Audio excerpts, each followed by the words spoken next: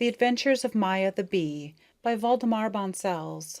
Translated by Adele Zold Seltzer and Arthur Guterman. Chapter 1. First Flight. The elderly lady bee who helped the baby bee Maya when she awoke to life and slipped from her cell was called Cassandra, and commanded great respect in the hive. Those were exciting days. A rebellion had broken out in the nation of bees, which the queen was unable to suppress. While the experienced Cassandra wiped Maya's large, bright eyes and tried as best she could to arrange her delicate wings, the big hive hummed and buzzed like a threatening thunderstorm, and the baby bee found it very warm and said so to her companion. Cassandra looked about troubled without replying. It astonished her that the child so soon found something to criticize, but really the child was right. The heat and the pushing and crowding were almost unbearable. Maya saw an endless succession of bees go by in such swarming haste that sometimes one climbed up and over another, or several rolled past together clotted in a ball. Once the queen bee approached. Cassandra and Maya were jostled aside. A drone, a friendly young fellow of immaculate appearance, came to their assistance. He nodded to Maya and stroked the shining hairs on his breast rather nervously with his foreleg. The bees used their forelegs as arms and hands. "The crash will come," he said to Cassandra.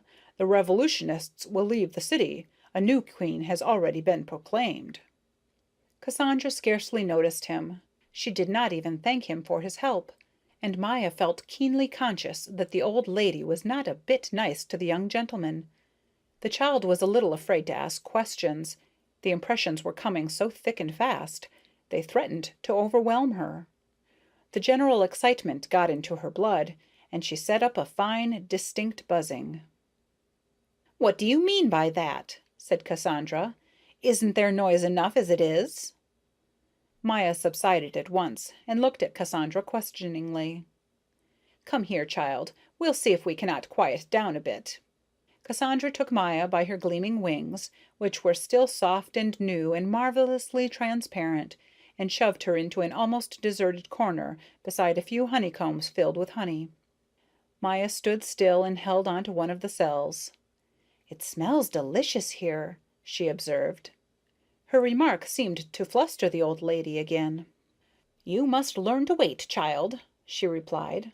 "I have brought up several hundred young bees this spring, and given them lessons for their first flight, but I haven't come across another one that was as pert and forward as you are.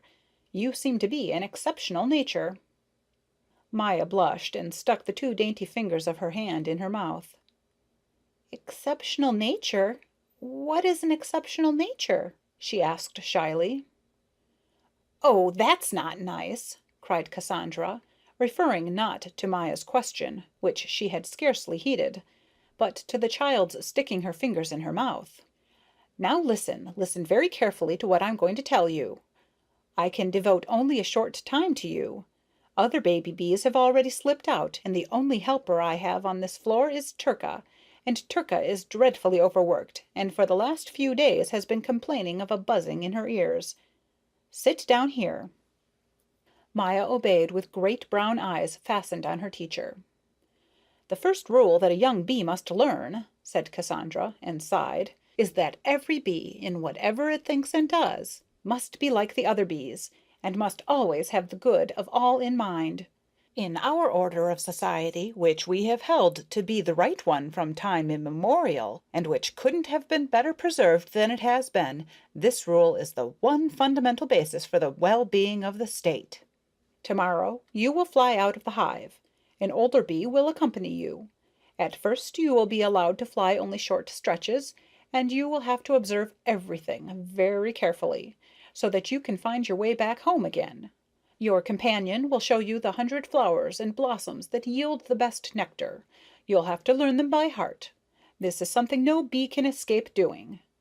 Here, you may as well learn the first line right away. Clover and honeysuckle. Repeat it. Say clover and honeysuckle." "I can't," said little Maya. "It's awfully hard." I'll see the flowers later anyway." Cassandra opened her old eyes wide and shook her head. "You'll come to a bad end," she sighed. "I can foresee that already." "Am I supposed later on to gather nectar all day long?" asked Maya. Cassandra fetched a deep sigh and gazed at the baby bee seriously and sadly. She seemed to be thinking of her own toilsome life. Toil from beginning to end, nothing but toil. Then she spoke in a changed voice, with a loving look in her eyes for the child. "My dear little Maya, there will be other things in your life. The sunshine, lofty green trees, flowery heaths, lakes of silver, rushing, glistening waterways, the heavens blue and radiant, and perhaps even human beings, the highest and most perfect of nature's creations. Because of all these glories, your work will become a joy. Just think all that lies ahead of you, dear heart. You have good reason to be happy." "I'm so glad," said Maya. "That's what I want to be." Cassandra smiled kindly. In that instant, why, she did not know, she conceived a peculiar affection for the little bee, such as she could not recall ever having felt for any child bee before.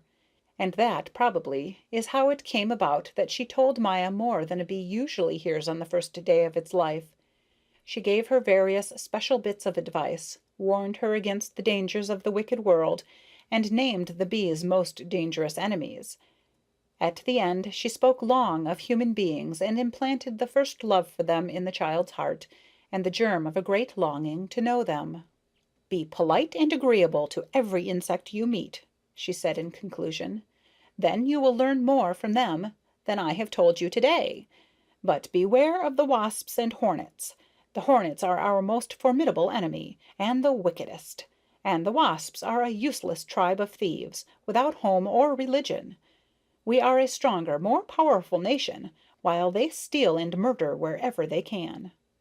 You may use your sting upon insects to defend yourself and inspire respect.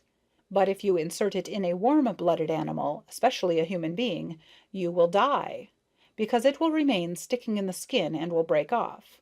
So do not sting warm-blooded creatures except in dire need, and then do it without flinching or fear of death. For it is to our courage as well as our wisdom that we bees owe the universal respect and esteem in which we are held. And now good-by, Maya dear. Good luck to you. Be faithful to your people and your queen." The little bee nodded yes, and returned her old monitor's kiss and embrace. She went to bed in a flutter of secret joy and excitement, and could scarcely fall asleep from curiosity. For the next day she was to know the great wide world, the sun, the sky, and the flowers. Meanwhile, the bee city had quieted down. A large part of the younger bees had now left the kingdom to found a new city, but for a long time the droning of the great swarm could be heard outside in the sunlight. It was not from arrogance or evil intent against the queen that these had quitted. It was because the population had grown to such a size that there was no longer room for all the inhabitants, and it was impossible to store a sufficient food supply of honey to feed them all over the winter. You see, according to a government treaty of long standing, a large part of the honey gathered in summer had to be delivered up to human beings, who, in return, assured the welfare of the bee state, provided for the peace and safety of the bees, and gave them shelter against the cold in winter. "The sun has risen!" The joyous call sounding in Maya's ear awoke her out of sleep the next morning. She jumped up and joined a lady working bee. "Delighted," said the lady cordially. "You may fly with me." At the gate, where there was a great pushing and crowding, they were held up by the sentinels, one of whom gave Maya the password without which no bee was admitted into the city. "Be sure to remember it," he said, "and good luck to you." Outside the city gates, a flood of sunlight assailed the little bee, a brilliance of green and gold so rich and warm and resplendent that she had to close her eyes, not knowing what to say or do from sheer delight. "Magnificent! It really is," she said to her companion. "Do we fly into that?" "Right ahead," answered the lady bee. Maya raised her little head and moved her pretty new wings. Suddenly she felt the flying board on which she had been sitting sink down, while the ground seemed to be gliding away behind, and the large green domes of the tree tops seemed to be coming toward her. Her eyes sparkled, her heart rejoiced. "I am flying!" she cried. "It cannot be anything else. What I am doing must be flying. Why, it's splendid, perfectly splendid!" "Yes, you're flying," said the lady bee, who had difficulty in keeping up with the child. "Those are linden trees, those toward which we are flying, the lindens in our castle park. You can always tell where our city is by those lindens. But you're flying so fast, Maya." "Fast?" said Maya. "How can one fly fast enough? Oh, how sweet the sunshine smells!" "No," replied her companion, who was rather out of breath. "It's not the sunshine. It's the flowers that smell. But please don't go so fast, else I'll drop behind. Besides, at this pace you won't observe things and be able to find your way back." But little Maya, transported by the sunshine and the joy of living, did not hear. She felt as though she was darting like an arrow through a green shimmering sea of light, to greater and greater splendor. The bright flowers seemed to call to her, the still sunlit distances lured her on, and the blue sky blessed her joyous young flight. "Never again will it be as beautiful as it is today," she thought. "I can't turn back. I can't think of anything except the sun." Beneath her the gay pictures kept changing. The peaceful landscape slid by slowly in broad stretches. "The sun must be all of gold," thought the baby bee. Coming to a large garden which seemed to rest in blossoming clouds of cherry tree, hawthorn, and lilacs, she let herself down to earth, dead tired, and dropped in a bed of red tulips, where she held on to one of the big flowers. With a great sigh of bliss, she pressed herself against the blossom wall and looked up to the deep blue of the sky through the gleaming edges of the flowers. "Oh, how beautiful it is out here in the great world! 1,000 times more beautiful than in the dark hive. I'll never go back there again to carry honey or make wax. No, indeed, I'll never do that. I want to see and know the world in bloom. I am not like the other bees. My heart is meant for pleasure and surprises, experiences and adventures. I will not be afraid of any dangers. Haven't I got strength and courage and a sting?" She laughed, bubbling over with delight, and took a deep draught of nectar out of the flower of the tulip. "Grand," she thought. "It's glorious to be alive." Ah, if little Maya had had an inkling of the many dangers and hardships that lay ahead of her, she would certainly have thought twice.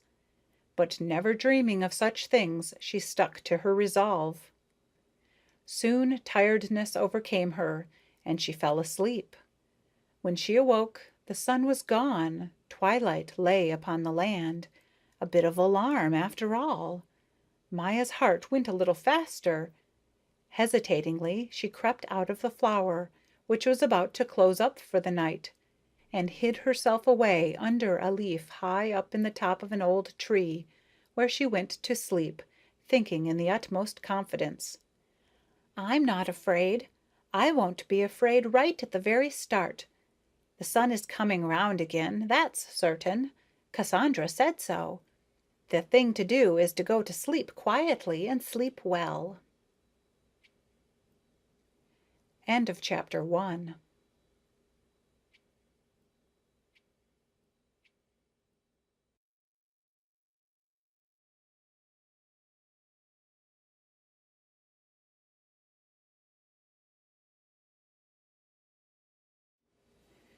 The Adventures of Maya the Bee by Waldemar Bonsels. Translated by Adele Zold Seltzer and Arthur Guterman. Chapter 2. The House of the Rose. By the time Maya woke, it was full daylight. She felt a little chilly under her big green leaf, and stiff in her limbs, so that her first movements were slow and clumsy. Clinging to a vein of the leaf, she let her wings quiver and vibrate, to limber them up and shake off the dust. Then she smoothed her fair hair, wiped her large eyes clean, and crept warily down to the edge of the leaf, where she paused and looked around. The glory and the glow of the morning sun were dazzling. Though Maya's resting place still lay in cool shadow, the leaves overhead shone like green gold. "Oh, you glorious world!" thought the little bee. Slowly, one by one, the experiences of the previous day came back to her, all the beauties she had seen and all the risks she had run. She remained firm in her resolve not to return to the hive. To be sure, when she thought of Cassandra, her heart beat fast, though it was not very likely that Cassandra would ever find her. No, no, to her there was no joy in forever having to fly in and out of the hive, carrying honey and making wax. This was clear once and for all. She wanted to be happy and free and enjoy life in her own way. Come what might, she would take the consequences. Thus lightly thought Maya, the truth being that she had no real idea of the things that lay in store for her. Afar off in the sunshine something glimmered red. A lurking impatience seized the little bee. Moreover, she felt hungry. So courageously, with a loud, joyous buzz, she swung out of her hiding place into the clear, glistening air and the warm sunlight, and made straight for the red patch that seemed to nod and beckon. When she drew near, she smelled a perfume so sweet that it almost robbed her of her senses, and she was hardly able to reach the large red flower. She let herself down on the outermost of its curved petals and clung to it tightly. At the gentle tipping of the petal, a shining silver sphere almost as big as herself came rolling toward her, transparent and gleaming in all the colors of the rainbow. Maya was dreadfully frightened, yet fascinated too by the splendor of the cool silver sphere, which rolled by her, balanced on the edge of the petal, leapt into the sunshine, and fell down in the grass. Oh, oh! The beautiful ball had shivered into a score of wee pearls. Maya uttered a little cry of terror, but the tiny round fragments made such a bright, lively glitter in the grass, and ran down the blades in such twinkling, sparkling little drops like diamonds in the lamplight, that she was reassured. She turned towards the inside of the calyx. A beetle, a little smaller than herself, with brown wing sheaths and a black breastplate, was sitting at the entrance. He kept his place unperturbed, and looked at her seriously, though by no means unamiably. Maya bowed politely. "Did the ball belong to you?" she asked, and receiving no reply, added, "I am very sorry I threw it down." "Do you mean the dewdrop?" smiled the beetle, rather superior. "You needn't worry about that. I had taken a drink already, and my wife never drinks water. She has kidney trouble. What are you doing here?" "What is this wonderful flower?" asked Maya, not answering the beetle's question. "Would you be good enough to tell me its name?" Remembering Cassandra's advice, she was as polite as possible. The beetle moved his shiny head in his dorsal plate, a thing he could do easily without the least discomfort, as his head fitted in perfectly and glided back and forth without a click. "You seem to be only of yesterday," he said, and laughed, not so very politely. Altogether, there was something about him that struck Maya as unrefined. The bees had more culture and better manners, yet he seemed to be a good-natured fellow, because, seeing Maya's blush of embarrassment, he softened to her childish ignorance. "It's a rose," he explained indulgently, "so now you know. We moved in 4 days ago, and since we moved in it has flourished wonderfully under our care. Won't you come in?" Maya hesitated, then conquered her misgivings and took a few steps forward. He pressed aside a bright petal. Maya entered, and she and the beetle walked beside each other through the narrow chambers with their subdued light and fragrant walls. "What a charming home!" exclaimed Maya, genuinely taken with the place.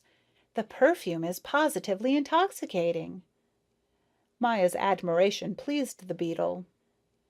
It takes wisdom to know where to live, he said, and smiled good-naturedly.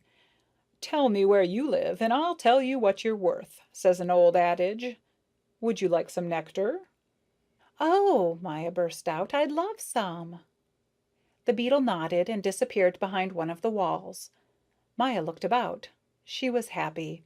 She pressed her cheeks and little hands against the dainty red hangings and took deep breaths of the delicious perfume, in an ecstasy of delight at being permitted to stop in such a beautiful dwelling. It certainly is a great joy to be alive, she thought. There's no comparison between the dingy, crowded stories in which the bees live and work and this house. The very quiet here is splendid. Suddenly there was a loud sound of scolding behind the walls. It was the beetle, growling excitedly in great anger.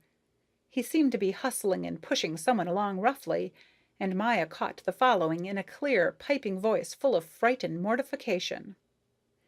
Of course, because I'm alone, you dare to lay hands on me. But wait and see what you get when I bring my associates along. You are a ruffian. Very well, I am going. But remember, I called you a ruffian. You'll never forget that. The stranger's emphatic tone, so sharp and vicious, frightened Maya dreadfully. In a few moments she heard the sound of someone running out. The beetle returned and sullenly flung down some nectar. An outrage, he said. You can't escape those vermin anywhere. They don't allow you a moment's peace. Maya was so hungry she forgot to thank him and took a mouthful of nectar and chewed, while the beetle wiped the perspiration from his forehead and slightly loosened his upper armor so as to catch his breath. Who was that? Mumbled Maya, with her mouth still full. Please empty your mouth. Finish chewing and swallowing your nectar. One can't understand a word you say. Maya obeyed, but the excited owner of the house gave her no time to repeat her question. It was an ant, he burst out angrily.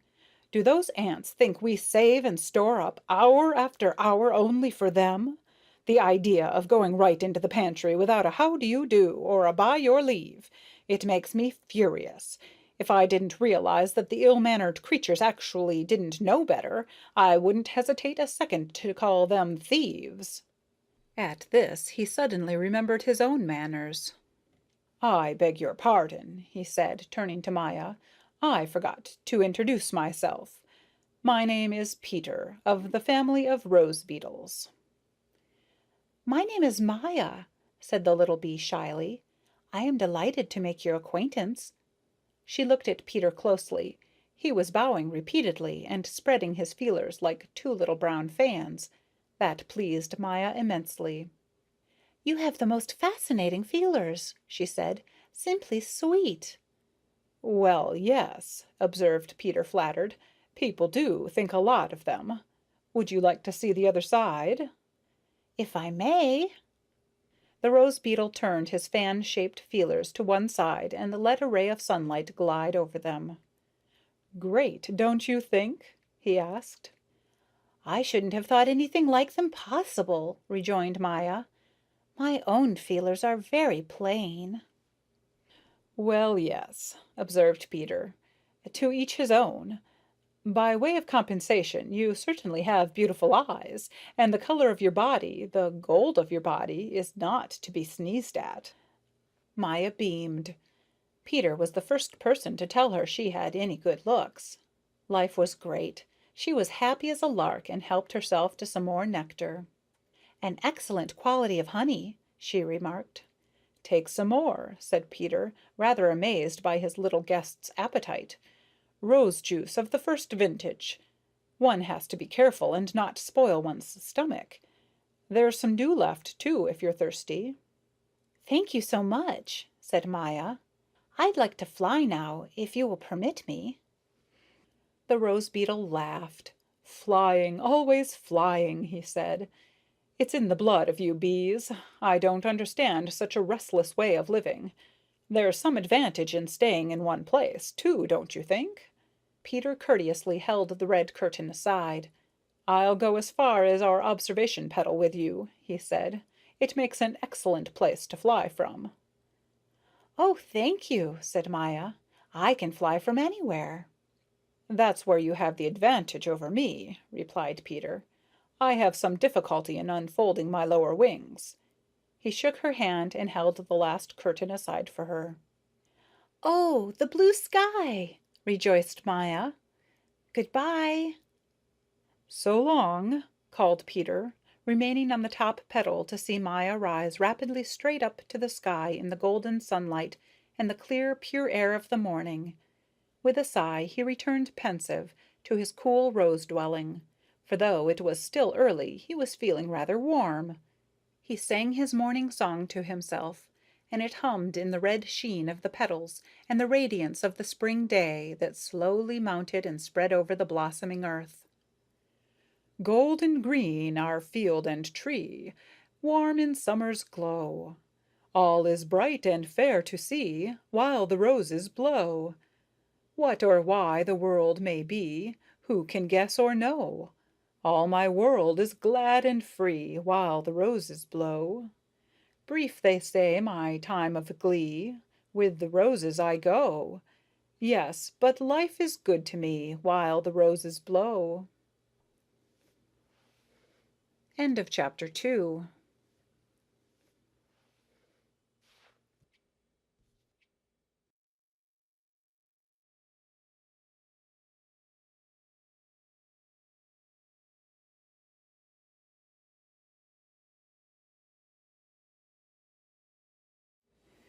The Adventures of Maya the Bee by Waldemar Bonsels. Translated by Adele Zold Seltzer and Arthur Guterman.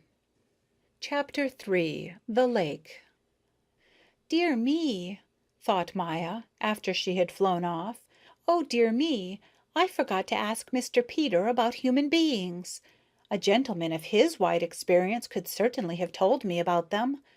But perhaps I'll meet one myself today." Full of high spirits and in a happy mood of adventure, she let her bright eyes rove over the wide landscape that lay spread out below in all its summer splendor. She came to a large garden gleaming with 1,000 colors. On her way she met many insects, who sang out greetings and wished her a pleasant journey and a good harvest. But every time she met a bee her heart went pit-a-pat.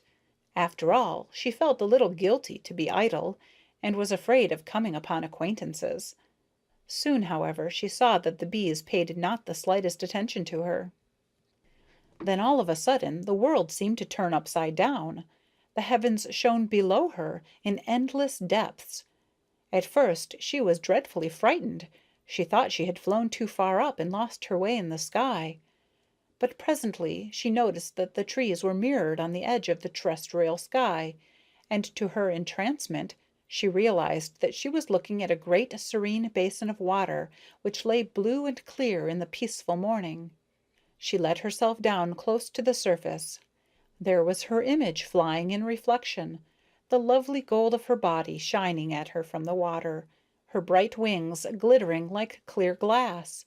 And she observed that she held her little legs properly against her body, as Cassandra had taught her to do. "It's bliss to be flying over the surface of water like this. It is, really," she thought. Big fish and little fish swam about in the clear element, or seemed to float idly. Maya took good care not to go too close. She knew there was danger to bees from the race of fishes. On the opposite shore she was attracted by the water lilies and the rushes. The water lilies with their large round leaves lying outspread on the water like green plates, and the rushes with their sun-warmed reedy stalks. She picked out a leaf well concealed under the tall blades of the rushes. It lay in almost total shade, except for 2 round spots like gold coins. The rushes swayed above in the full sunlight. "Glorious," said the little bee, "perfectly glorious." She began to tidy herself. Putting both arms up behind her head, she pulled it forward as if to tear it off, but was careful not to pull too hard, just enough to scrape away the dust. Then, with her little hind legs, she stroked and dragged down her wing sheaths, which sprang back in position, looking beautifully bright and glossy. Just as she had completed her toilet, A small steely blue bottle came and alighted on the leaf beside her. He looked at her in surprise. "What are you doing here on my leaf?" he demanded. Maya was startled. "Is there any objection to a person's just resting here a moment or two?" Maya remembered Cassandra's telling her that the nation of bees commanded great respect in the insect world. Now she was going to see if it was true. She was going to see if she, Maya, could compel respect. Nevertheless, her heart beat a little faster because her tone had been very loud and peremptory. But actually, the blue bottle was frightened. He showed it plainly. When he saw that Maya wasn't going to let anyone lay down the law to her, he backed down. With a surly buzz, he swung himself on to a blade that curved above Maya's leaf, and said in a much politer tone, talking down to her out of the sunshine, "You ought to be working. As a bee, you certainly ought. But if you want to rest, all right, I'll wait here." "There are plenty of leaves," observed Maya. "All rented," said the blue bottle. "Nowadays, one is happy to be able to call a piece of ground one's own. If my predecessor hadn't been snapped up by a frog 2 days ago, I should still be without a proper place to live in. It's not very pleasant to have to hunt up a different lodging every night. Not everyone has such a well-ordered state as you bees. But permit me to introduce myself. My name is Jack Christopher." Maya was silent with terror, thinking how awful it must be to fall into the clutches of a frog. "Are there many frogs in the lake?" she asked, and drew to the very middle of the leaf so as not to be seen from the water. The blue bottle laughed. "You are giving yourself unnecessary trouble," he jeered. "The frog can see you from below when the sun shines, because then the leaf is transparent. He sees you sitting on my leaf perfectly." Beset by the awful idea that maybe a big frog was squatting right under her leaf, staring at her with his bulging, hungry eyes, Maya was about to fly off when something dreadful happened, something for which she was totally unprepared. In the confusion of the first moment, she could not make out just exactly what was happening. She only heard a loud rustling like the wind in dry leaves, then a singing whistle, a loud, angry hunter's cry, and a fine, transparent shadow glided over her leaf. Now she saw fully, and her heart stood still in terror. A great glittering dragonfly had caught hold of poor Jack Christopher and held him tight in its large fangs, sharp as a knife.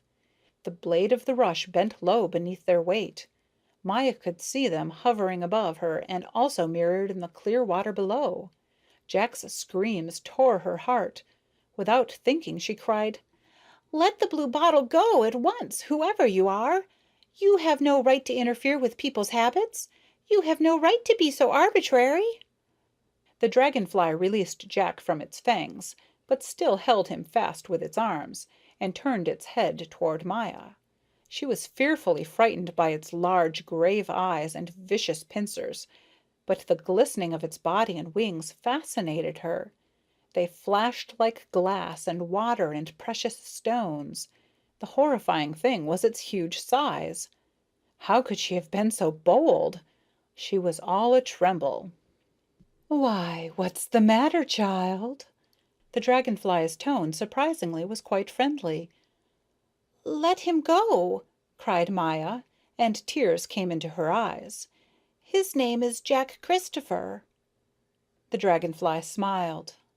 "Why, little one?" it said, putting on an interested air, though most condescending. Maya stammered helplessly. "Oh, he's such a nice, elegant gentleman, and he's never done you any harm so far as I know." The dragonfly regarded Jack Christopher contemplatively. "Yes, he is a dear little fellow," it replied tenderly, and bit Jack's head off. Maya thought she was losing her senses. For a long time she couldn't utter a sound. In horror she listened to the munching and crunching above her as the body of Jack Christopher, the blue bottle, was being dismembered. "Don't put on so," said the dragonfly with its mouth full, chewing. "Your sensitiveness doesn't impress me. Are you bees any better? What do you do?" Evidently, you are very young still, and haven't looked about in your own house. When the massacre of the drones takes place in the summer, the rest of the world is no less shocked and horrified, and I think with greater justification." Maya asked, "Have you finished up there?" She did not dare to raise her eyes. "One leg still left," replied the dragonfly. "Do please swallow it, then I'll answer you," cried Maya, who knew that the drones in the hive had to be killed off in the summer and was provoked by the dragonfly's stupidity. "But don't you dare to come a step closer. If you do, I'll use my sting on you." Little Maya had really lost her temper. It was the first time she had mentioned her sting and the first time she felt glad that she possessed the weapon. The dragonfly threw her a wicked glance. It had finished its meal and sat with its head slightly ducked, fixing Maya with its eyes and looking like a beast of prey about to pounce. The little bee was quite calm now. Where she got her courage from she couldn't have told, but she was no longer afraid. She set up a very fine clear buzzing, as she had once heard a sentinel do when a wasp came near the entrance of the hive. The dragonfly said slowly and threateningly, "Dragonflies live on the best terms with the nation of bees." "Very sensible in them," flashed Maya. "Do you mean to insinuate that I'm afraid of you? I of you?" With a jerk, the dragonfly let go of the rush, which sprang back into its former position and flew off with a whir and sparkle of its wings, straight down to the surface of the water, where it made a superb appearance reflected in the mirror of the lake. You'd have thought there were two dragonflies. Both moved their crystal wings so swiftly and finely that it seemed as though a brilliant sheen of silver were streaming around them. Maya quite forgot her grief over poor Jack Christopher and all sense of her own danger. "How lovely! How lovely!" she cried enthusiastically, clapping her hands. "Do you mean me?" The dragonfly spoke in astonishment, but quickly added, "Yes, I must admit I am fairly presentable. Yesterday I was flying along the brook, and you should have heard some human beings who were lying on the bank rave over me." "Human beings!" exclaimed Maya. "Oh my! Did you see human beings?" "Of course," answered the dragonfly, "but you'll be very interested to know my name, I'm sure.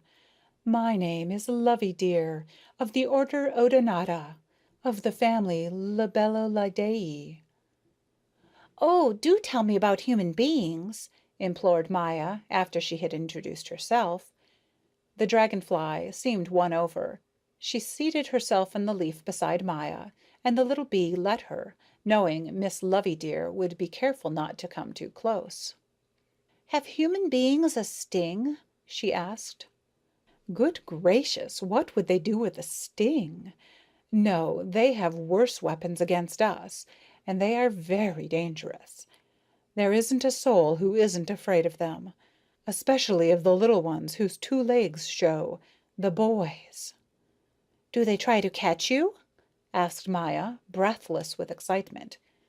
"Yes. Can't you understand why?" Miss Loveydear glanced at her wings. "I have seldom met a human being who hasn't tried to catch me." "But why?" asked Maya in a tremor.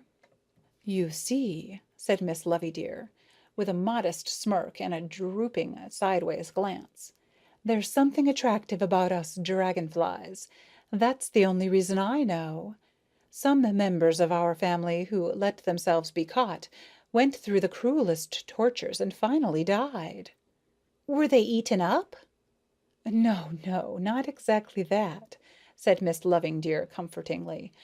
"So far as is known, man does not feed on dragonflies, but sometimes he has murderous desires, a lust for killing, which will probably never be explained. You may not believe it, but cases have actually occurred of the so-called boy man catching dragonflies and pulling off their legs and wings for pure pleasure. You doubt it, don't you?" "Of course I doubt it," cried Maya indignantly. Miss Loveydear shrugged her glistening shoulders. Her face looked old with knowledge.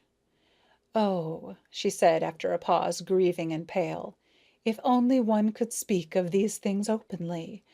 I had a brother who gave promise of a splendid future, only, I'm sorry to say, he was a little reckless and dreadfully curious. A boy once threw a net over him, a net fastened to a long pole. Who would dream of a thing like that? Tell me, would you?" "No," said the little bee, "never. I should never have thought of such a thing." The dragon fly looked at her. "A black cord was tied round his waist between his wings, so that he could fly, but not fly away, not escape. Each time my brother thought he had got his liberty, he would be jerked back horribly within the boy's reach." Maya shook her head. "You don't dare even think of it," she whispered. "If a day passes when I don't think of it," said the dragon fly, "I am sure to dream of it. One misfortune followed another. My brother soon died." Miss Loveydear heaved a deep sigh. "What did he die of?"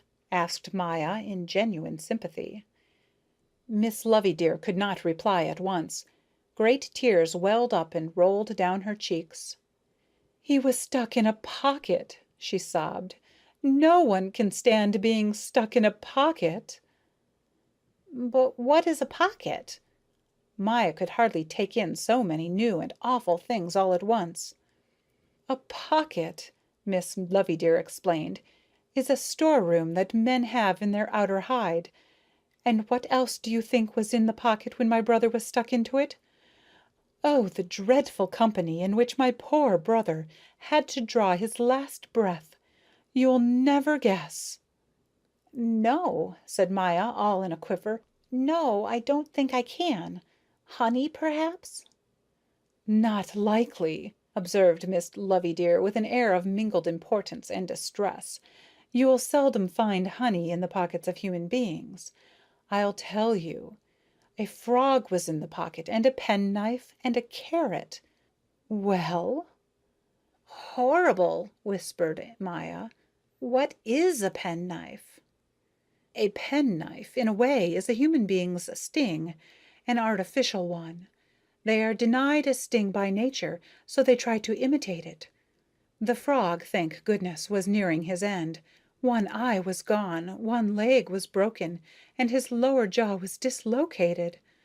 Yet for all that, the moment my brother was stuck in the pocket, he hissed at him out of his crooked mouth, 'As soon as I am well, I will swallow you.'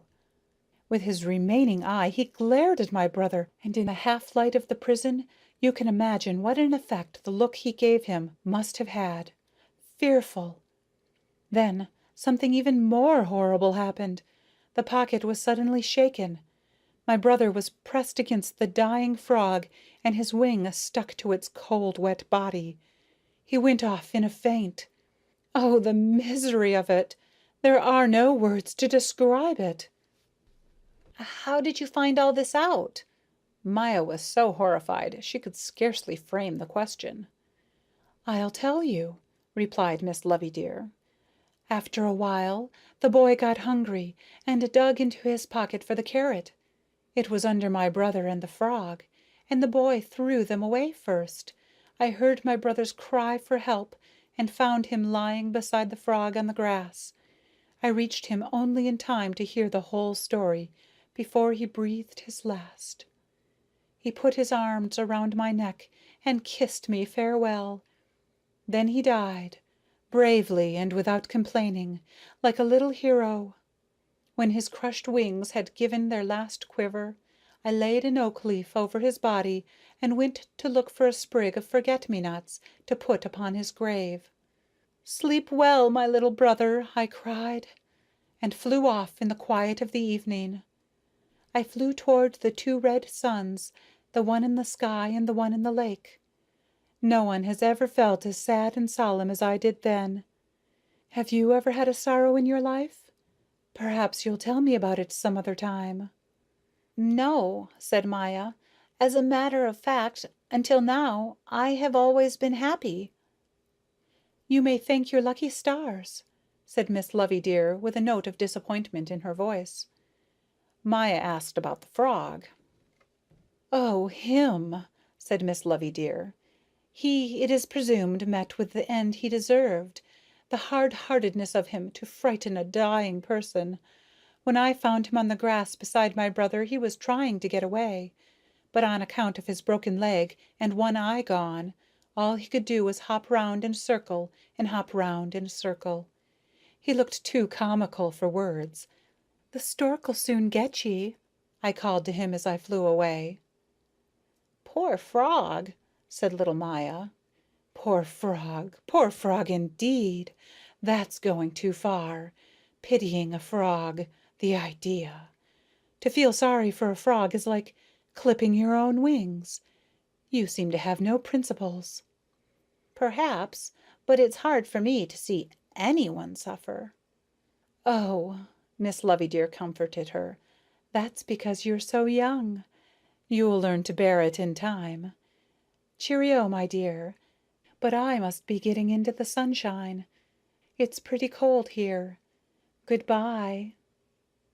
A faint rustle and the gleam of 1,000 colors, lovely pale colors like the glints in running water and clear gems. Miss Loveydear swung through the green rushes out over the surface of the water. Maya heard her singing in the sunshine and stood and listened. It was a fine song, with something of the melancholy sweetness of a folk song, and it filled the little bee's heart with mingled happiness and sadness. "Softly flows the lovely stream, touched by morning's rosy gleam. Through the alders darted, where the rushes bend and sway, where the water lilies say, 'We are golden-hearted.' Warm the scent the west wind brings, bright the sun upon my wings, joy among the flowers. Though my life may not be long, golden summer, take my song. Thanks for perfect hours." "Listen," a white butterfly called to its friend. "Listen to the song of the dragonfly." The light creatures rocked close to Maya and rocked away again into the radiant blue day. Then Maya also lifted her wings, buzzed farewell to the silvery lake, and flew inland. End of chapter 3.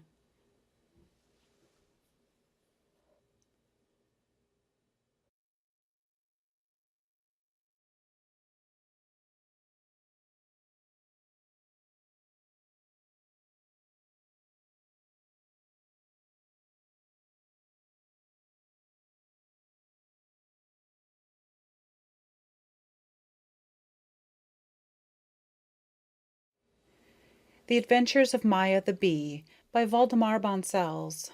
Translated by Adele Zold Seltzer and Arthur Guterman.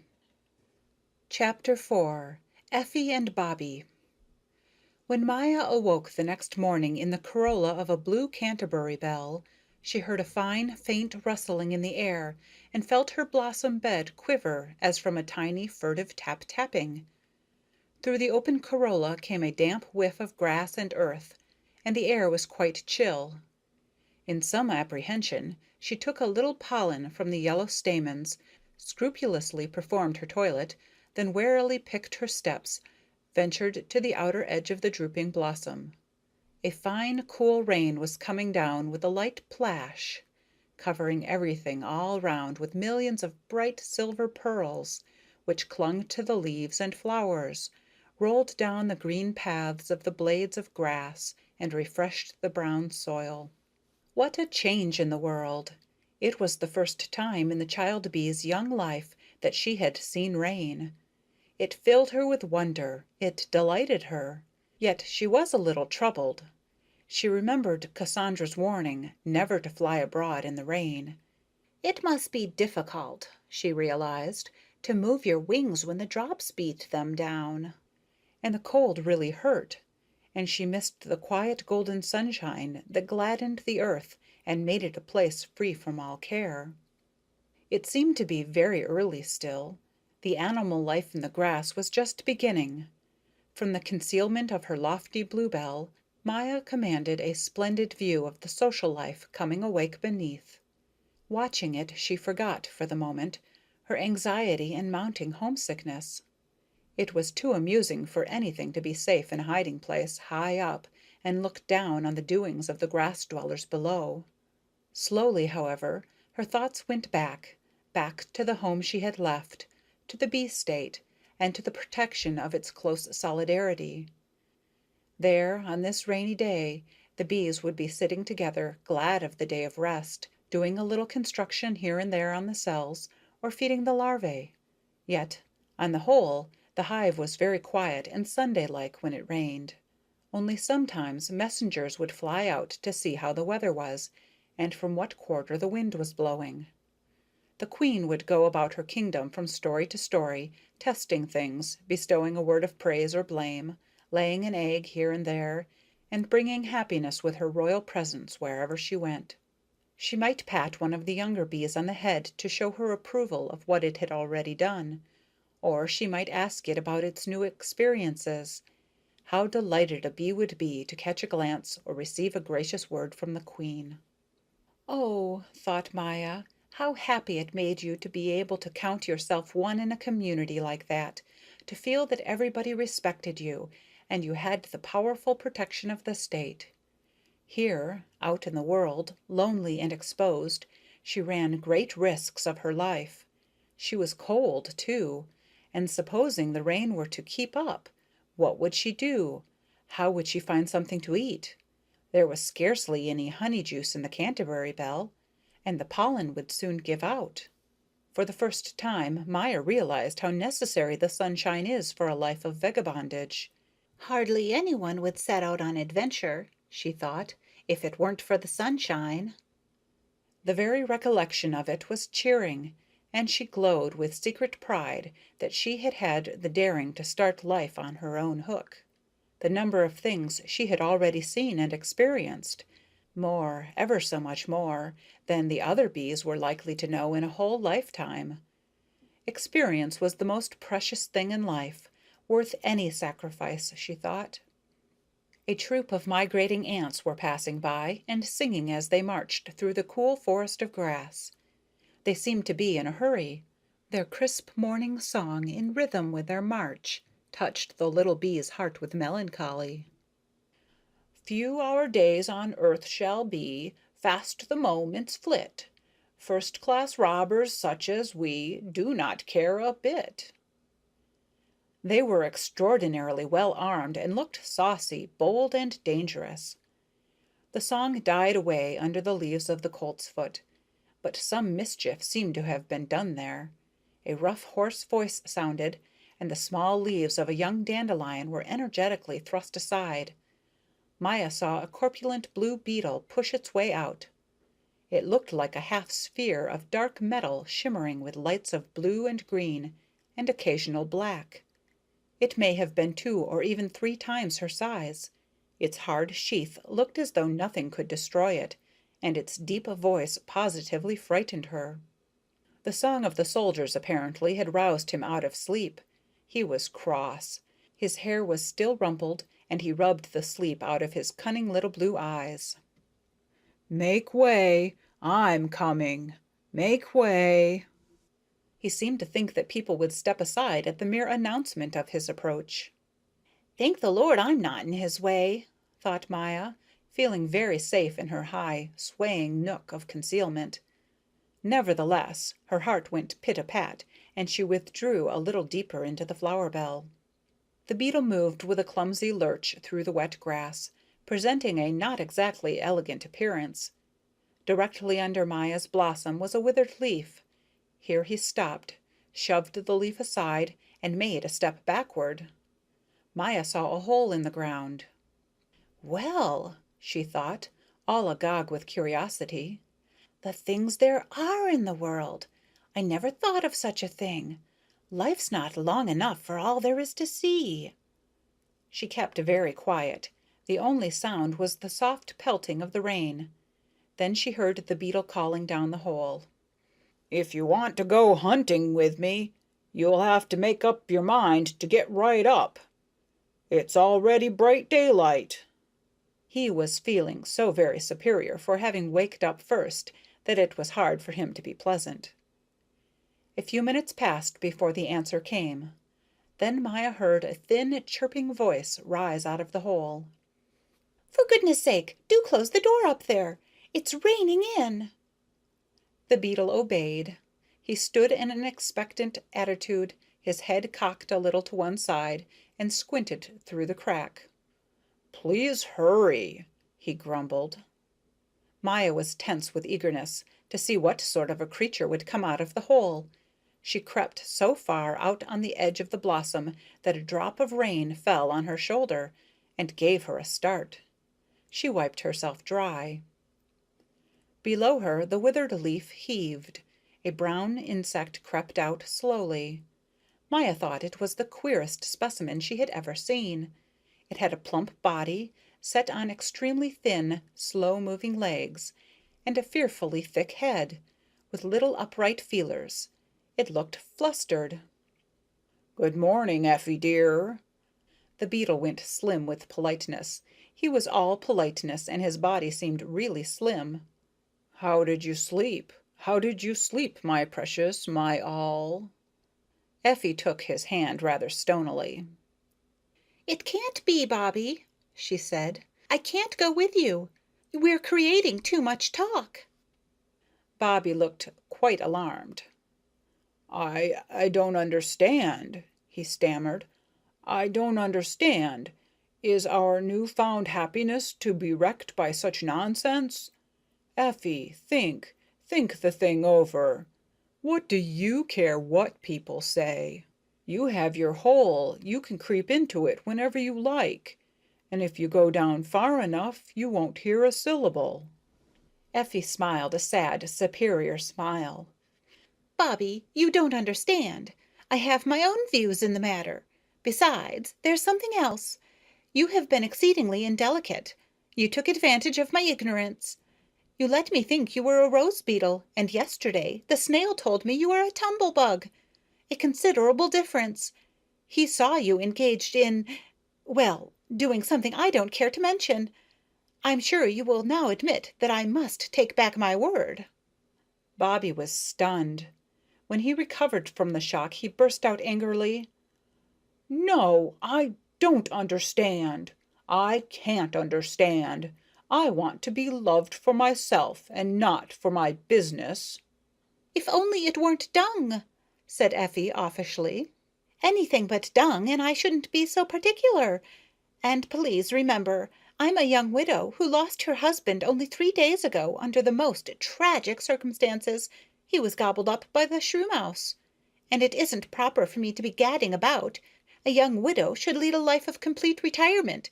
So, good-bye. Pop into her hole went Effie, as though a puff of wind had blown her away. Maya would never have thought it possible that anyone could dive into the ground as fast as that. Effie was gone, and Bobby stared in blank bewilderment down the empty, dark opening, looking so utterly stupid that Maya had to laugh. Finally he roused and shook his small round head in angry distress, his feelers drooping dismally like 2 rain-soaked fans. "People nowadays no longer appreciate fineness of character and respectability," he sighed. "Effie is heartless. I didn't dare admit it to myself, but she is. She's absolutely heartless. But even if she hasn't got the right feelings, she ought to have the good sense to be my wife." Maya saw the tears come to his eyes, and her heart was seized with pity. But the next instant Bobby stirred. He wiped the tears away and crept cautiously behind a small mound of earth, which his friend had probably shoveled out of her dwelling. A little flesh-colored earthworm was coming along through the grass. It had the queerest way of propelling itself, by first making itself long and thin, then short and thick. Its cylinder of a body consisted of nothing but delicate rings that pushed and groped forward noiselessly. Suddenly, startling Maya, Bobby made one step out of his hiding place, caught hold of the worm, bit it in two, and began calmly to eat the one half, heedless of its desperate wriggling or the wriggling of the other half in the grass. It was a tiny little worm. "Patience," said Bobby. "It will soon be over." But while he chewed, his thoughts seemed to revert to Effie, his Effie, whom he had lost forever and aye, and great tears rolled down his cheeks. Maya pitied him from the bottom of her heart. Dear me, she thought, there certainly is a lot of sadness in the world. At that moment she saw the half of the worm which Bobby had set aside making a hasty departure.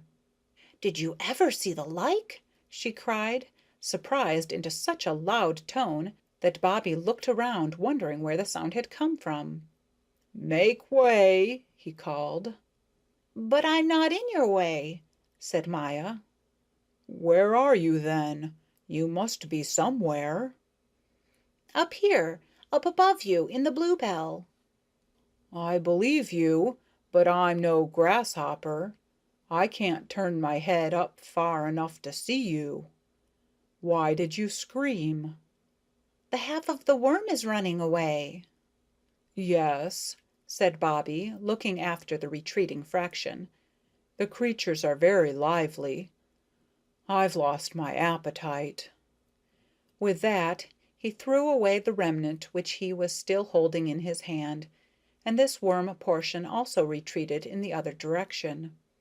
Maya was completely puzzled, but Bobby seemed to be familiar with this peculiarity of worms. "Don't suppose that I always eat worms," he remarked. "You see, you don't find roses everywhere." Tell the little one at least which way its other half ran, cried Maya in great excitement. Bobby shook his head gravely. "Those whom fate has rent asunder, let no man join together again," he observed. "Who are you?" Maya, of the nation of bees. "I'm glad to hear it. I have nothing against the bees. Why are you sitting about? Bees don't usually sit about. Have you been sitting there long?" I slept here. "Indeed." There was a note of suspicion in Bobby's voice.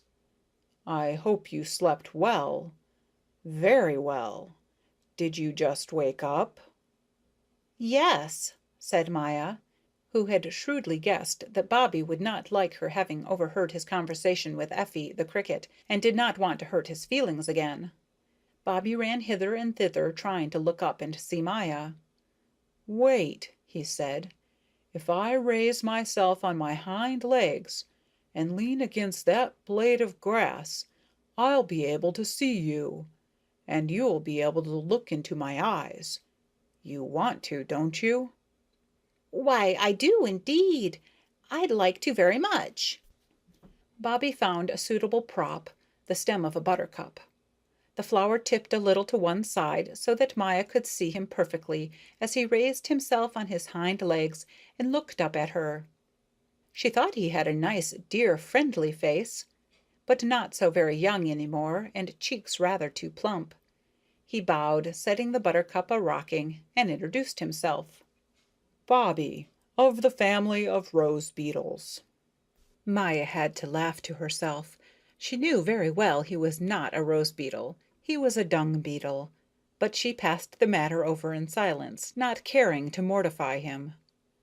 Don't you mind the rain? She asked. "Oh, no. I'm accustomed to the rain. From the roses, you know. It's usually raining there." Maya thought to herself. After all, I must punish him a little for his brazen lies. He's so frightfully vain. Bobby, she said with a sly smile, what sort of a hole is that one there, under the leaf? Bobby started. "A hole? A hole, did you say? There are very many holes round here. It's probably just an ordinary hole. You have no idea how many holes there are in the ground." Bobby had hardly uttered the last word when something dreadful happened. In his eagerness to appear indifferent, he had lost his balance and toppled over. Maya heard a despairing shriek, and the next instant saw the beetle lying flat on his back in the grass, his arms and legs waving pitifully in the air. "I'm done for," he wailed. "I'm done for. I can't get back on my feet again. I'll never be able to get back on my feet again. I'll die. I'll die in this position. Have you ever heard of a worse fate?" He carried on so that he did not hear Maya trying to comfort him, and he kept making efforts to touch the ground with his feet, but each time he'd painfully get hold of a bit of earth it would give way, and he'd fall over again on his high half-sphere of a back. The case looked really desperate, and Maya was honestly concerned. He was already quite pale in the face, and his cries were heartrending. "I can't stand it. I can't stand this position," he yelled. "At least turn your head away. Don't torture a dying man with your inquisitive stares. If only I could reach a blade of grass or the stem of the buttercup. You can't hold on to the air. Nobody can do that. Nobody can hold on to the air." Maya's heart was quivering with pity. Wait, she cried. I'll try to turn you over. If I try very hard, I am bound to succeed. But Bobby, dear man, don't yell like that. Listen to me. If I bend a blade of grass over and reach the tip of it to you, will you be able to use it and save yourself?" Bobby had no ears for her suggestion. Frightened out of his senses, he did nothing but kick and scream. So little Maya, in spite of the rain, flew out of her cover, over to a slim green blade of grass beside Bobby, and clung to it near the tip. It bent under her weight and sank directly above Bobby's wriggling limbs. Maya gave a little cry of delight. "Catch hold of it," she called. Bobby felt something tickle his face and quickly grabbed at it, first with one hand, then with the other, and finally with his legs, which had splendid sharp claws, two each. Bit by bit he drew himself along the blade until he reached the base, where it was thicker and stronger, and he was able to turn himself over on it. He heaved a tremendous sigh of relief. "Good God," he explained, "that was awful. But for my presence of mind, I should have fallen a victim to your talkativeness." "Are you feeling better?" asked Maya. Bobby clutched his forehead. "Thanks, thanks. When this dizziness passes, I'll tell you all about it." But Maya never got the answer to her question. A field sparrow came hopping through the grass in search of insects, and the little bee pressed herself close to the ground and kept very quiet until the bird had gone. When she looked around for Bobby, he had disappeared. So she too made off, for the rain had stopped and the day was clear and warm. End of chapter 4.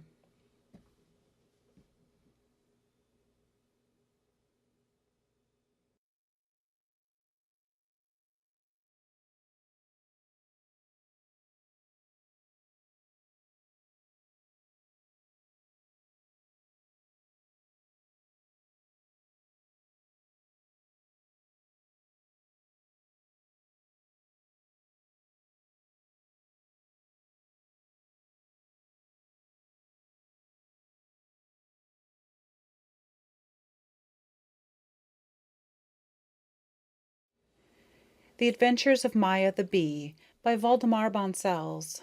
Translated by Adele Zold Seltzer and Arthur Guterman. Chapter 5. The Acrobat. Oh, what a day! The dew had fallen early in the morning, and when the sun rose and cast its slanting beams across the forest of grass, there was such a sparkling and glistening and gleaming that you didn't know what to say or do for sheer ecstasy. It was so beautiful, so beautiful. The moment Maya awoke, glad sounds greeted her from all round. Some came out of the trees, from the throats of the birds. the dreaded creatures who could yet produce such exquisite song. Other happy calls came out of the air, from flying insects, or out of the grass and the bushes, from bugs and flies, big ones and little ones.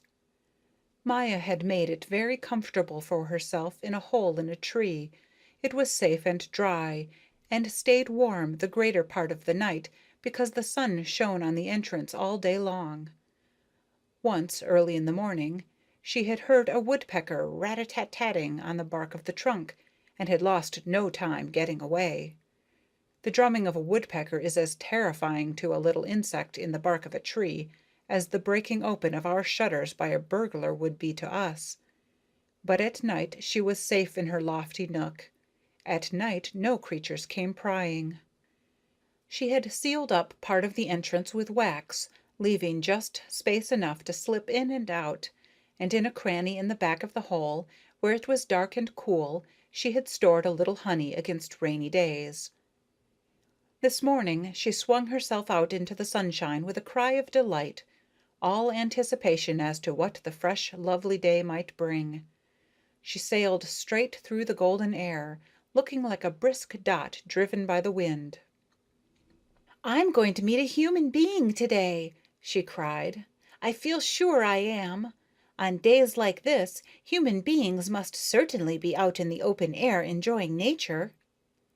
Never had she met so many insects. There was a coming and going and all sorts of doings.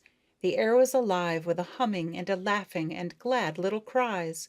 You had to join in. You just had to join in. After a while, Maya let herself down into a forest of grass, where all sorts of plants and flowers were growing. The highest were the white tufts of yarrow and butterfly weed, the flaming milkweed that drew you like a magnet. She took a sip of nectar from some clover and was about to fly off again when she saw a perfect droll of a beast perched on a blade of grass curving above her flower. She was thoroughly scared. He was such a lean, green monster. But then her interest was tremendously aroused, and she remained sitting still, as though rooted to the spot, and stared straight at him.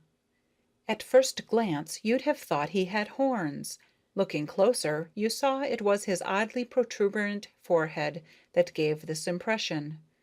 Two long, long feelers, fine as the finest thread, grew out of his brows, and his body was the slimmest imaginable, and green all over, even to his eyes.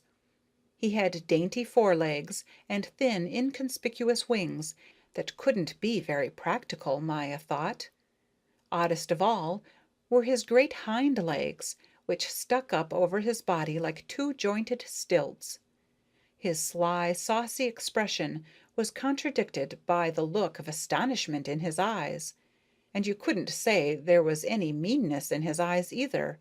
No, rather a lot of good humor. Well, mademoiselle, He said to Maya, evidently annoyed by her surprised expression. never seen a grasshopper before?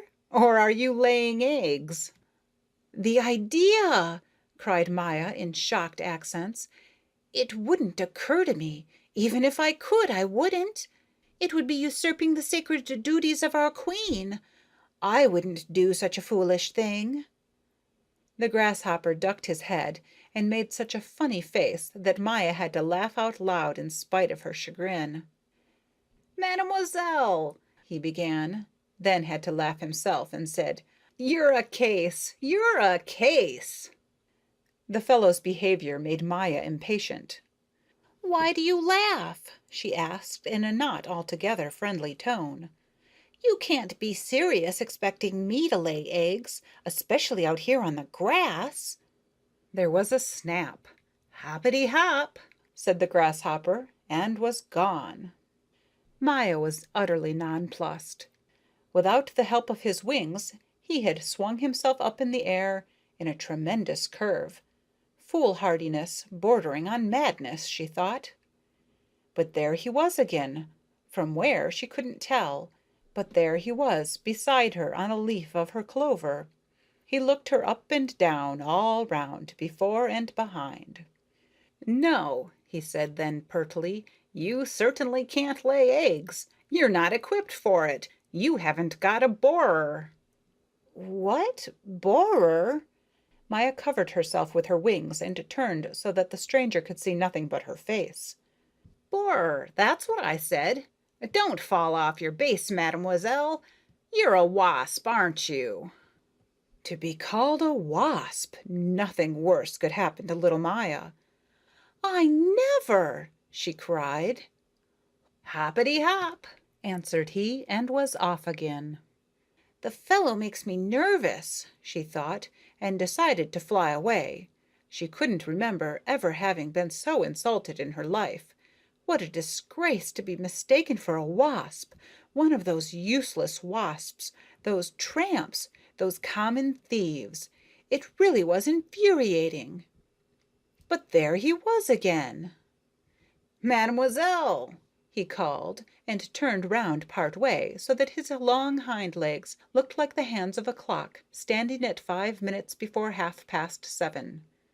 mademoiselle, you must excuse me for interrupting our conversation now and then, but suddenly I'm seized. I must hop. I can't help it. I must hop, no matter where. Can't you hop too? He smiled a smile that drew his mouth from ear to ear. Maya couldn't help keep from laughing. Can you? Said the grasshopper, and nodded encouragingly. Who are you? Asked Maya. You're terribly exciting. Why, everybody knows who I am, Said the green oddity, and grinned almost beyond the limits of his jaws. Maya never could make out whether he spoke in fun or in earnest. I'm a stranger in these parts, she replied pleasantly. Else I'm sure I'd know you. But please note that I belong to the family of bees and am positively not a wasp. My goodness, said the grasshopper. One and the same thing. Maya couldn't utter a sound. She was so excited. You're uneducated, she burst out at length. Take a good look at a wasp once. Why should I? Answered the green one. What good would it do if I observed differences that exist only in people's imagination? You, a bee, fly around in the air, sting everything you come across, and can't hop. Exactly the same with a wasp. So where's the difference? Hoppity hop. And he was gone. But now I am going to fly away, thought Maya. There he was again. Mademoiselle, he called, there's going to be a hopping match tomorrow. It will be held in the Reverend Sinpeck's garden. Would you care to have a complimentary ticket and watch the games? My old woman has 2 left over. She'll trade you one for a compliment. I expect to break the record. I'm not interested in hopping acrobatics, said Maya in some disgust. A person who flies has higher interests. The grasshopper grinned a grin you could almost hear. Don't think too highly of yourself, my dear young lady. Most creatures in this world can fly, but only a very, very few can hop. You don't understand other people's interests. You have no vision. Even human beings would like a great, elegant hop. The other day I saw the Reverend Sinpeck hop a yard up into the air to impress a little snake that slid across his road. His contempt for anything that couldn't hop was so great that he threw away his pipe. And reverends, you know, cannot live without their pipes. I have known grasshoppers, members of my own family, who could hop to a height 300 times their length. Now you're impressed. You haven't a word to say, and you're inwardly regretting the remarks you made and the remarks you intended to make. 300 times their own length. Just imagine. Even the elephant, the largest animal in the world, can't hop as high as that. Well, you're not saying anything. Didn't I tell you you wouldn't have anything to say? But how can I say anything if you don't give me a chance? All right, then. Talk, said the grasshopper pleasantly. Hoppity hop. He was gone. Maya had to laugh in spite of her irritation. The fellow had certainly furnished her with a strange experience. Buffoon though he was, still she had to admire his wide information and worldly wisdom, and though she could not agree with his views of hopping, she was amazed by all the new things he had taught her in their brief conversation. If he had been more reliable, she would have been only too glad to ask him questions about a number of different things. It occurred to her that often people who are least equipped to profit by experiences are the very ones who have them. He knew the names of human beings. Did he, then, understand their language? If he came back, she'd ask him, and she'd also ask him what he thought of trying to go near a human being or of entering a human being's house. Mademoiselle! A blade of grass beside Maya was set swaying. Goodness gracious, where do you keep coming from? The surroundings. But do tell, do you hop out into the world just so, without knowing where you mean to land? Of course, why not? Can you read the future? No one can, only the tree toad, but he never tells. The things you know. Wonderful, simply wonderful. Do you understand the language of human beings? That's a difficult question to answer, mademoiselle, because it hasn't been proved as yet whether human beings have a language. Sometimes they utter sounds by which they seem to reach an understanding with each other, but such awful sounds, so unmelodious, like nothing else in nature that I know of. However, there's one thing you must allow them. They do seem to try to make their voices pleasanter. Once I saw two boys take a blade of grass between their thumbs and blow on it. The result was a whistle which may be compared with the chirping of a cricket, though far inferior in quality of tone, far inferior. However, human beings make an honest effort. Is there anything else you'd like to ask? I know a thing or two. He grinned his almost audible grin. But the next time he hopped off, Maya waited for him in vain. She looked about in the grass and the flowers. He was nowhere to be seen. End of chapter 5.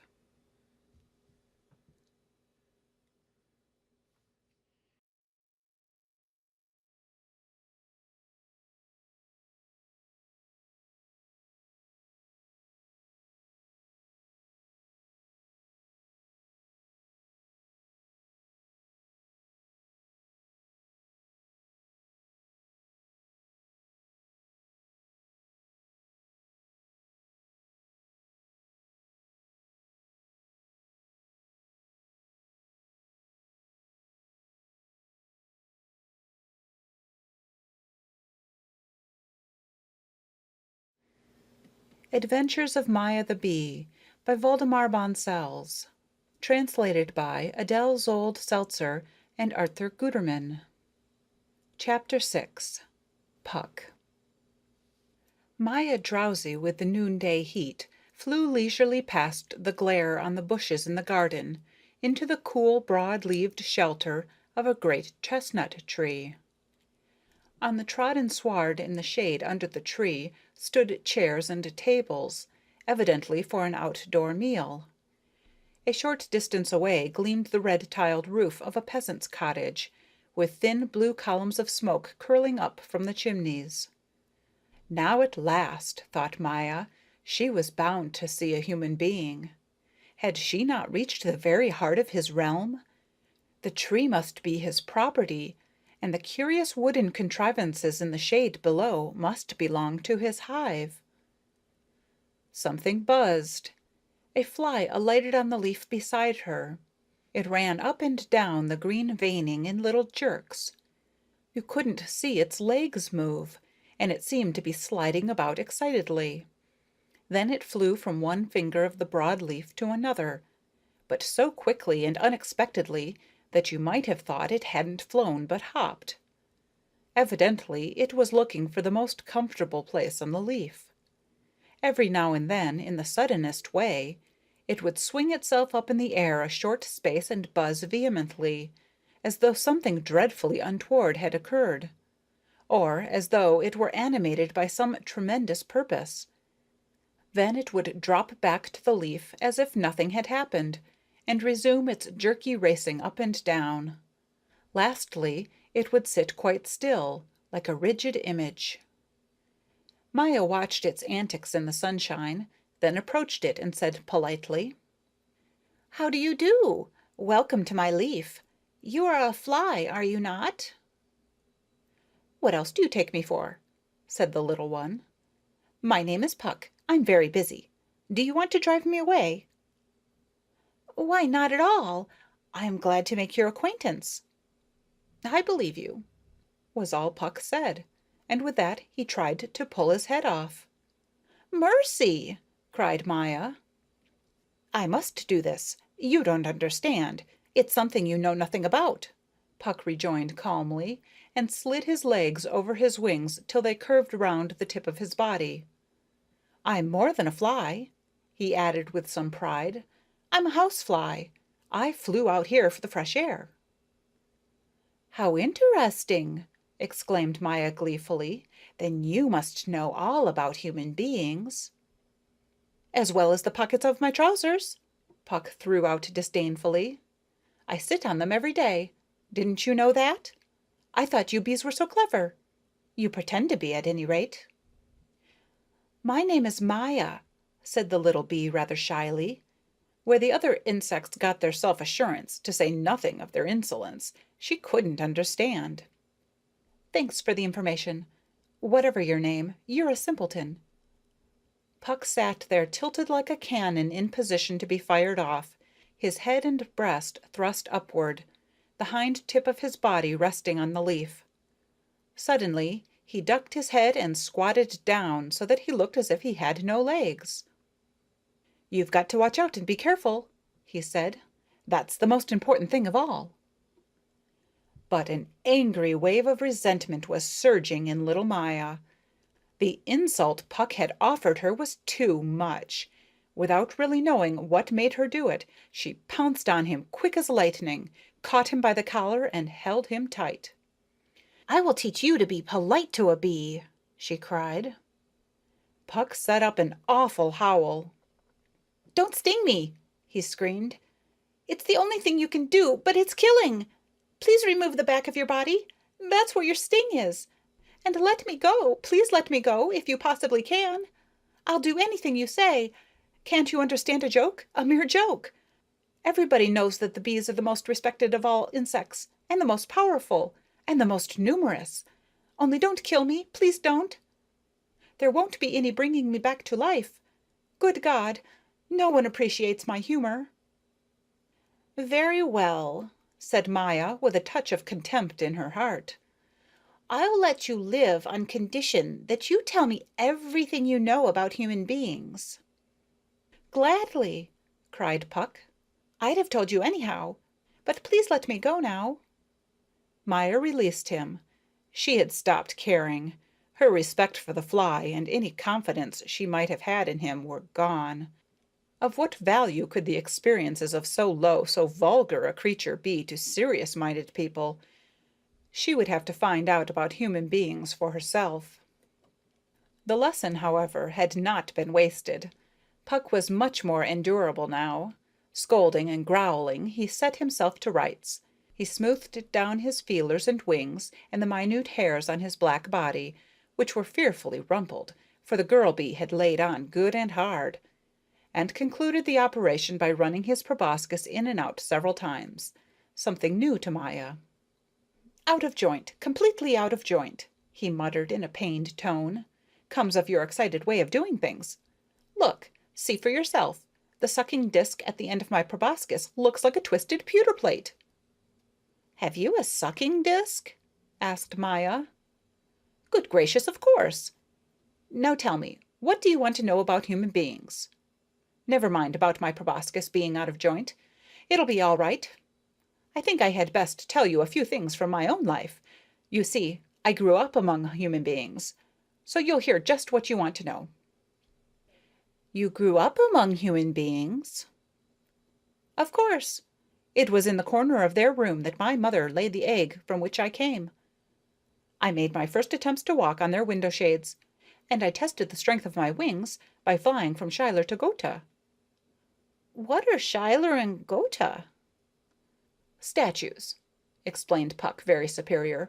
Statues of two men who seem to have distinguished themselves. They stand under the mirror, one on the right hand and one on the left hand, and nobody pays any attention to them. What's a mirror? And why do the statues stand under the mirror? A mirror is good for seeing your belly when you crawl on it. It's very amusing. When human beings go up to a mirror, they either put their hands up to their hair or pull at their beards. When they are alone, they smile into the mirror, but if somebody else is in the room, they look very serious. What the purpose of it is, I could never make out. Seems to be some useless game of theirs. I myself, when I was still a child, suffered a good deal from the mirror. I'd fly into it and, of course, be thrown back violently. Maya plied Puck with more questions about the mirror, which he found very difficult to answer. Here, he said at last, you've certainly flown over the smooth surface of water, haven't you? Well, a mirror is something like it, only hard and upright. The little fly, seeing that Maya listened most respectfully and attentively to the tale of his experiences, became a good deal pleasanter in his manners, and as for Maya's opinion of Puck, although she didn't believe everything he told her, still she was sorry she had thought so slightingly of him earlier in their meeting. Often people are far more sensible than we take them to be at first, she told herself. Puck went on with his story. It took a long time for me to get to understand their language. Now at last I know what they want. It isn't much, because they usually say the same thing every day. I can scarcely believe it, said Maya. Why, they have so many interests, and think so many things, and do so many things. Cassandra told me that they build cities so big that you can't fly round them in one day, towers as high as the nuptial flight of our queen, houses that float on the water, and houses that glide across the country on two narrow silver paths and go faster than birds. Wait a moment, said Puck energetically. Who is Cassandra? Who is she, if I may make so bold as to ask? Well? Oh, she was my teacher. Teacher, repeated Puck contemptuously. Probably also a bee. Who but a bee would overestimate human beings like that? Your Miss Cassandra, or whatever her name is, doesn't know her history. Those cities and towers and other human devices you speak of are none of them any good to us. Who would take such an impractical view of the world as you do? If you don't accept the premise that the earth is dominated by the flies, that the flies are the most widespread and most important race on earth, you'll scarcely get a real knowledge of the world. Puck took a few excited zigzag turns on the leaf and pulled at his head, to Maya's intense concern. However, the little bee had observed by this time that there wasn't much sense to be got out of his head anyway. Do you know how you can tell I am right? Asked Puck, rubbing his hands together as if to tie them in a knot. Count the number of people and the number of flies in a room. The result will surprise you. You may be right, but that's not the point. Do you think I was born this year? Puck demanded all of a sudden. I don't know. I passed through a winter, Puck announced, all pride. My experiences date back to the Ice Age. In a sense, they take me through the Ice Age. That's why I'm here. I'm here to recuperate. Whatever else you may be, you certainly are spunky, remarked Maya. I should say so, exclaimed Puck, and made an airy leap out into the sunshine. The flies are the boldest race in creation. We never run away unless it is better to run away, and then we always come back. Have you ever sat on a human being? No, said Maya, looking at the fly distrustfully out of the corner of her eye. She still didn't know quite what to make of him. No, I'm not interested in sitting on human beings. Ah, dear child, that's because you don't know what it is. If ever you had seen the fun I have with the man at home, you'd turn green with envy, I'll tell you. In my room there lives an elderly man who cherishes the color of his nose by means of a peculiar drink, which he keeps hidden in the corner cupboard. It has a sweet, intoxicating smell. When he goes to get it, he smiles, and his eyes grow small. He takes a little glass, and he looks up to the ceiling while he drinks, to see if I am there. I nod down to him, and he passes his hand over his forehead, nose, and mouth, to show me where I am to sit later. Then he blinks and opens his mouth as wide as he can and pulls down the shade to keep the afternoon sun from bothering us. Finally, he lays himself down on something called a sofa, and in a short while begins to make dull snuffling sounds. I suppose he thinks the sounds are beautiful. We'll talk about them some other time. They are man's slumber song. For me, they are the sign that I am to come down. The first thing I do is to take my portion from the glass, which he left for me. There's something tremendously stimulating about a drop like that. I understand human beings. Then I fly over and take my place on the forehead of the sleeping man. The forehead lies between the nose and the hair and serves for thinking. You can tell it does from the long furrows that go from right to left.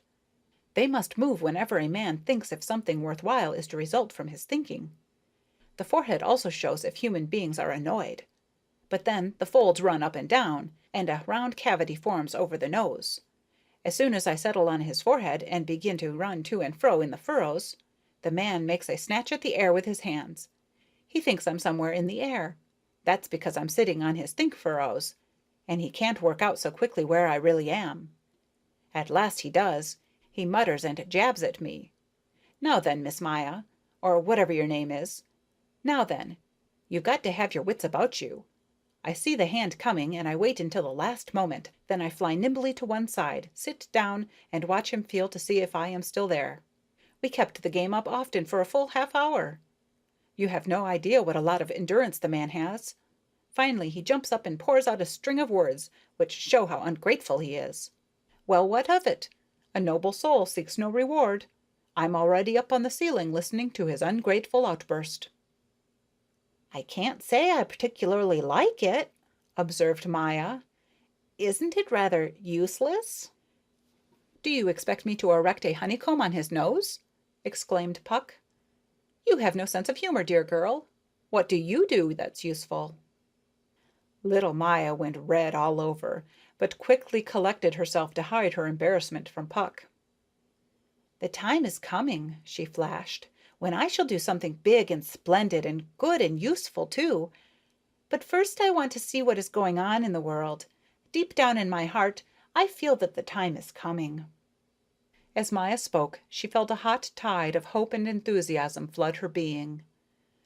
Puck seemed not to realize how serious she was and how deeply stirred. He zigzagged about in his flurried way for a while, then asked, "You don't happen to have any honey with you, do you, my dear?" I'm so sorry, replied Maya. I'd gladly let you have some, especially after you've entertained me so pleasantly, but I really haven't got any with me. May I ask you one more question? Shoot, said Puck. I'll answer. I'll always answer. I'd like to know how I could get into the human being's house. Fly in, said Puck sagaciously. But how, without running into danger? Wait until a window is opened, but be sure to find the way out again. Once you're inside, if you can't find the window, the best thing to do is to fly toward the light. You'll always find plenty of windows in every house. You need only notice where the sun shines through. Are you going already? Yes, replied Maya, holding out her hand. I have some things to attend to. Goodbye. I hope you quite recover from the effects of the ice age. And with her fine, confident buzz that yet sounded slightly anxious, little Maya raised her gleaming wings and flew out into the sunshine across the flowery meadows to cull a little nourishment. Puck looked after her and carefully meditated what might still be said. Then he observed thoughtfully, "Well now, well, why not?" End of chapter 6.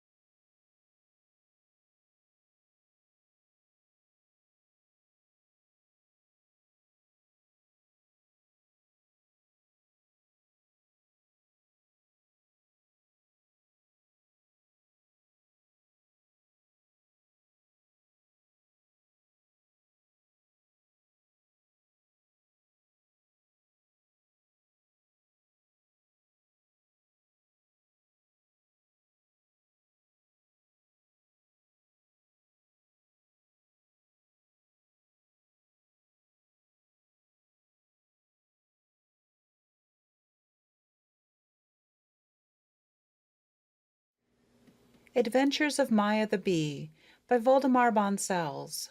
Translated by Adele Zold Seltzer and Arthur Guterman. Chapter 7. In the Toils. After her meeting with Puck the Fly, Maya was not in a particularly happy frame of mind. She could not bring herself to believe that he was right in everything he had said about human beings, or right in his relations to them. She had formed an entirely different conception, a much finer, lovelier picture, and she fought against letting her mind harbor low or ridiculous ideas of mankind. Yet she was still afraid to enter a human dwelling. How was she to know whether or not the owner would like it? And she wouldn't for all the world make herself a burden to anyone. Her thoughts went back once more to the things Cassandra had told her. "They are good and wise," Cassandra had said. "They are strong and powerful, but they never abuse their power. On the contrary, wherever they go they bring order and prosperity. We bees, knowing they are friendly to us, put ourselves under their protection and share our honey with them. They leave us enough for the winter, they provide us with shelter against the cold, and guard us against the hosts of our enemies among the animals. There are few creatures in the world who have entered into such a relation of friendship and voluntary service with human beings. Among the insects you will often hear voices raised to speak evil of man. Don't listen to them. If a foolish tribe of bees ever returns to the wild and tries to do without human beings, it soon perishes. There are too many beasts that hanker for our honey, and often a whole bee city, all its buildings, all its inhabitants, has been ruthlessly destroyed, merely because a senseless animal wanted to satisfy its greed for honey." That is what Cassandra had told Maya about human beings, and until Maya had convinced herself of the contrary, she wanted to keep this belief in them. It was now afternoon. The sun was dropping behind the fruit trees in a large vegetable garden through which Maya was flying. The trees were long past flowering, but the little bee still remembered them in the shining glory of countless blossoms, whiter than light, lovely, pure, and exquisite against the blue of the heavens. The delicious perfume, the gleam and the shimmer, oh, she'd never forget the rapture of it as long as she lived. As she flew, she thought of how all that beauty would come again, and her heart expanded with delight in the glory of the great world in which she was permitted to live. At the end of the garden shone the starry tufts of the jasmine, delicate yellow faces set in a wreath of pure white. Sweet perfume wafted to Maya on the soft wings of the breeze. Weren't there still some trees in bloom? Wasn't it the season for lindens? Maya thought delightedly of the big, serious lindens, whose tops held the red glow of the setting sun to the very last. She flew in among the stems of the blackberry vines, which were putting forth green berries and yielding blossoms at the same time. As she mounted again to reach the jasmine, something strange to the touch suddenly laid itself across her forehead and shoulders, and just as quickly covered her wings. It was the queerest sensation, as if her wings were crippled, and she were suddenly restrained in her flight, and were falling, helplessly falling. A secret, wicked force seemed to be holding her feelers, her legs, her wings in invisible captivity. But she did not fall. Though she could no longer move her wings, she still hung in the air rocking, caught by a marvelously yielding softness and delicacy, raised a little, lowered a little, tossed here, tossed there, like a loose leaf in a faint breeze. Maya was troubled, but not as yet actually terrified. Why should she be? There was no pain nor real discomfort of any sort. Simply that it was so peculiar, so very peculiar, and something bad seemed to be lurking in the background. She must get on. If she tried very hard, she could, assuredly. But now she saw a thread across her breast, an elastic, silvery thread, finer than the finest silk. She clutched at it quickly in a cold wave of terror. It clung to her hand. It wouldn't shake off. And there ran another silver thread over her shoulders. It drew itself across her wings and tied them together. Her wings were powerless. And there, everywhere in the air and above her body, those bright, glittering, gluey threads. Maya screamed with horror. Now she knew. Oh, oh, now she knew. She was in a spider's web. Her terrified shrieks rang out in the silent dome of the summer day, where the sunshine touched the green of the leaves into gold, and insects flitted to and fro, and birds swooped gaily from tree to tree. Nearby, the jasmine sent its perfume into the air, the jasmine she had wanted to reach. Now all was over. A small bluish butterfly, with brown dots gleaming like copper on its wings, came flying very close. "Oh, you poor soul!" it cried, hearing Maya's screams and seeing her desperate plight. "May your death be an easy one, lovely child. I cannot help you. Some day, perhaps this very night, I shall meet with the same fate. But meanwhile life is still lovely for me. Goodbye. Don't forget the sunshine in the deep sleep of death." And the blue butterfly rocked away, drugged by the sunshine and the flowers and its joy of living. The tears streamed from Maya's eyes. She lost her last shred of self-control. She tossed her captive body to and fro, and buzzed as loud as she could, and screamed for help, from whom she did not know. But the more she tossed, the tighter she enmeshed herself in the web. Now, in her great agony, Cassandra's warnings went through her head. "Beware of the spider and its web. If we bees fall into the spider's power, we suffer the most gruesome death. The spider is heartless and tricky, and once it has a person in its toils, it never lets go." In a great flare of mortal terror, Maya made one huge, desperate effort. Somewhere one of the long, heavier suspension threads snapped. Maya felt it break, yet at the same time she sensed the awful doom of the cobweb. This was that the more one struggled in it, the more effectively and dangerously it worked. She gave up in complete exhaustion. At that moment she saw the spider herself, very near, under a blackberry leaf. At sight of the great monster, silent and serious, crouching there as if ready to pounce, Maya's horror was indescribable. The wicked, shining eyes were fastened on the little bee in sinister, cold-blooded patience. Maya gave one loud shriek. This was the worst agony of all. Death itself could look no worse than that gray, hairy monster, with her mean fangs and the raised legs supporting her fat body like a scaffolding. She would come rushing upon her, and then all would be over. Now a dreadful fury of anger came upon Maya, such as she had never felt before. Forgetting her great agony, intent only upon one thing, selling her life as dearly as possible, she uttered her clear, alarming battle cry, which all beasts knew and dreaded. "You will pay for your cunning with death," she shouted at the spider. "Just come and try to kill me. You'll find out what a bee can do." The spider did not budge. She really was uncanny, and must have terrified bigger creatures than little Maya. Strong in her anger, Maya now made another violent, desperate effort. Snap!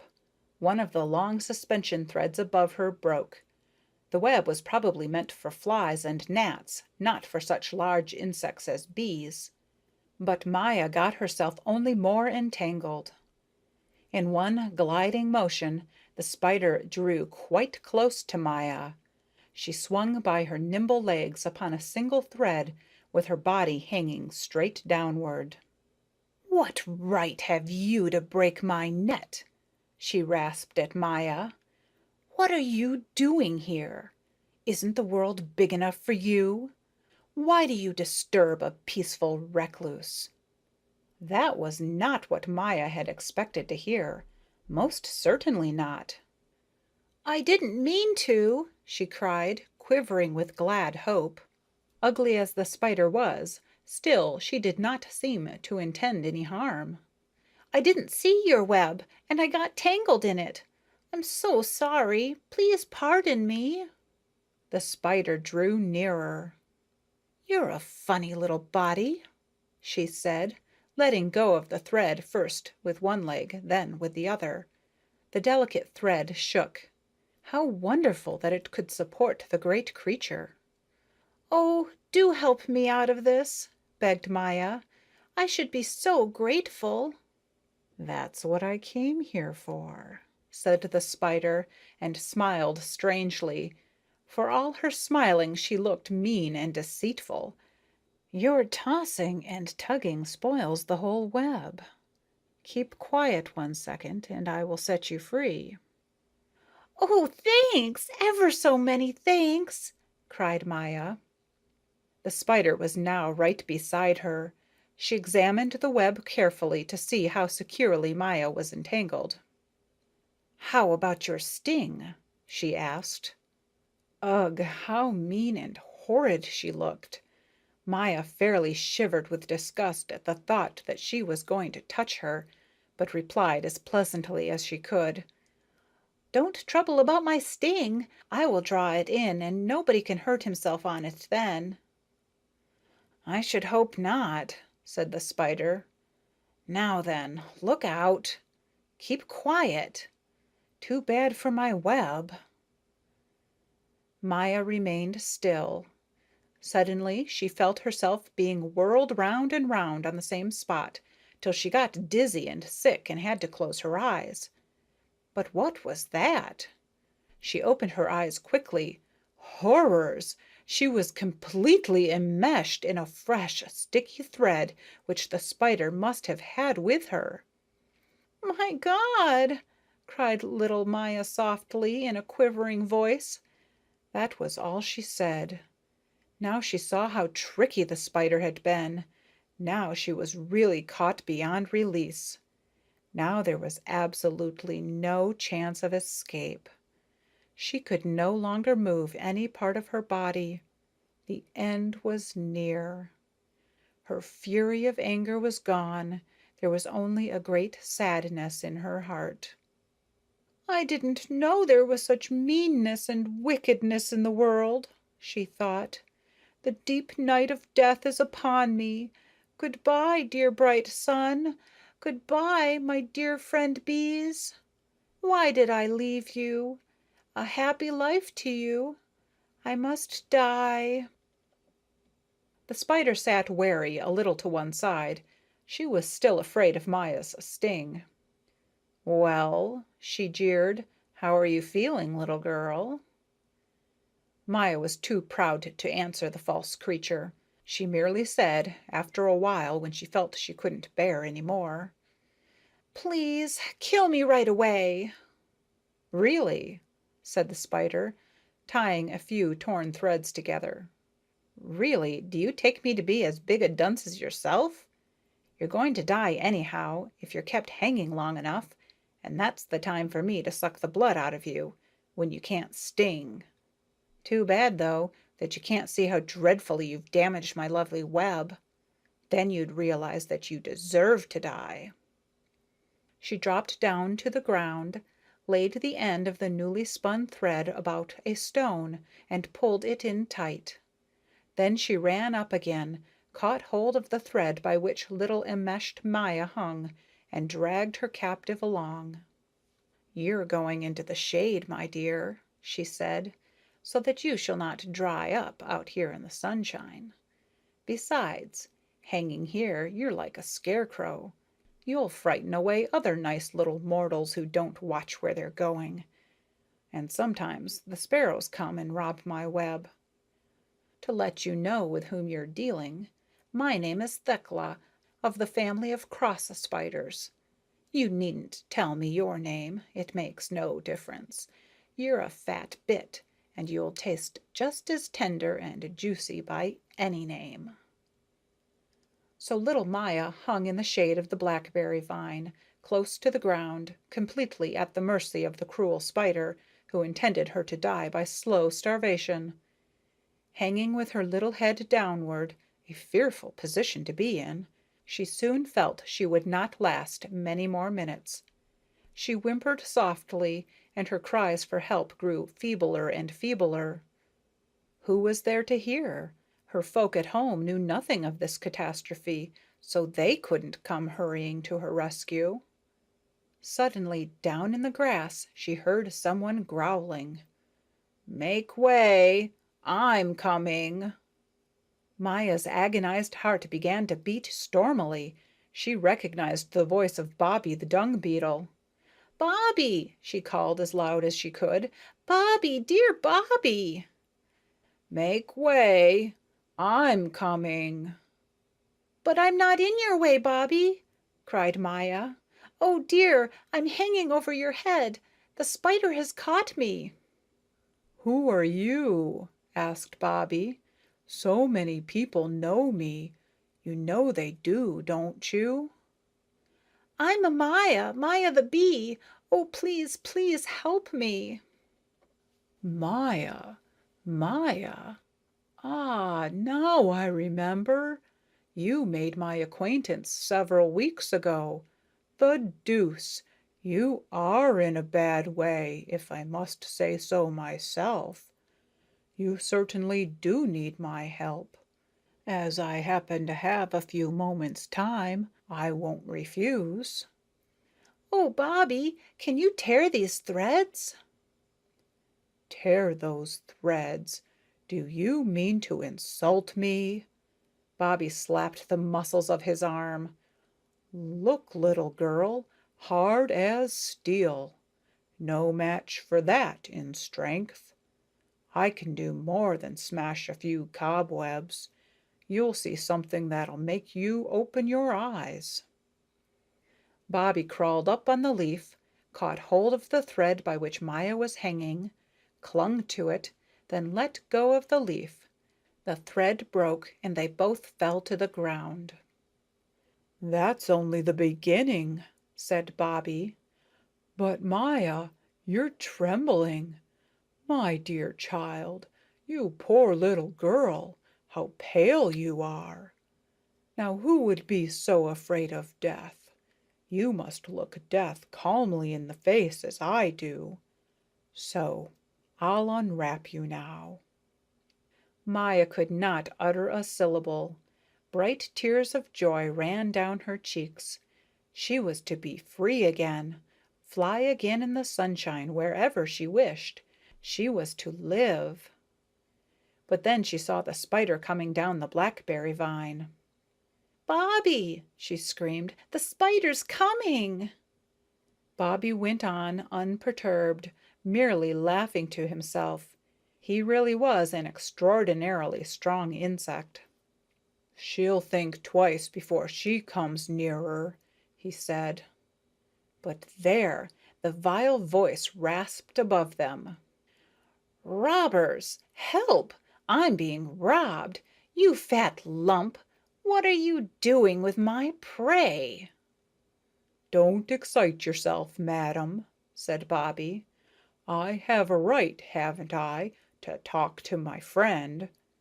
If you say another word to displease me, I'll tear your whole web to shreds.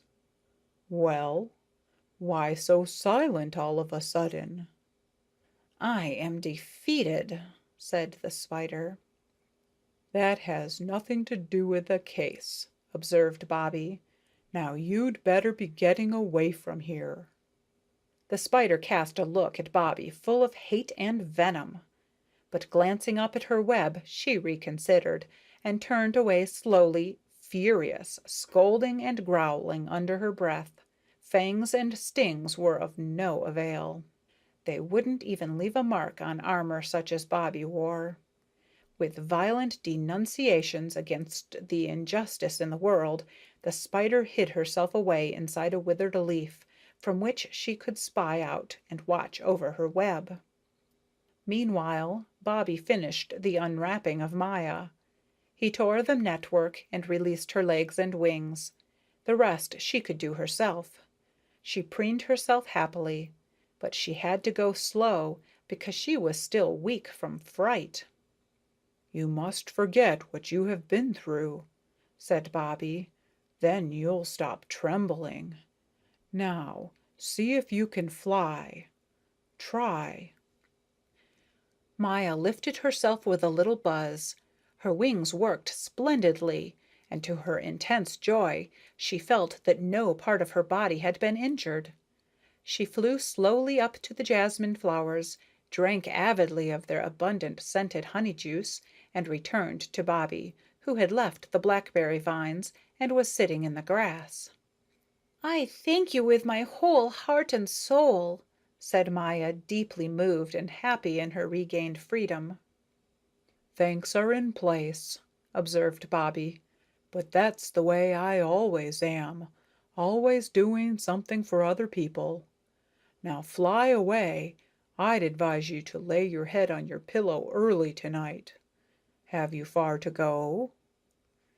No, said Maya, only a short way. I live at the edge of the beech woods. Goodbye, Bobby. I'll never forget you, never, never, as long as I live. Goodbye. End of chapter 7.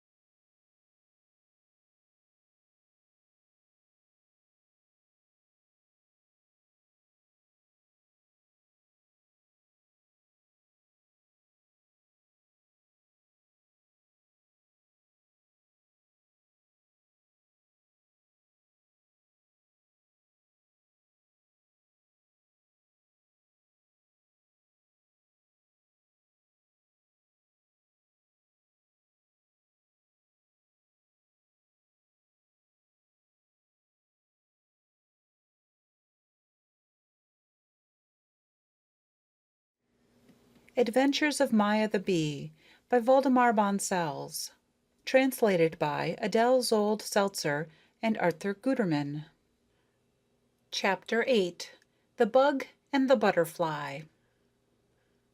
Her adventure with the spider gave Maya something to think about. She made up her mind to be more cautious in the future, not to rush into things so recklessly. Cassandra's prudent warnings about the greatest dangers that threaten the bees were enough to give one pause. And there were all sorts of other possibilities, and the world was such a big place. Oh, there was a great deal to make a little bee stop and think. It was in the evening particularly, when twilight fell and the little bee was all by herself, that one consideration after another stirred her mind. But the next morning, if the sun shone, she usually forgot half the things that had bothered her the night before, and allowed her eagerness for experiences to drive her out again into the gay whirl of life. One day she met a very curious creature. It was angular and flat as a pancake, but had a rather neat design on its sheath, and whether its sheath were wings or what, she couldn't really tell. The odd little monster sat absolutely still on the shaded leaf of a raspberry bush, its eyes half closed, apparently sunk in meditation. The scent of the raspberries spread around it deliciously. Maya wanted to find out what sort of an animal it was. She flew to the next door leaf and said, "How do you do?" The stranger made no reply. "How do you do again?" And Maya gave its leaf a little tap. The flat object peeled one eye open, turned it on Maya, and said, "A bee. A world is full of bees," and closed its eye again. Unique, thought Maya, and determined to get at the stranger's secret. For now it excited her curiosity more than ever, as people often do who pay no attention to us. She tried honey. "I have plenty of honey," she said. "May I offer you some?" The stranger opened its one eye and regarded Maya contemplatively a moment or two. What is it going to say this time? Maya wondered. This time there was no answer at all. The one eye merely closed again, and the stranger sat quite still, tight on the leaf, so that you couldn't see its legs, and you'd have thought it had been pressed down flat with a thumb. Maya realized, of course, that the stranger wanted to ignore her, but you know how it is. You don't like being snubbed, especially if you haven't found out what you wanted to find out. It makes you feel so cheap. Whoever you are, cried Maya, permit me to inform you that insects are in the habit of greeting each other, especially when one of them happens to be a bee. The bug sat on without budging. It did not so much as open its one eye again. It's ill, thought Maya. How horrid to be ill on a lovely day like this. That's why it's staying in the shade, too. She flew over to the bug's leaf and sat down beside it. Aren't you feeling well? She asked, so very friendly. At this, the funny creature began to move away. Move is the only word to use, because it didn't walk or run or fly or hop. It went as if moved by an invisible hand. It hasn't any legs. That's why it's so cross, thought Maya. When it reached the stem of the leaf, it stopped a second, moved on again, and to her astonishment, Maya saw that it had left behind a little brown drop. How very singular, she thought, and clapped her hand to her nose and held it tight shut. The veriest stench came from the little brown drop. Maya almost fainted. She flew away as fast as she could and seated herself on a raspberry, where she held on to her nose and shivered with disgust and excitement. "Serves you right," someone above her called, and laughed. "Why take up with a stink bug?" "Don't laugh," cried Maya. She looked up. A white butterfly had alighted overhead on the slender, swaying branch of the raspberry bush, and was slowly opening and closing its broad wings, slowly, softly, silently, happy in the sunshine. Black corners to its wings, round black marks in the center of each wing, 4 round black marks in all. Ah, how beautiful, how beautiful! Maya forgot her vexation, and she was glad, too, to talk to the butterfly. She had never made the acquaintance of one before, even though she had met a great many. "Oh," she said, "you probably are right to laugh. Was that a stink bug?" "It was," he replied, still smiling. "The sort of person to keep away from. You're probably very young still." "Well," observed Maya, "I shouldn't say I was exactly. I've been through a great deal, but that was the first specimen of the kind I had ever come across. Can you imagine doing such a thing?" The butterfly had to laugh. "You see," he explained, "stink bugs like to keep to themselves. They are not very popular, so they use the odoriferous drop to make people take notice of them. We'd probably soon forget the fact of their existence if it were not for the drop. It serves as a reminder, and they want to be remembered no matter how." "How lovely, how exquisitely lovely your wings are," said Maya. "So delicate and white. May I introduce myself? Maya, of the nation of bees." The butterfly laid his wings together to look like only one wing standing straight up in the air. He gave a slight bow. "Fred," he said laconically. Maya couldn't gaze her fill. "Fly a little?" she asked. "Shall I fly away?" "Oh, no, I just want to see your great white wings move in the blue air. But never mind, I can wait till later. Where do you live?" "Nowhere specially. A settled home is too much of a nuisance. Life didn't get to be really delightful until I turned into a butterfly. Before that, while I was still a caterpillar, I couldn't leave the cabbage the livelong day, and all one did was eat and squabble." "Just what do you mean?" asked Maya, mystified. I used to be a caterpillar, explained Fred. Never, cried Maya. Now, said Fred, pointing both feelers straight at Maya. Everyone knows a butterfly is first a caterpillar. Even human beings know it. Maya was utterly perplexed. Could such a thing be? You must really explain more clearly, she said. I couldn't accept what you say just so, could I? You wouldn't expect me to. The butterfly perched beside the little bee on the slender swaying branch of the raspberry bush, and they rocked together in the morning wind. He told her how he had begun life as a caterpillar, and then, one day, when he had shed his last caterpillar skin, he came out a pupa or chrysalis.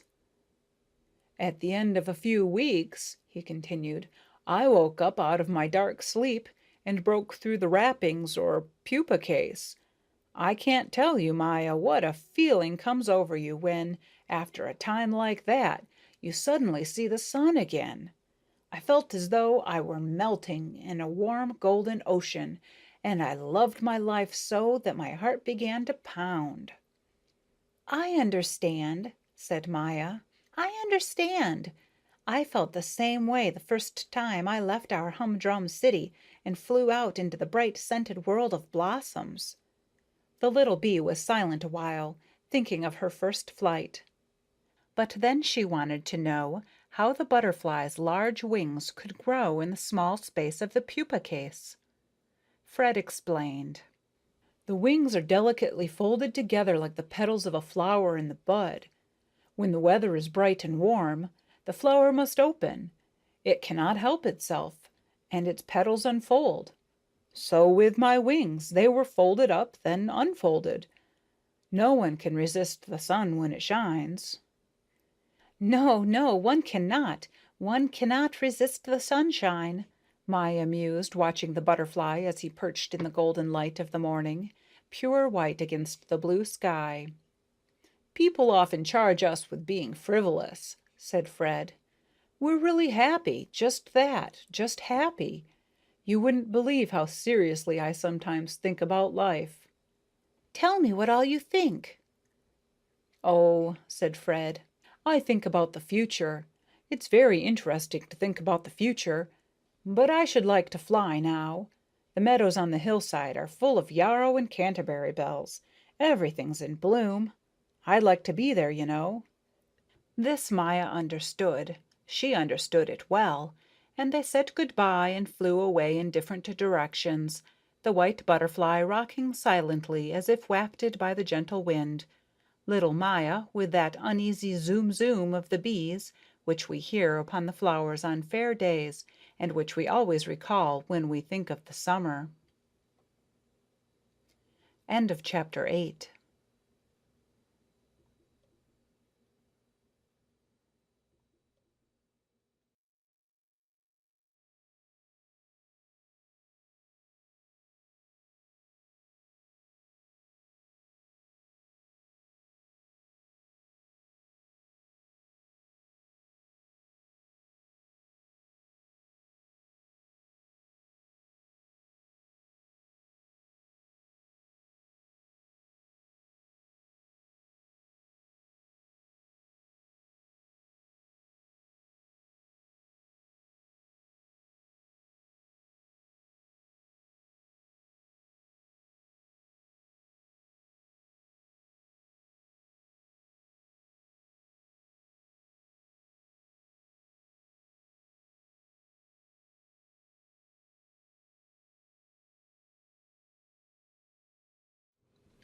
The Adventures of Maya the Bee by Waldemar Bonsels. Translated by Adele Zold Seltzer and Arthur Guterman. Chapter 9. The Lost Leg. Near the hole where Maya had set herself up for the summer lived a family of bark-boring beetles. Fridolin, the father, was an earnest, industrious man who wanted many children and took immense pains to bring up a large family. He had done very well. He had 50 energetic sons to fill him with pride and high hopes. Each had dug his own meandering little tunnel in the bark of the pine tree, and all were getting on and were comfortably settled. "My wife," Fridolin said to Maya, after they had known each other some time, "has arranged things so that none of my sons interferes with the others. They are not even acquainted. Each goes his own way." Maya knew that human beings were none too fond of Fridolin and his people, though she herself liked him and liked his opinions, and had found no reason to avoid him. In the morning, before the sun arose and the woods were still asleep, she could hear his fine tapping and boring. It sounded like a delicate trickling, or as if the tree were breathing in its sleep. Later she would see the thin brown dust that he had emptied out of his corridor. Once he came at an early hour, as he often did, to wish her good morning and ask if she had slept well. "Not flying today?" he inquired. No, it's too windy. It was windy. The wind rushed and roared and flung the branches into a mad tumult. The leaves looked ready to fly away. After each great gust the sky would brighten, and in the pale light the trees seemed balder. The pine in which Maya and Fridolin lived shrieked with the voices of the wind, as in a fury of anger and excitement. Fridolin sighed. "I worked all night," he told Maya, "all night. But what can you do? You've got to do something to get somewhere, and I'm not altogether satisfied with this pine. I should have tackled a fir tree." He wiped his brow and smiled in self-pity. How are your children? asked Maya pleasantly. "Thank you," said Fridolin. "Thank you for your interest. But," he hesitated, "but I don't supervise the way I used to. Still, I have reason to believe they are all doing well." As he sat there, a little brown man with slightly curtailed wing sheaths and a breastplate that looked like a head too large for its body, Maya thought he was almost comical. But she knew he was a dangerous beetle, who could do immense harm to the mighty trees of the forest, and if his tribe attacked a tree in numbers, then the green needles were doomed. The tree would turn sere and die. It was utterly without defenses against the little marauders who destroyed the bark and the sapwood. And the sapwood is necessary to the life of a tree because it carries the sap up to the very tips of the branches.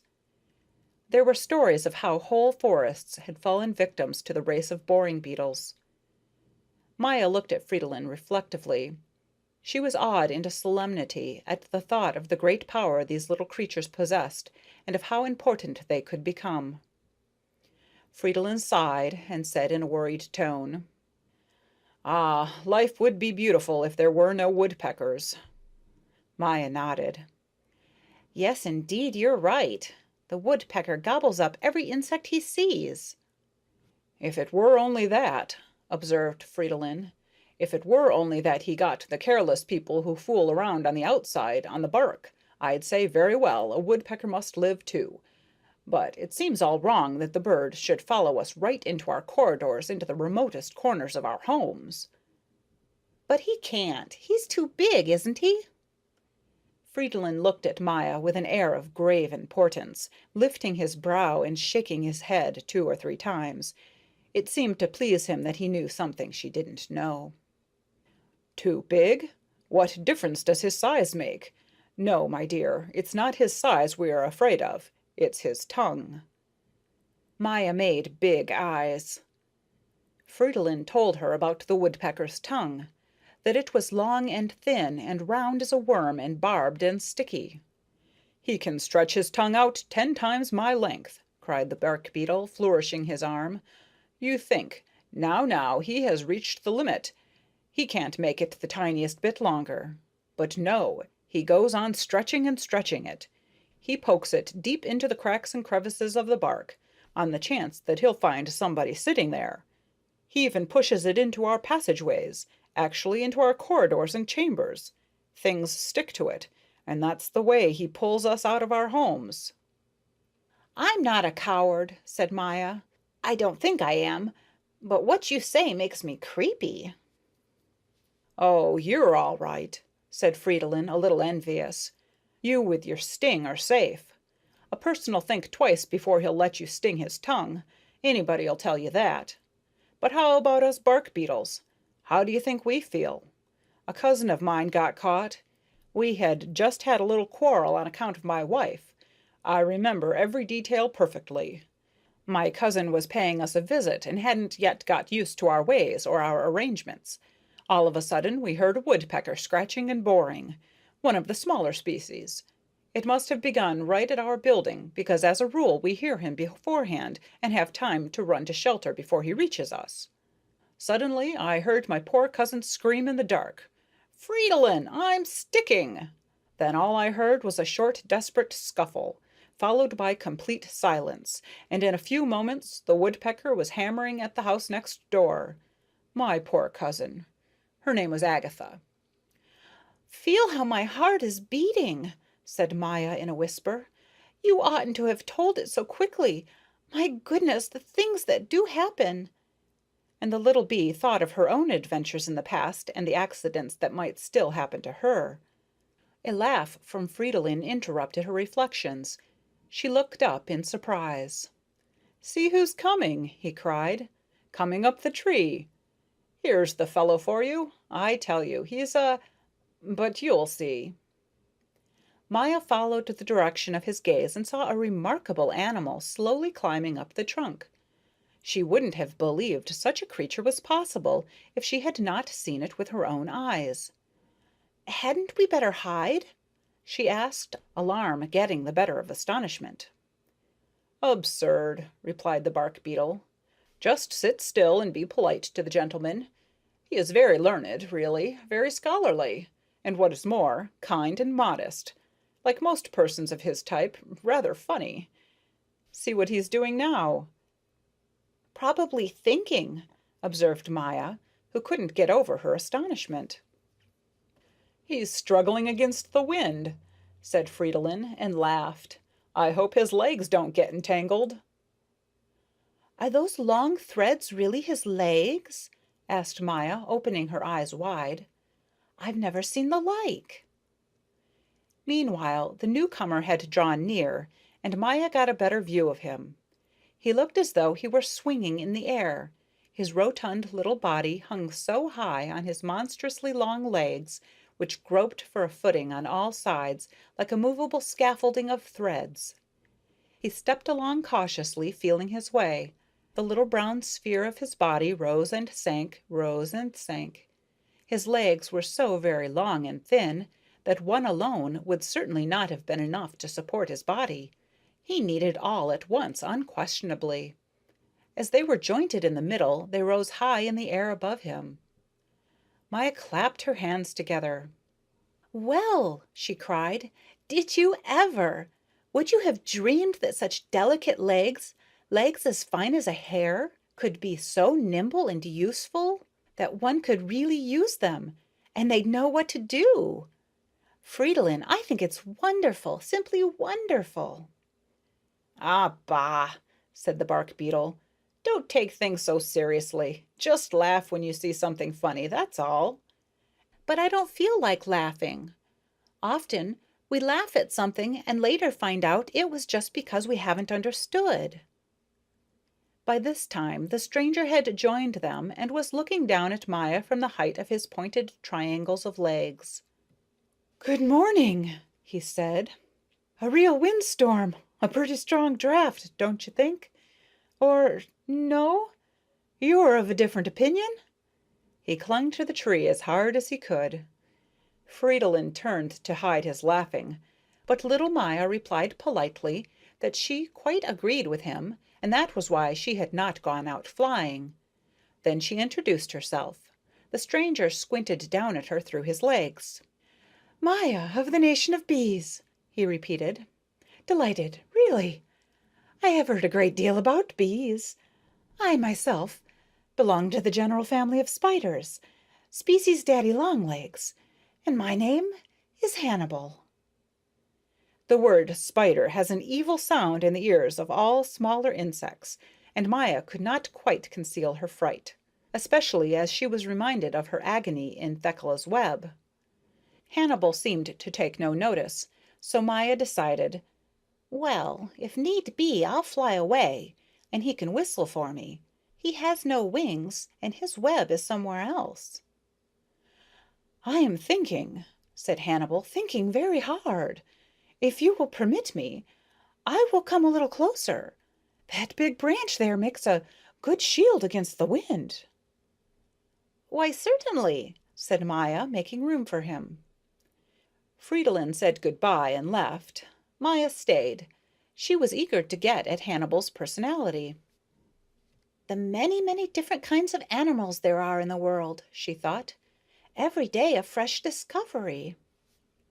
The wind had subsided some, and the sun shone through the branches.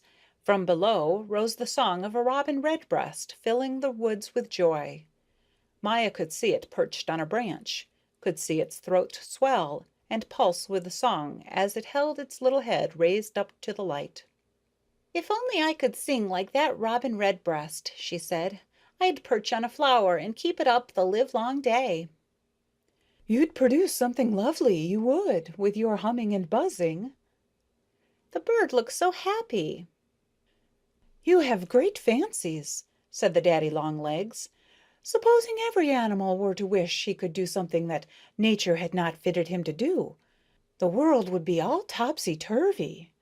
Supposing a robin redbreast thought he had to have a sting above everything else, or a goat wanted to fly about gathering honey.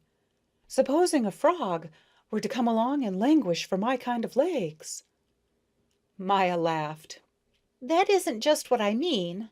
I mean, it seems lovely to be able to make all beings as happy as the bird does with his song.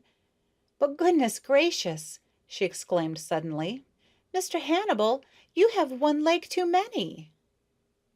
Hannibal frowned and looked into space, vexed.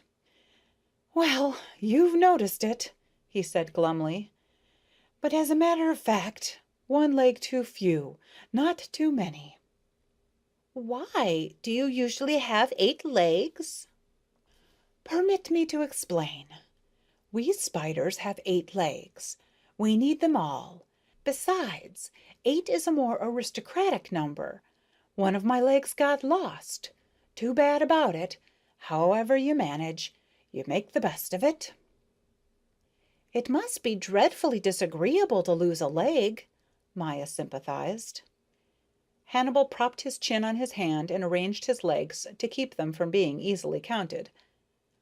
"I'll tell you how it happened. Of course, as usual, when there's mischief, a human being is mixed up in it. We spiders are careful and look what we're doing, but human beings are careless. They grab you sometimes as though you were a piece of wood. Shall I tell you?" "Oh, yes, please," said Maya, settling herself comfortably. "It would be awfully interesting. You must certainly have gone through a great deal." "I should say so," said Hannibal. "Now listen. We daddy-long-legs, you know, hunt by night. I was then living in a green garden house. It was overgrown with ivy, and there were a number of broken window panes, which made it very convenient for me to crawl in and out. The man came at dark. In one hand he carried his artificial sun, which he calls lamp. In the other hand a small bottle. Under his arm some paper, and in his pocket another bottle. He put everything down on the table and began to think, because he wanted to write his thoughts on the paper. You must certainly have come across paper in the woods or in the garden. The black on the paper is what man has excogitated. Excogitated."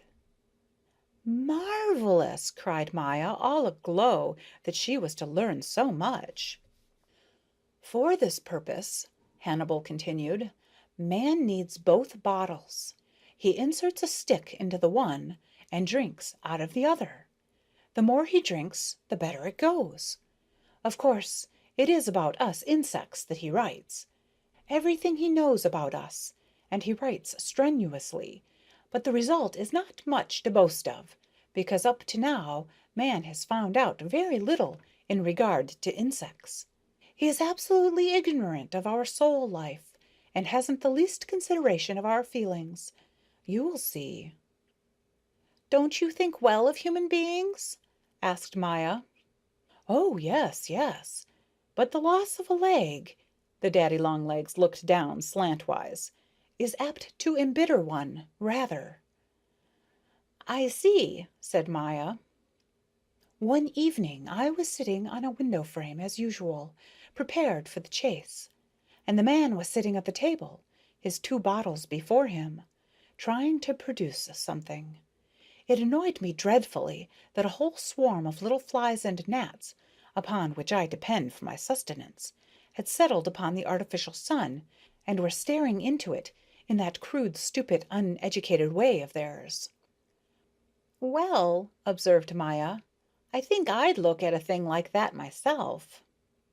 Look, for all I care, but to look and to stare like an idiot are 2 extremely different things. Just watch once and see the silly jig they dance around a lamp. It's nothing for them to butt their heads about 20 times. Some of them keep it up until they burn their wings, and all the time they stare and stare at the light. "Poor creatures! Evidently they lose their wits." Then they had better stay outside on the window frame or under the leaves. They're safe from the lamp there, and that's where I can catch them. Well, on that fateful night I saw from my position on the window frame that some gnats were lying scattered on the table beside the lamp, drawing their last breath. The man did not seem to notice or care about them, so I decided to go and take them myself. That's perfectly natural, isn't it? "Perfectly." And yet it was my undoing. I crept up the leg of the table very softly on my guard, until I could peep over the edge. The man seemed dreadfully big. I watched him working, then slowly, very slowly, carefully lifting one leg at a time, I crossed over to the lamp. As long as I was covered by the bottle, all went well, but I had scarcely turned the corner when the man looked up and grabbed me. He lifted me up by one of my legs, dangled me in front of his huge eyes, and said, "See what's here, just see what's here," and he grinned, the brute. He grinned with his whole face as though it were a laughing matter. Hannibal sighed, and little Maya kept quite still. Her head was in a whirl. "Have human beings such immense eyes?" she asked at last. "Please think of me in the position I was in," cried Hannibal, vexed. "Try to imagine how I felt. Who'd like to be hanging by the leg in front of eyes 20 times as big as his own body, and a mouth full of gleaming teeth, each fully twice as big as himself? Well, what do you think?" "Awful, perfectly awful." "Thank the Lord my leg broke off. There's no telling what might have happened if my leg had not broken off. I fell to the table, and then I ran. I ran as fast as my remaining legs would take me, and hid behind the bottle. There I stood and hurled threats of violence at the man. They saved me, my threats did. The man was afraid to run after me. I saw him lay my leg on the white paper, and I watched how it wanted to escape, which it can't do without me." "Was it still moving?" asked Maya, prickling at the thought.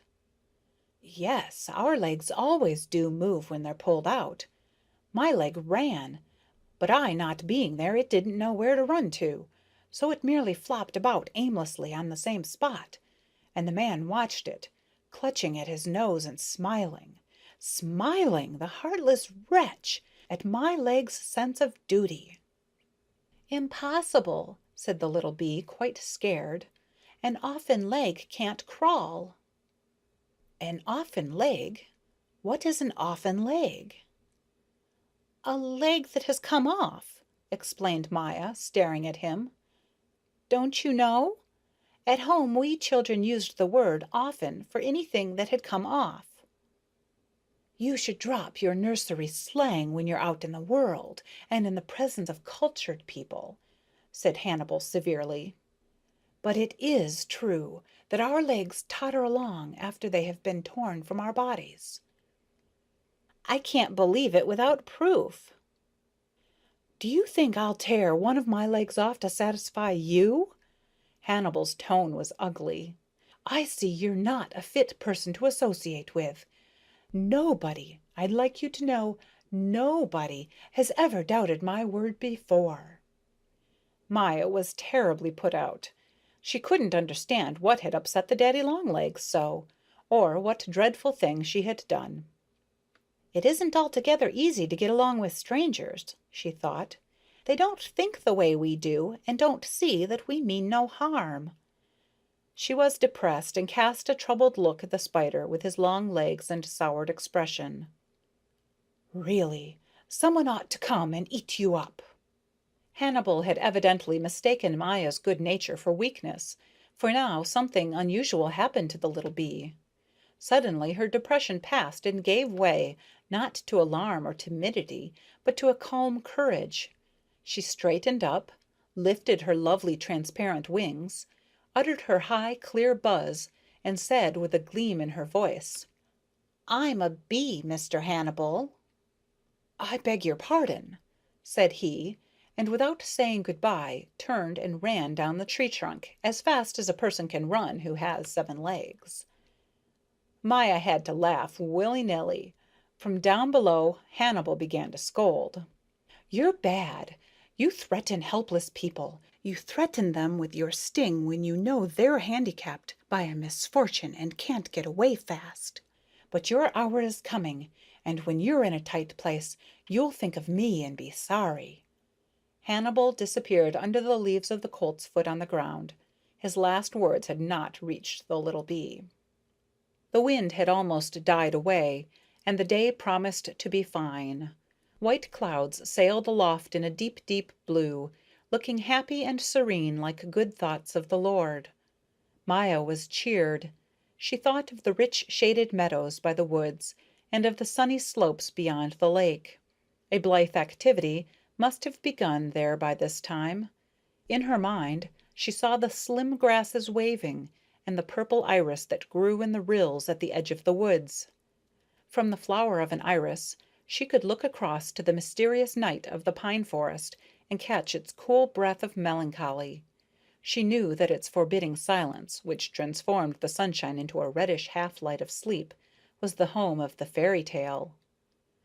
Maya was already flying.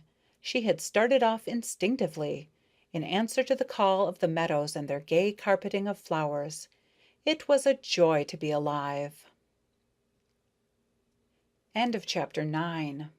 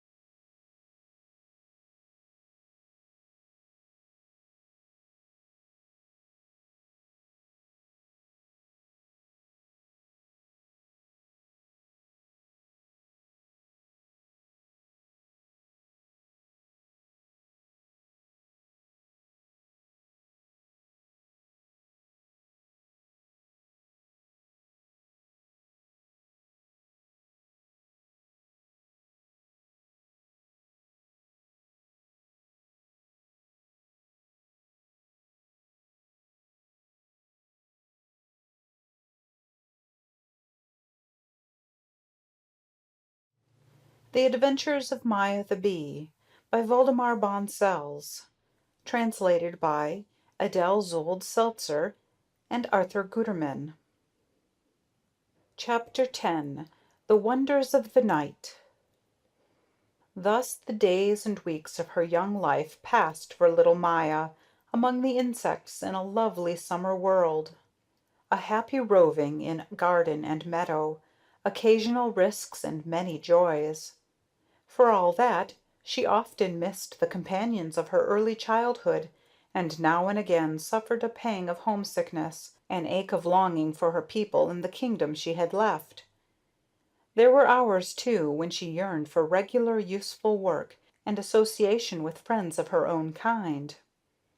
However, at bottom she had a restless nature, little Maya had, and was scarcely ready to settle down for good and live in the community of the bees. She wouldn't have felt comfortable. Often, among animals as well as human beings, there are some who cannot conform to the ways of the others. Before we condemn them, we must be careful and give them a chance to prove themselves, for it is not always laziness or stubbornness that makes them different. Far from it. At the back of their peculiar urge is a deep longing for something higher or better than what everyday life has to offer. And many a time young runaways have grown up into good, sensible, experienced men and women. Little Maya was a pure, sensitive soul, and her attitude to the big, beautiful world came of a genuine eagerness for knowledge and a great delight in the glories of creation. Yet it is hard to be alone even when you are happy, and the more Maya went through, the greater became her yearning for companionship and love. She was no longer so very young. She had grown into a strong, superb creature with sound, bright wings, a sharp, dangerous sting, and a highly developed sense of both the pleasures and the hazards of her life. Through her own experience, she had gathered information and stored up wisdom, which she now often wished she could apply to something of real value. There were days when she was ready to return to the hive and throw herself at the queen's feet and sue for pardon and honorable reinstatement. But a great burning desire held her back, the desire to know human beings. She had heard so many contradictory things about them that she was confused rather than enlightened. Yet she had a feeling that in the whole of creation there were no beings more powerful or more intelligent or more sublime than they. A few times in her wanderings she had seen people, but only from afar, from high up in the air, big and little people, black people, white people, red people, and such as dressed in many colors. She had never ventured close. Once she had caught the glimmer of red near a brook, and thinking it was a bed of flowers, had flown down. She found a human being fast asleep among the brookside blossoms. It had golden hair and a pink face and wore a red dress. It was dreadfully large, of course, but still it looked so good and sweet that Maya thrilled and tears came to her eyes. She lost all sense of her whereabouts. She could do nothing but gaze and gaze upon the slumbering presence. All the horrid things she had ever heard against man seemed utterly impossible. Lies they must have been, mean lies that she had been told against creatures as charming as this one, asleep in the shade of the whispering birch trees. After a while a mosquito came and buzzed greetings. "Look!" cried Maya, hot with excitement and delight. "Look, just look at that human being there! How good, how beautiful! Doesn't it fill you with enthusiasm?" The mosquito gave Maya a surprised stare, then turned slowly round to glance at the object of her admiration. Yes, it is good. I just tasted it. I stung it. Look, my body is shining red with its blood." Maya had to press her hand to her heart, so startled was she by the mosquito's daring. "Will it die?" she cried. "Where did you wound it? How could you? How could you screw up your courage to sting it? And how vile! Why, you're a beast of prey!" The mosquito tittered. "Why, it's only a very little human being," it answered in its high, thin voice. "It's the size called girl, the size at which the legs are covered halfway up with a separate colored casing. My sting, of course, goes through the casing, but usually doesn't reach the skin. Your ignorance is really stupendous. Do you actually think that human beings are good? I haven't come across one who willingly let me take the tiniest drop of his blood." I don't know very much about human beings, I admit, said Maya humbly. But of all the insects, you bees have most to do with human beings. That's a well-known fact. I left our kingdom, Maya confessed timidly. I didn't like it. I wanted to learn about the outside world. Well, well, what do you think of that? The mosquito drew a step nearer. How do you like your freelancing? I must say I admire you for your independence. I, for one, would never consent to serve human beings. But they serve us too, said Maya, who couldn't bear a slight to be put upon her people. Maybe. To what nation do you belong? I come of the nation in the castle park. The ruling queen is Helen the Eighth. Indeed, said the mosquito, and bowed low. An enviable lineage. My deepest respects. There was a revolution in your kingdom not so long ago, wasn't there? I heard it from the messengers of the rebel swarm. Am I right? Yes, said Maya, proud and happy that her nation was so respected and renowned. Homesickness for her people awoke again, deep down in her heart, and she wished she could do something good and great for her queen and country. Carried away on the wings of this dream, she forgot to ask about human beings. Or, like as not, she refrained from questions, feeling that the mosquito would not tell her things she would be glad to hear. The mite of a creature impressed her as a saucy miss, and people of her kind usually had nothing good to say of others. Besides, she soon flew away. I'm going to take one more drink, she called back to Maya.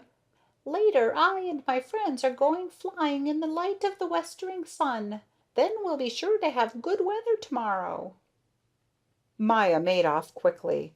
She couldn't bear to stay and see the mosquito hurt the sleeping child. And how could she do this thing and not perish? Hadn't Cassandra said, "If you sting a human being, you will die"? Maya still remembered every detail of this incident with the child and the mosquito, but her craving to know human beings well had not been stilled.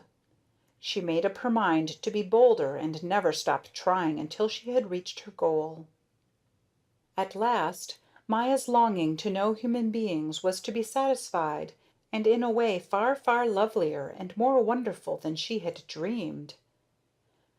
Once, on a warm evening, having gone to sleep earlier than usual, she woke up suddenly in the middle of the night, something that had never happened to her before. When she opened her eyes, her astonishment was indescribable. Her little bedroom was all steeped in a quiet bluish radiance.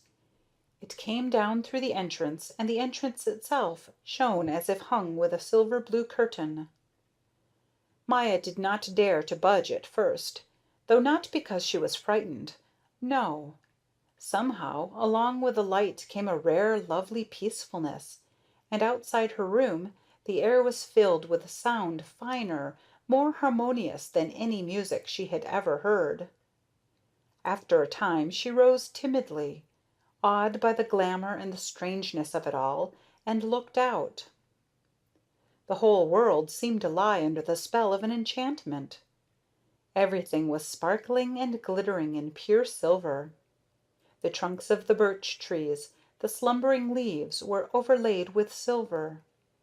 The grass, which from her height seemed to lie under delicate veils, was set with 1,000 pale pearls. All things near and far, the silent distances, were shrouded in this soft bluish sheen. "This must be the night," Maya whispered, and folded her hands. High up in the heavens, partly veiled by the leaves of a birch tree, hung a full clear disk of silver, from which the radiance poured down that beautified the world. And then Maya saw countless bright, sharp little lights surrounding the moon in the heavens. Oh, so still and beautiful, unlike any shining things she had ever seen before. To think she beheld the night, the moon and the stars. the lovely wonders of the night. She had heard of them, but never believed in them. It was almost too much. Then the sound rose again, the strange night sound that must have awakened her. It came from near by, filling the welkin, a soaring chirp with a silvery ring that matched the silver on the trees and leaves and grass, and seemed to come rilling down from the moon on the beams of silver light. Maya looked about for the source in vain. In the mysterious drift of light and shadow it was difficult to make out objects in clear outline. Everything was draped so mysteriously, and yet everything showed up true and in such heroic beauty. Her room could keep her no longer. Out she had to fly into this new splendor, the night splendor. "The good Lord will take care of me," she thought. "I am not bent upon wrong." As she was about to fly off through the silver light to her favorite meadow, now lying full under the moon, she saw a winged creature alight on a birch tree leaf not far away. Scarcely alighted, it raised its head to the moon, lifted its narrow wings, and drew the edge of one against the other, for all the world as though it were playing on a violin. And sure enough, the sound came, the silvery chirp that filled the whole moonlit world with melody. "Exquisite!" whispered Maya. "Heavenly, heavenly, heavenly!" She flew over to the leaf. The night was so mild and warm that she did not notice it was cooler than by day. When she touched the leaf, the chirper broke off playing abruptly, and to Maya it seemed as if there had never been such a stillness before, so profound was the hush that followed. It was uncanny. Through the dark leaves filtered the light, white and cool. "Good night," said Maya politely, thinking good night was the greeting for the night, like good morning for the morning. "Please excuse me for interrupting, but the music you make is so fascinating that I had to find out where it came from." The chirper stared at Maya wide-eyed. What sort of a crawling creature are you?" it asked after some moments had passed. "I have never met one like you before." "I am not a crawling insect. I am Maya of the nation of bees." "Oh, of the nation of bees, indeed. You live by day, don't you? I have heard of your race from the hedgehog. He told me that in the evening he eats the dead bodies that are thrown out of your hive." "Yes," said Maya, with a faint chill of apprehension. "That's so. Cassandra told me about him. She heard of him from the sentinels. He comes when twilight falls and snouts in the grass looking for dead bodies. But do you associate with the hedgehog? Why, he's an awful brute." "I don't think so. We tree crickets get along with him splendidly. We call him Uncle. Of course, he always tries to catch us, but he never succeeds, so we have great fun teasing him. Everybody has to live, doesn't he? Just so he doesn't live off me, what do I care?" Maya shook her head. She didn't agree, but not caring to insult the cricket by contradicting, she changed the subject. "So you're a tree cricket?" "Yes, a snowy tree cricket. But I must play, so please don't keep me any longer. It's full moon, a wonderful night. I must play." "Oh, do make an exception this once. You play all the time. Tell me about the night." "A midsummer night is the loveliest in the world," answered the cricket. "It fills the heart with rapture. But what my music doesn't tell you I shan't be able to explain. Why need everything be explained? Why know everything? We poor creatures can find out only the tiniest bit about existence, yet we can feel the glory of the whole wide world." and the cricket set up its happy silvery strumming. Heard from close by where Maya sat, the music was overpowering in its loudness. The little bee sat quite still in the blue summer night, listening and musing deeply about life and creation. Silence fell. There was a faint whir, and Maya saw the cricket fly out into the moonlight. "The night makes one feel sad," she reflected. Her flowery meadow drew her now. She flew off.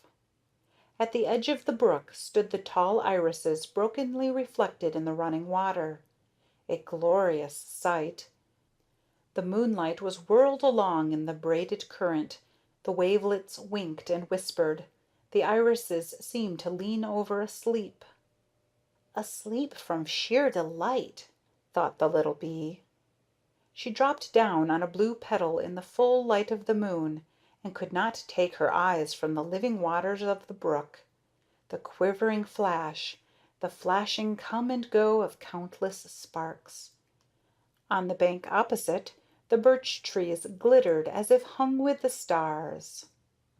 "Where is all that water flowing to?" she wondered. "The cricket is right. We know so little about the world." Of a sudden a fine little voice rose in song from the flower of an iris close beside her, ringing like a pure, clear bell, different from any earthly sound that Maya knew. Her heart throbbed. She held her breath. "Oh, what is going to happen? What am I going to see now?" The iris swayed gently. One of the petals curved in at the edge, and Maya saw a tiny snow-white human hand holding on to the flower's rim with its wee little fingers. Then a small blonde head arose, and then a delicate luminous body in white garments. A human being in miniature was coming out of the iris. Words cannot tell Maya's awe and rapture. She sat rigid. The tiny being climbed to the edge of the blossom, lifted its arms up to the moonlight, and looked out into the bright shining night with a smile of bliss lighting up its face.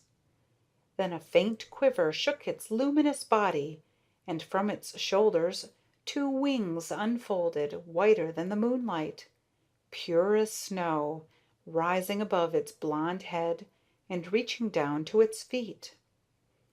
How lovely it was! How exquisitely lovely! Nothing that Maya had ever seen compared with it in loveliness. Standing there in the moonlight, holding its hands up to heaven, the luminous little being lifted its voice again and sang. The song rang out in the night, and Maya understood the words.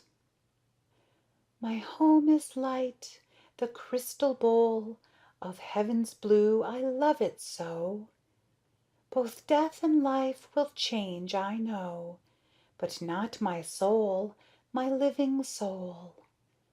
My soul is that which breathes anew from all of loveliness and grace, and as it flows from God's own face, it flows from his creations too." Maya burst into sobs.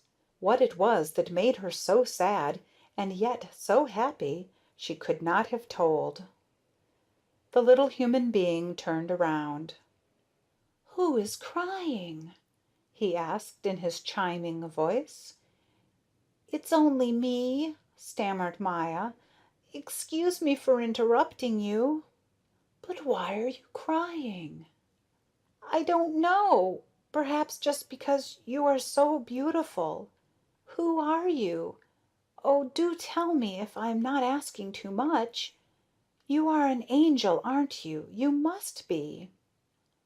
"Oh, no," said the little creature, quite serious. "I am only a sprite, a flower sprite. But, dear little bee, what are you doing out here in the meadow so late at night?" The sprite flew over to a curving iris blade beside Maya and regarded her long and kindly from his swaying perch in the moonlight. Maya told him all about herself, what she had done, what she knew, and what she longed for. And while she spoke, his eyes never left her, those large dark eyes glowing in the white fairy face under the golden hair that ever and anon shone like silver in the moonlight. When she finished, he stroked her head and looked at her so warmly and lovingly that the little bee, beside herself with joy, had to lower her gaze. "We sprites," he explained, "live 7 nights, but we must stay in the flower in which we are born, else we die at dawn." Maya opened her eyes wide in terror. "Then hurry, hurry! Fly back into your flower!" The sprite shook his head sadly. "Too late. But listen, I have more to tell you. Most of us sprites are glad to leave our flowers never to return, because a great happiness is connected with our leaving. We are endowed with a remarkable power. Before we die, we can fulfill the dearest wish of the first creature we meet. It is when we make up our minds seriously to leave the flower for the purpose of making someone happy that our wings grow." "How wonderful!" cried Maya. "I'd leave the flower too, then. It must be lovely to fulfill another person's wish." That she was the first being whom the sprite on his flight from the flower had met did not occur to her. "And then must you die?" The sprite nodded, but not sadly this time. "We live to see the dawn still," he said. "But when the dew falls, we are drawn into the fine cobwebby veils that float above the grass and the flowers of the meadows. Haven't you often noticed that the veils shine white as though a light were inside them? It's the sprites, their wings and their garments. When the light rises, we change into dewdrops. The plants drink us, and we become a part of their growing and blooming, until in time we rise again as sprites from out their flowers." "Then you were once another sprite?" asked Maya, tense, breathless with interest. The earnest eyes said yes. "But I have forgotten my earlier existence. We forget everything in our flower sleep." "Oh, what a lovely fate!" "It is the same as that of all earthly creatures, when you really come to think of it, even if it isn't always flowers out of which they wake from their sleep of death. But we won't talk of that tonight." "Oh, I'm so happy!" cried Maya. "Then you haven't got a wish? You're the first person I've met, you know, and I possess the power to grant your dearest wish." "I? But I'm only a bee." "No, it's too much. It would be too great a joy. I don't deserve it. I don't deserve that you should be so good to me." "No one deserves the good and the beautiful. The good and the beautiful come to us like the sunshine." Maya's heart beat stormily. Oh, she did have a wish, a burning wish, but she didn't dare confess it. The elf seemed to guess. He smiled, so you couldn't keep anything a secret from him. "Well?" He stroked his golden hair off his pure forehead. "I'd like to know human beings at their best and most beautiful," said the little bee. She spoke quickly and hotly. She was afraid she would be told that so great a wish could not be granted. But the sprite drew himself up. His expression was serious and serene. His eyes shone with confidence. He took Maya's trembling hand and said, "Come, we'll fly together. Your wish shall be granted." End of chapter 10.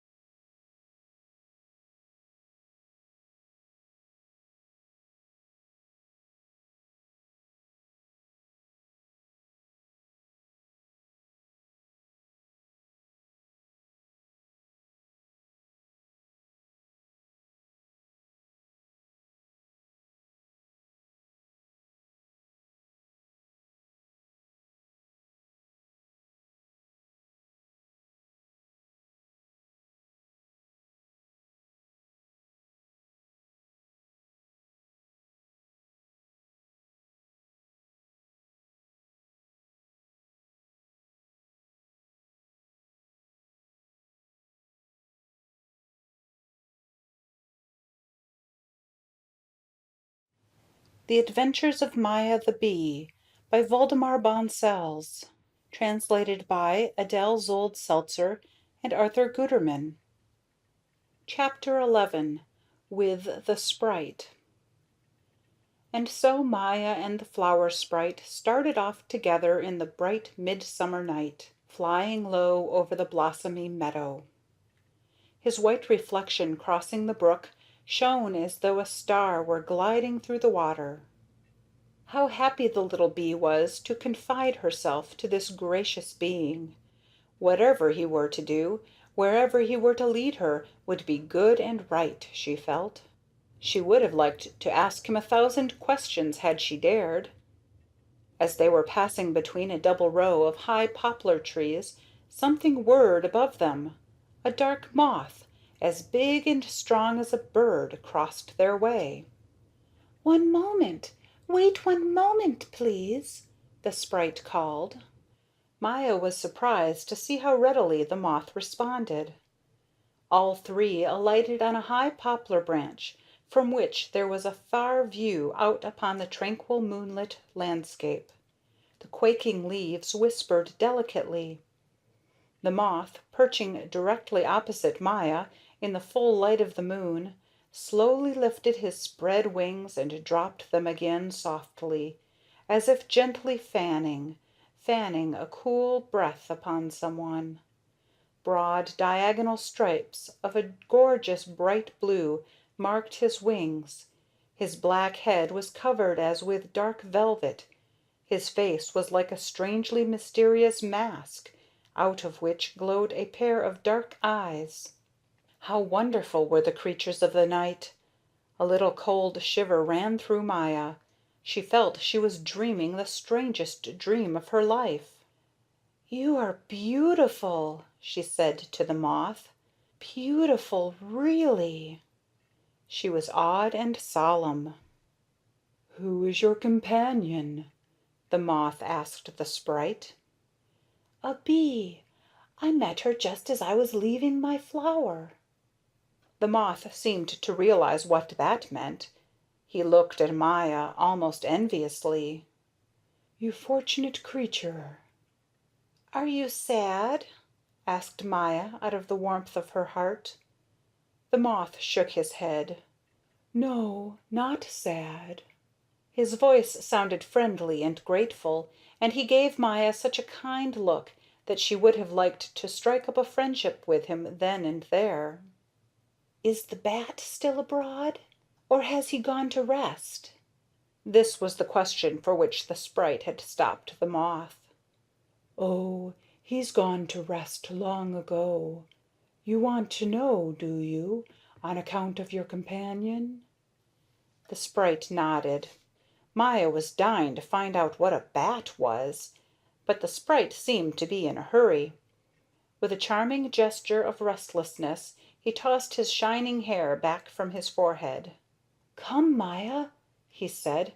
"We must hurry. The night is so short." "Shall I carry you part of the way?" asked the moth. The sprite thanked him but declined. "Some other time," he called. "Then it will be never," thought Maya as they flew away, "because at dawn the flower sprite must die."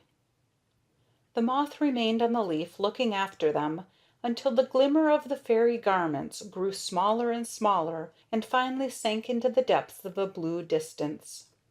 Then he turned his face slowly and surveyed his great dark wings with their broad blue stripes. He sank into a reverie. "So often I have heard that I am gray and ugly," he said to himself, "and that my dress is not to be compared with the superb robes of the butterfly. But the little bee saw only what is beautiful in me, and she asked me if I was sad. I wonder whether I am or not. No, I am not sad," he decided. "Not now." Meanwhile, Maya and the flower sprite flew through the dense shrubbery of a garden. The glory of it in the dimmed moonlight was beyond the power of the mortal lips to say. An intoxicatingly sweet cool breath of dew and slumbering flowers transformed all things into unutterable blessings. The lilac grapes of the acacias sparkled in freshness. The June rose tree looked like a small blooming heaven hung with red lamps. The white stars of the jasmine glowed palely, sadly, and poured out their perfume as if, in this one hour, to make a gift of their all. Maya was dazed. She pressed the sprite's hand and looked at him. A light of bliss shone from his eyes. "Who could have dreamed of this?" whispered the little bee. Just then she saw something that sent a pang through her. "Oh!" she cried. "Look! A star has fallen. It's straying about, and can't find its way back to its place in the sky." "That's a firefly," said the flower sprite without a smile. Now, in the midst of her amazement, Maya realized for the first time why the sprite seemed so dear and kind. He never laughed at her ignorance. On the contrary, he helped her when she went wrong. "They are odd little creatures," the sprite continued. "They carry their own light about with them on warm summer nights and enliven the dark under the shrubbery where the moonlight doesn't shine through. So firefly can keep tryst with firefly even in the dark. Later, when we come to the human beings, you will make the acquaintance of one of them." "Why?" asked Maya. "You'll soon see." By this time they had reached an arbor completely overgrown with jasmine and woodbine. They descended almost to the ground. From close by, within the arbor, came the sound of faint whisperings. The flower sprite beckoned to a firefly. "Would you be good enough," he asked, "to give us a little light?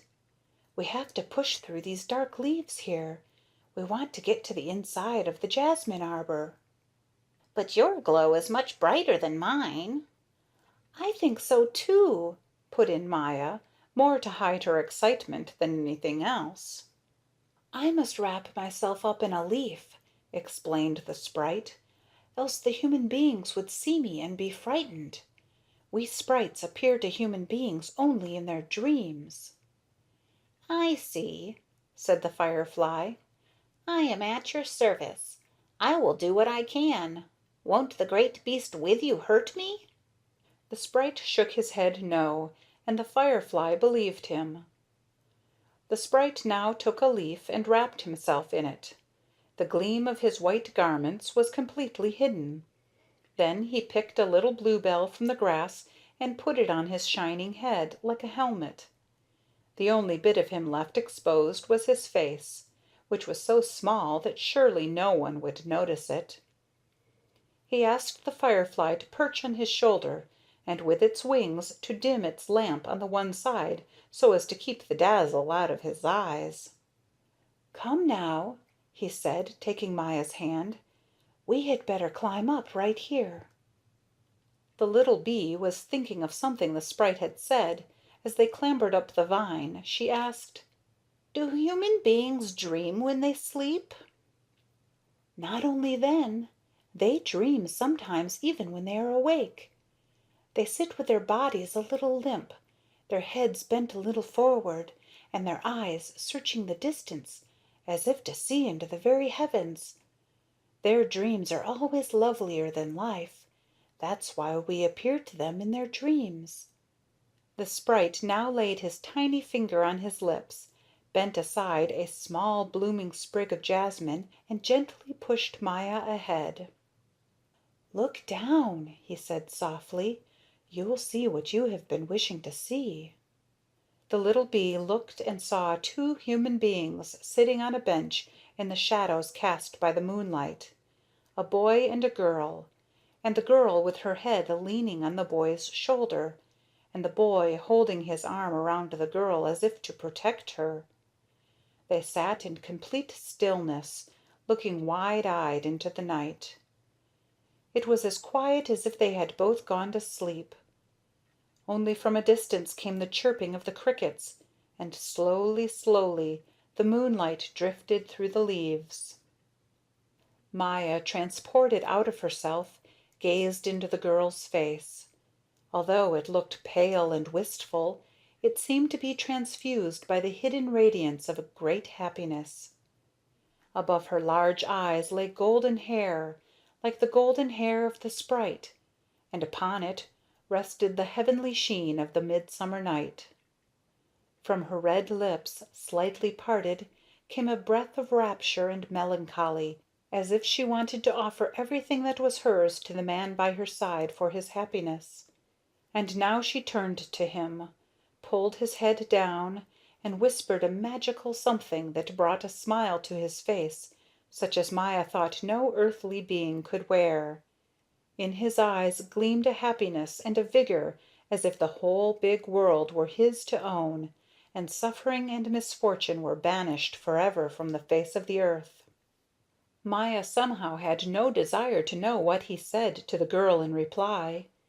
Her heart quivered as though the ecstasy that emanated from the two human beings was also hers. "Now I have seen the most glorious thing that my eyes will ever behold," she whispered to herself.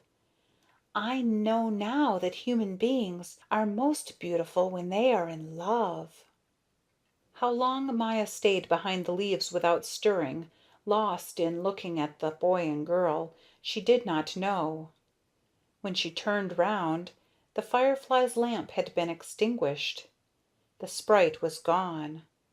Through the doorway of the arbor far across the country on the distant horizon showed a narrow streak of red. End of chapter 11.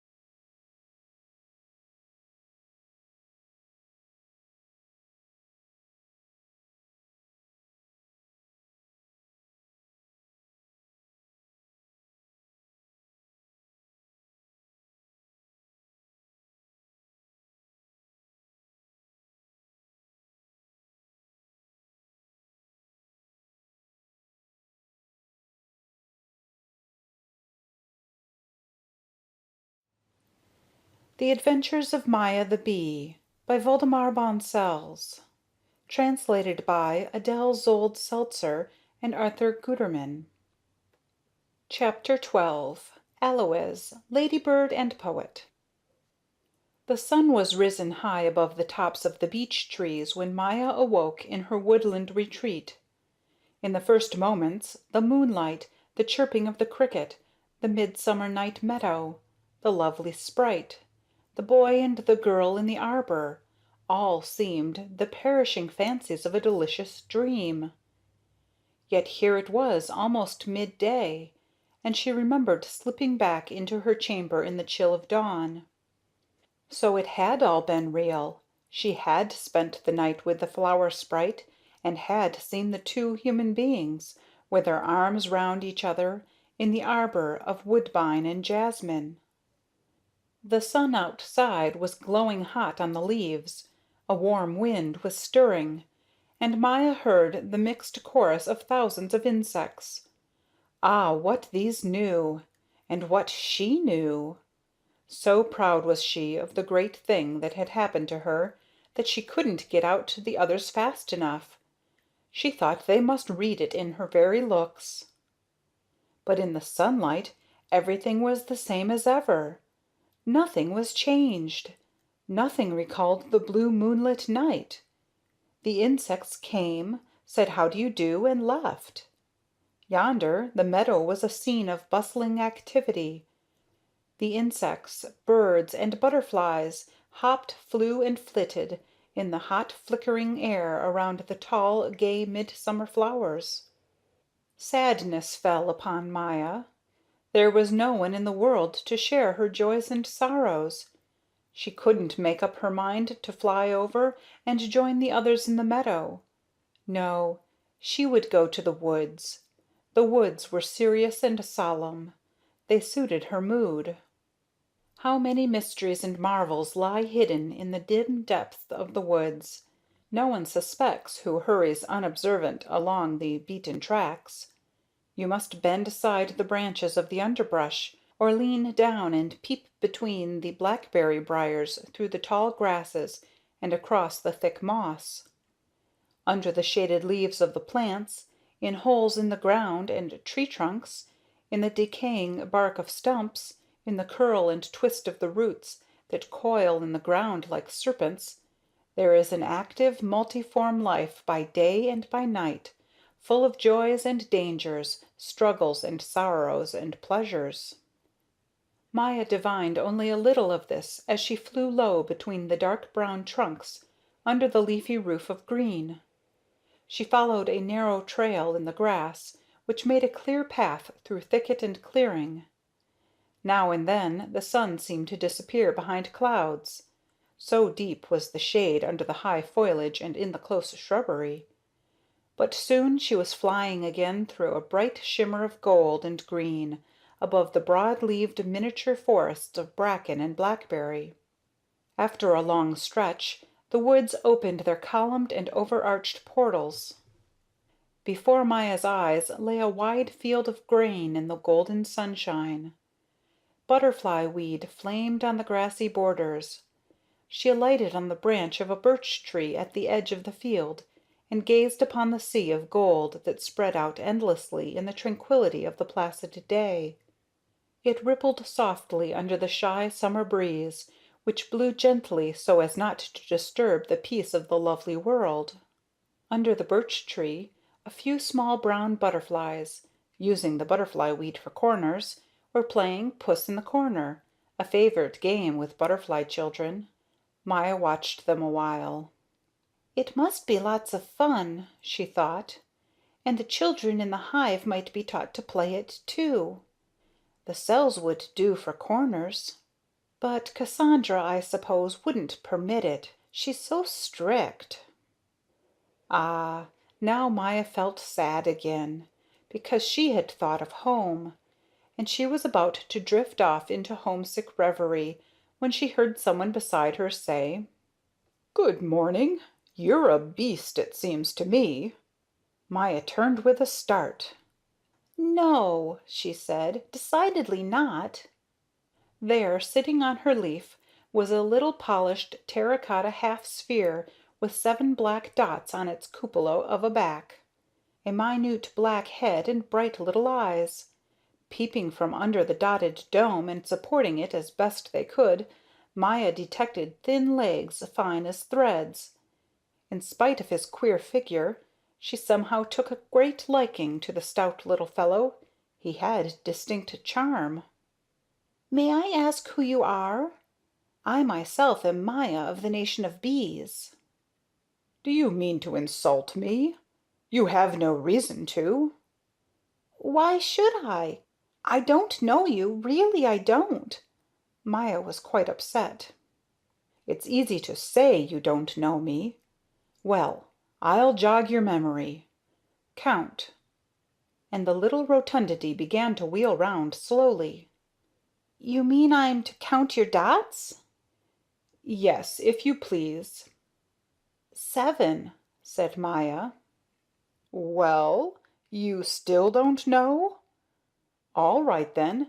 I'll tell you. I'm called exactly according to what you counted. The scientific name of our family is Septum punctata. Septum is Latin for 7. Punctata is Latin for dots. Points, you see? Our common name is Ladybird. My own name is Alois. I am a poet by profession. You know our common name, of course." Maya, afraid of hurting Alois's feelings, didn't dare to say no. "Oh," said he, "I live by the sunshine, by the peace of the day, and by the love of mankind." But don't you eat too? asked Maya, quite astonished. "Of course. Plant lice, don't you?" No, that is "Is what? Is what?" not usual," said Maya shyly. Of course," cried Alois, trying to raise one shoulder, but not succeeding, on account of the firm set of his dome. "As a bourgeoisie you would, of course, do only what is usual. We poets would not get very far that way. Have you time?" Why, yes," said Maya. Then I'll recite you one of my poems. Sit real still and close your eyes, so that nothing distracts your attention. The poem is called Man's Finger, and is about a personal experience. Are you listening? Yes, to every word. Well then, since you did not do me wrong, that you found me doesn't matter. You are rounded, you are long. Up above you wear a flatter, pointed, polished sheath or platter, which you move as swift as light, but below you're fastened tight. "Well?" asked Alois after a short pause. There were tears in his eyes and a quaver in his voice. Man's finger gripped me very hard," replied Maya in some embarrassment. She really knew much lovelier poems. "How do you find the form?" Alois questioned with a smile of fine melancholy. He seemed to be overwhelmed by the effect he had produced. "Long and round. You yourself said so in the poem." "I mean the artistic form, the form of my verse." Oh, yes, I thought it was very good." "It is, isn't it?" cried Alois. "What you mean to say is that Man's Finger may be ranked among the best poems you know of, and one must go way back in literature before one comes across anything like it. The prime requisite in art is that it should contain something new, which is what most poets forget, and bigness, too. Don't you agree with me?" "Certainly," said Maya. "I think—" "The firm belief you express in my importance as a poet really overwhelms me. I thank you. But I must be going now, for solitude is the poet's pride. Farewell." "Farewell," echoed Maya, who really didn't know just what the little fellow had been after. "Well," she thought, "he knows. Perhaps he's not full grown yet. He certainly isn't large." She looked after him as he hastened up the branch. His wee legs were scarcely visible. He looked as though he were moving on low rollers. Maya turned her gaze away, back to the golden field of grain, over which the butterflies were playing. The field and the butterflies gave her ever so much more pleasure than the poetry of Alois, ladybird and poet. End of chapter 12.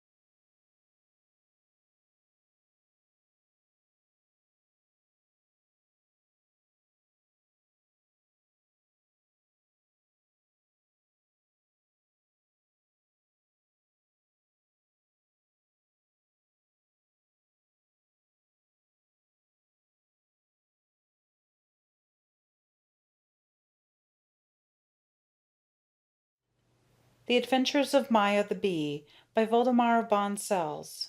Translated by Adele Zold Seltzer and Arthur Guterman. Chapter 13. The Fortress. How happily the day had begun, and how miserably it was to end! Before the horror swept upon her, Maya had formed a very remarkable acquaintance. It was in the afternoon, near a big old water-butt.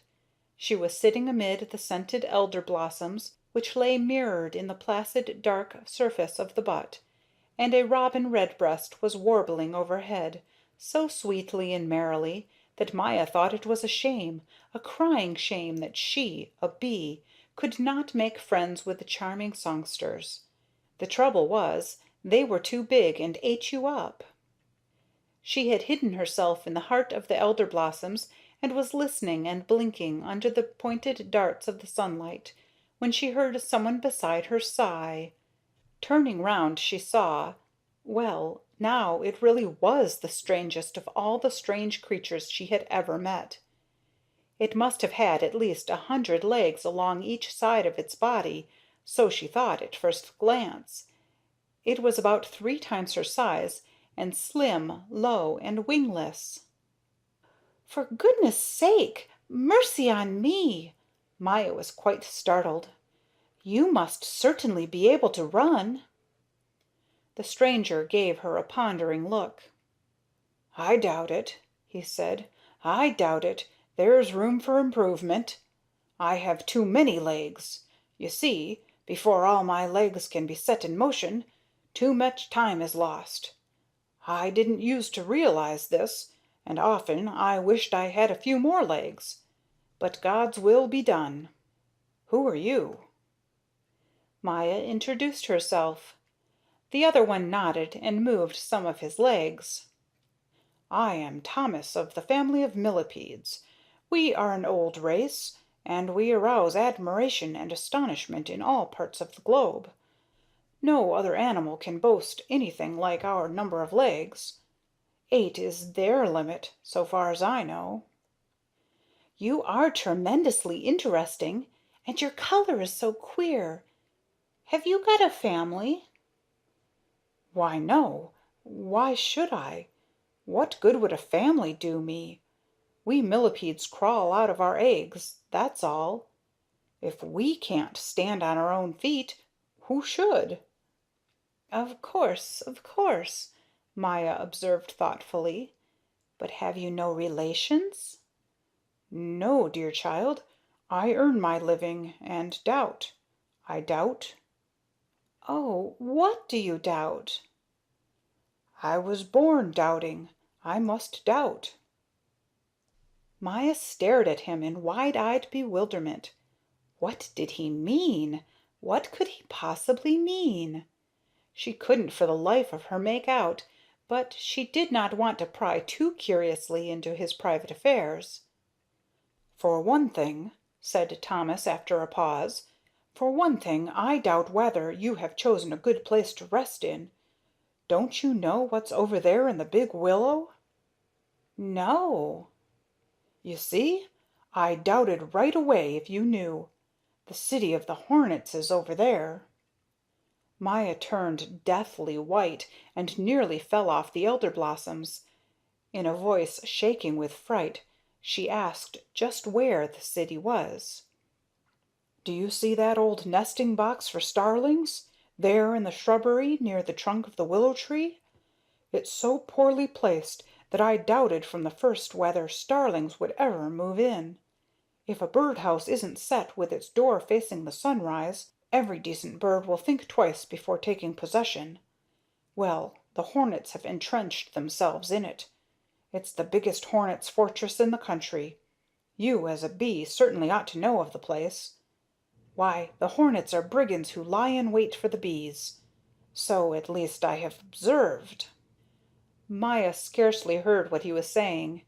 There, showing clear against the green, she saw the brown walls of the fortress. She almost stopped breathing. "I must fly away," she cried. Too late. Behind her sounded a loud, mean laugh. At the same moment the little bee felt herself caught by the neck so violently that she thought her joints were broken. It was a laugh she would never forget, like a vile taunt out of hellish darkness. Mingling with it was another gruesome sound, the awful clanking of armor. Thomas let go with all his legs at once and tumbled head over heels through the branches into the water butt. "I doubt if you get away alive," he called back. But the poor little bee no longer heard. She couldn't see her assailant. Her neck was caught in too firm a grip, but a gilt-sheathed arm passed before her eyes, and a huge head and dreadful pincers suddenly thrust itself above her face. She took it at first to belong to a giant wasp, but then realized that she had fallen into the clutches of a hornet. The black and yellow striped monster was surely 4 times her size. Maya lost sight, hearing, speech. Every nerve in her body went faint. At length her voice came back, and she screamed for help. "Never mind, girlie," said the hornet in a honey-sweet tone that was sickening. "Never mind. It'll last until it's over." He smiled a baleful smile. Let go, cried Maya. Let me go, or I'll sting you in your heart. In my heart right away. Very brave. But there's time for that later. Maya went into a fury, summoning all her strength. She twisted herself around, uttered her shrill battle cry, and directed her sting against the middle of the hornet's breast. To her amazement and horror, the sting, instead of piercing his breast, swerved on the surface. The brigand's armor was impervious. Wrath gleamed in his eyes. "I could bite your head off, little one, to punish you for your impudence. And I would, too. I would indeed, but for our queen. She prefers fresh bees to dead carcasses. So a good soldier saves a juicy morsel like you to bring to her alive." The hornet, with Maya still in his grip, rose into the air and made directly for the fortress. This is too awful, thought the poor little bee. No one can stand this. She fainted. When she came to her senses, she found herself in half darkness in a sultry dusk, permeated by a horrid, pungent smell. Slowly everything came back to her. A great paralyzing sadness settled in her heart. She wanted to cry. The tears refused to come. I haven't been eaten up yet, but I may be any moment, she thought in a tremble. Through the walls of her prison she caught the distinct sound of voices, and soon she noticed that a little light filtered through a narrow chink. The hornets made their walls, not of wax like the bees, but of a dry mass resembling porous gray paper. By the one thread of light she managed bit by bit to make out her surroundings. Horror of horrors! Maya was almost congealed with fright.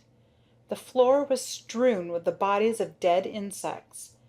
At her very feet lay a little rose beetle turned over on its back.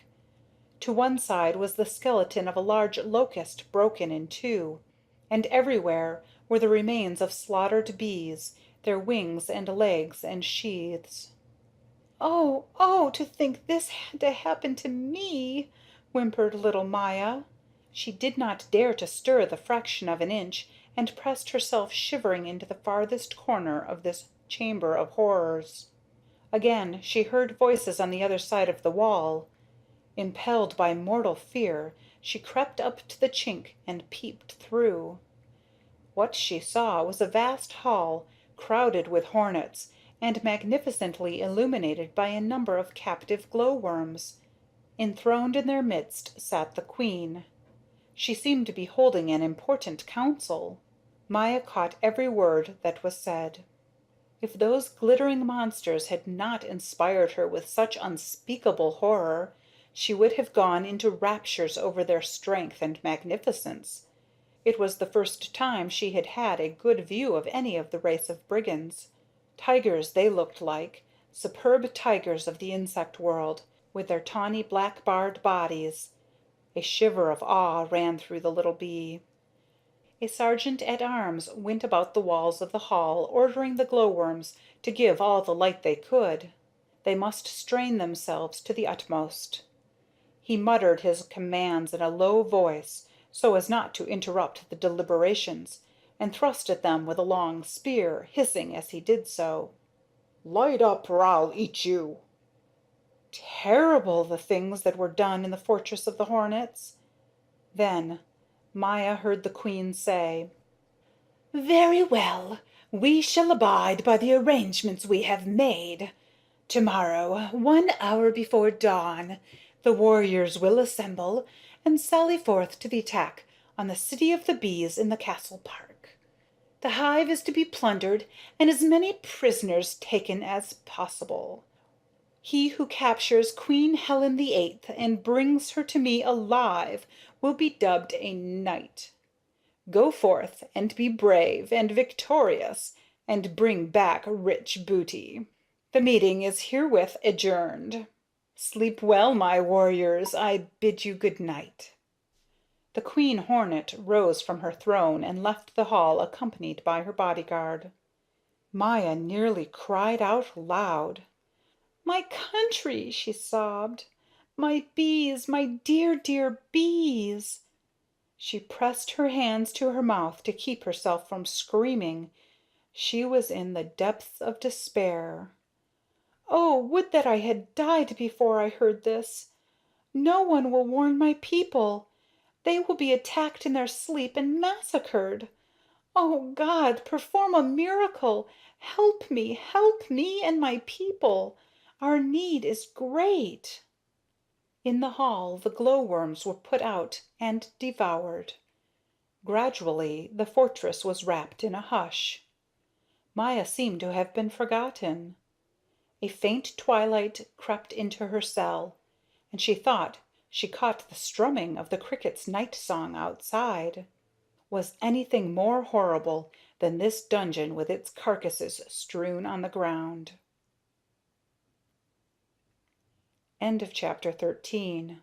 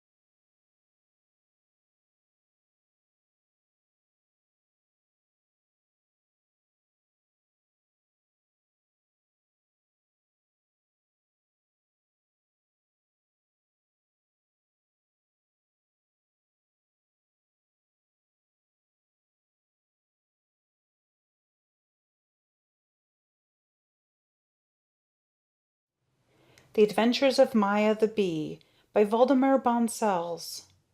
Translated by Adele Zold Seltzer and Arthur Guterman. Chapter 14. The Sentinel.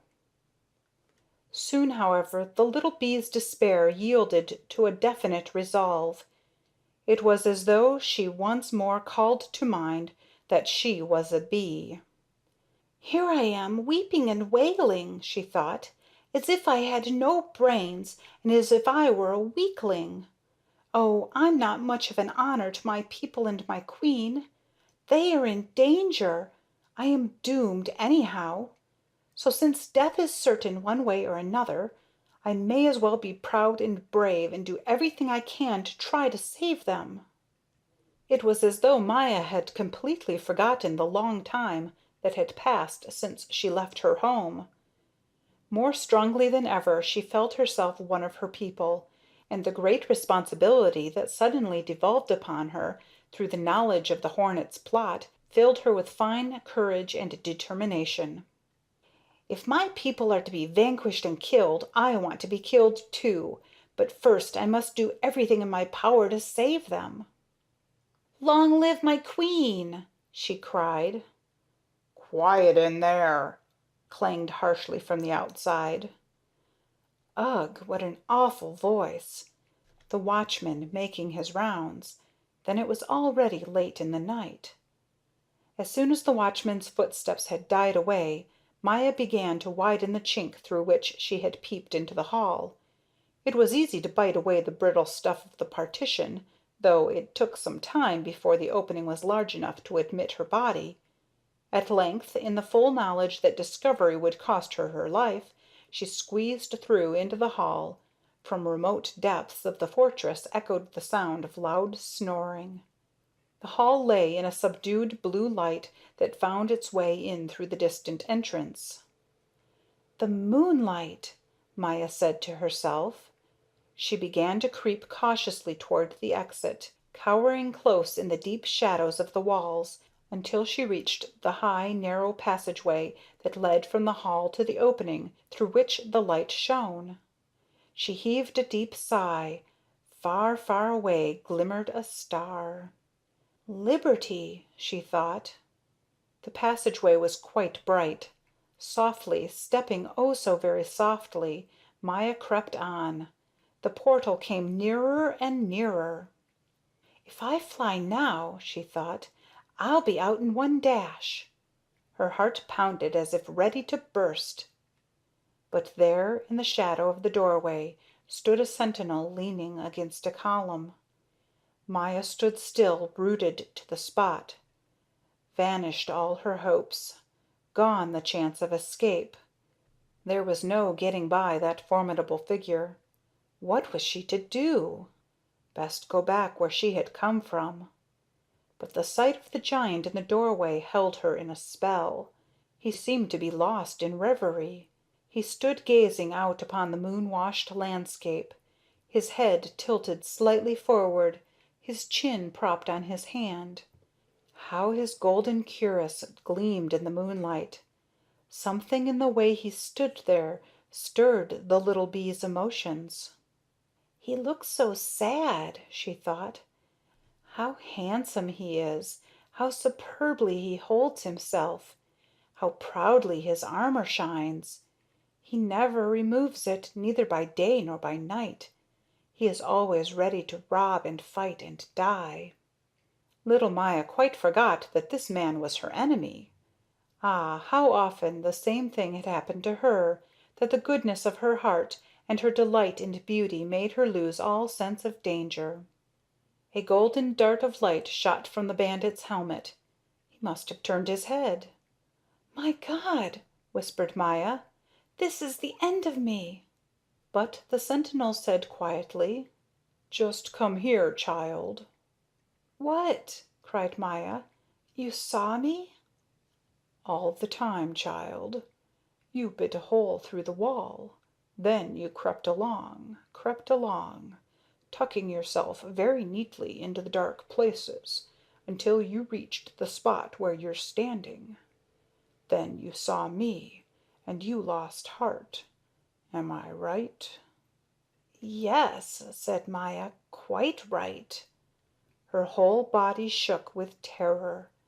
The sentinel, then, had seen her the entire time.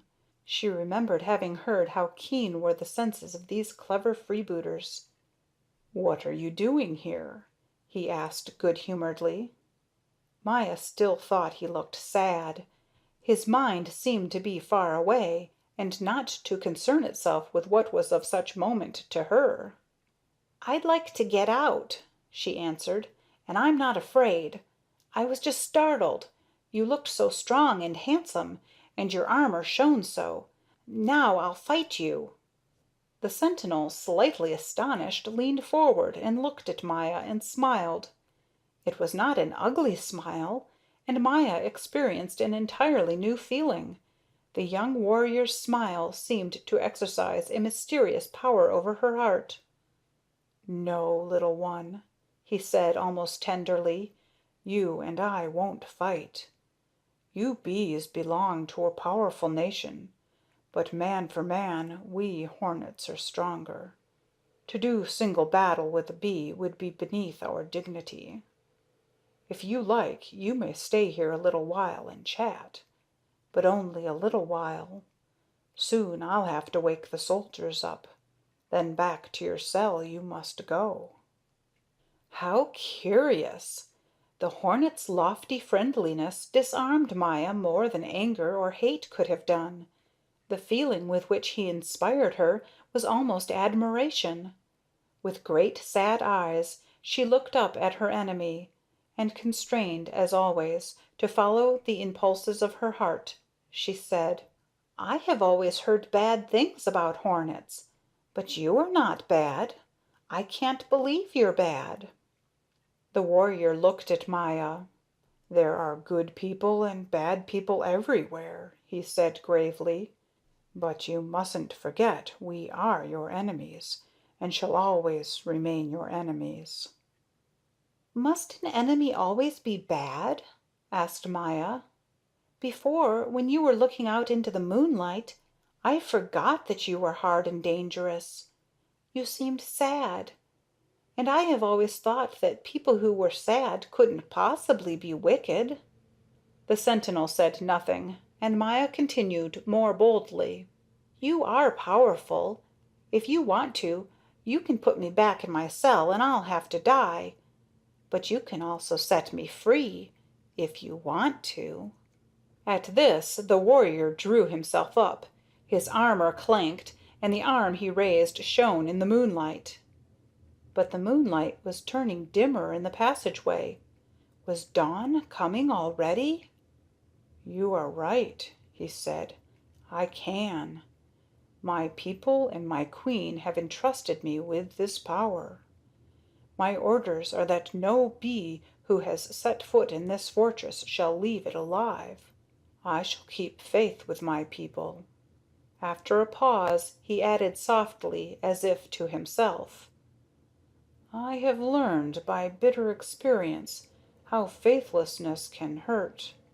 When Loveydear forsook me—" Little Maya was overcome. She did not know what to say. Ah, the same sentiments moved her, too. Love of her own kind, loyalty to her people. Nothing to be done here but to use force or strategy. Each did his duty, and yet each remained an enemy to the other. But hadn't the sentinel mentioned a name? Hadn't he said something about someone's having been unfaithful to him? Loveydear, why, she knew Loveydear, the beautiful dragonfly who lived at the lakeside among the water lilies. Maya quivered with excitement. Here, perhaps, was her salvation. But she wasn't quite sure how much good her knowledge would be to her. So she said prudently, "Who is Loveydear, if I may ask?" "Never mind, little one. She's not your affair, and she's lost to me forever. I shall never find her again." "I know Miss Loveydear." Maya forced herself to put the utmost indifference into her tone. "She belongs to the family of dragonflies, and she's the loveliest lady of all." A tremendous change came over the warrior. He seemed to have forgotten where he was. He leapt over to Maya's sides as if blown by a violent gust. "What? You know Loveydear? Tell me where she is. Tell me right away." "No." Maya spoke quietly and firmly. She glowed with secret delight. "I'll bite your head off if you don't tell." The warrior drew dangerously close. "It will be bitten off anyhow. Go ahead." I shan't betray the lovely dragonfly. She's a close friend of mine. You want to imprison her." The warrior breathed hard. In the gathering dawn Maya could see that his forehead was pale and his eyes tragic with the inner struggle he was waging. "Good God!" he said wildly. "It's time to rouse the soldiers. No, no, little bee. I don't want to harm Lovey dear. I love her more dearly than my life. Tell me where I shall find her again." Maya was clever. She purposely hesitated before she said, "But I love my life." "If you tell me where Lovey dear lives." Maya could see that the sentinel spoke with difficulty and was trembling all over. "I'll set you free. You can fly wherever you want." Will you keep your word? "My word of honor as a brigand," said the sentinel proudly. Maya could scarcely speak, but if she was to be in time to warn her people of the attack every moment counted. Her heart exulted. Very well, she said. I believe you. Listen, then. Do you know the ancient linden trees near the castle? Beyond them lies one meadow after another, and finally comes a big lake. In a cove at the south end, where the brook empties into the lake, the water lilies lie spread out on the water in the sunlight. Near them, in the rushes, is where Loveydear lives. You will find her there every day at noon when the sun is high in the heavens." The warrior had pressed both hands to his pale brow. He seemed to be having a desperate struggle with himself. "You're telling the truth," he said softly, and groaned, whether from joy or pain it was impossible to tell. "She told me she wanted to go where there were floating white flowers. Those must be the flowers you speak of. Fly away, then, I thank you." And actually he stepped aside from the entrance. Day was breaking. "A brigand keeps his word," he said. Not knowing that Maya had overheard the deliberations in the council chamber, he told himself that one small bee more or less made little difference. Weren't there hundreds of others? "Good-bye!" cried Maya, breathless with haste, and flew off without a word of thanks. As a matter of fact, there was no time to spare. End of chapter 14.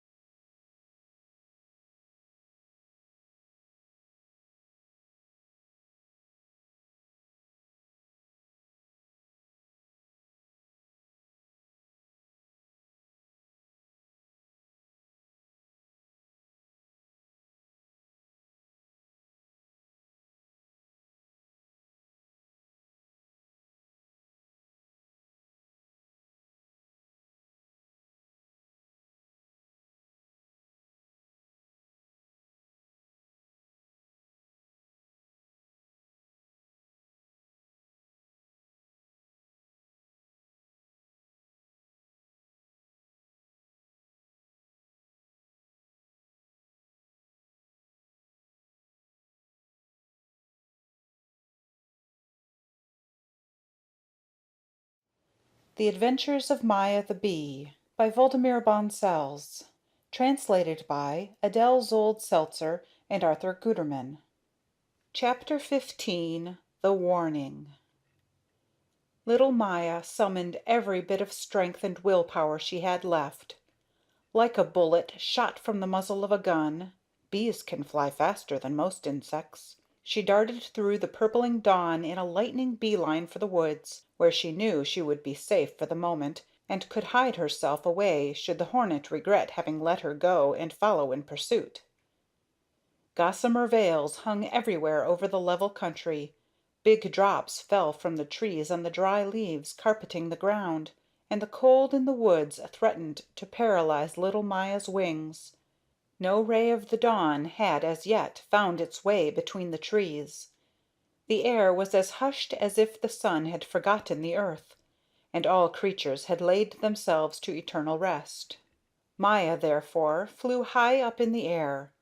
Only one thing mattered, to get back as quickly as strength and wits permitted to her hive, her people, her endangered home. She must warn her people. They must prepare against the attack which the terrible brigands had planned for that very morning. Oh, if only the nation of bees had the chance to arm and make ready its defenses, it was well able to cope with its stronger opponents. But a surprise assault at rising time! What if the queen and the soldiers were still asleep? The success of the hornets would then be assured. They would take prisoners and give no quarter. The butchery would be horrible. Thinking of the strength and energy of her people, their readiness to meet death, their devotion to their queen, the little bee felt a great wrath against their enemies, the hornets. Her beloved people! No sacrifice was too great for them. Little Maya's heart swelled with the ecstasy of self-sacrifice and the dauntless courage of enthusiasm. It was not easy for her to find her way over the woods. Long before, she had ceased to observe landmarks as did the other bees, who had great distances to come back with their loads of nectar. She felt she had never flown as high before. The cold hurt, and she could scarcely distinguish the objects below. "What can I go by?" she thought. "No one thing stands out. I shan't be able to reach my people and help them. Oh, oh! And here I had a chance to atone for my desertion. What shall I do? What shall I do?" Suddenly some secret force steered her in a certain direction. What is pushing and pulling me? It must be homesickness guiding me back to my country. She gave herself up to the instinct and flew swiftly on. Soon in the distance, looking like gray domes in the dim light of the dawn, showed the mighty lindens of the castle park. She exclaimed with delight. She knew where she was. She dropped closer to the earth. In the meadows on one side hung the luminous wisps of fog, thicker here than in the woods. She thought of the flower sprites who cheerfully died their early death inside the floating veils. That inspired her anew with confidence. Her anxiety disappeared. Let her people spurn her from the kingdom. Let the queen punish her for desertion. If only the bees were spared this dreadful calamity of the hornets' invasion.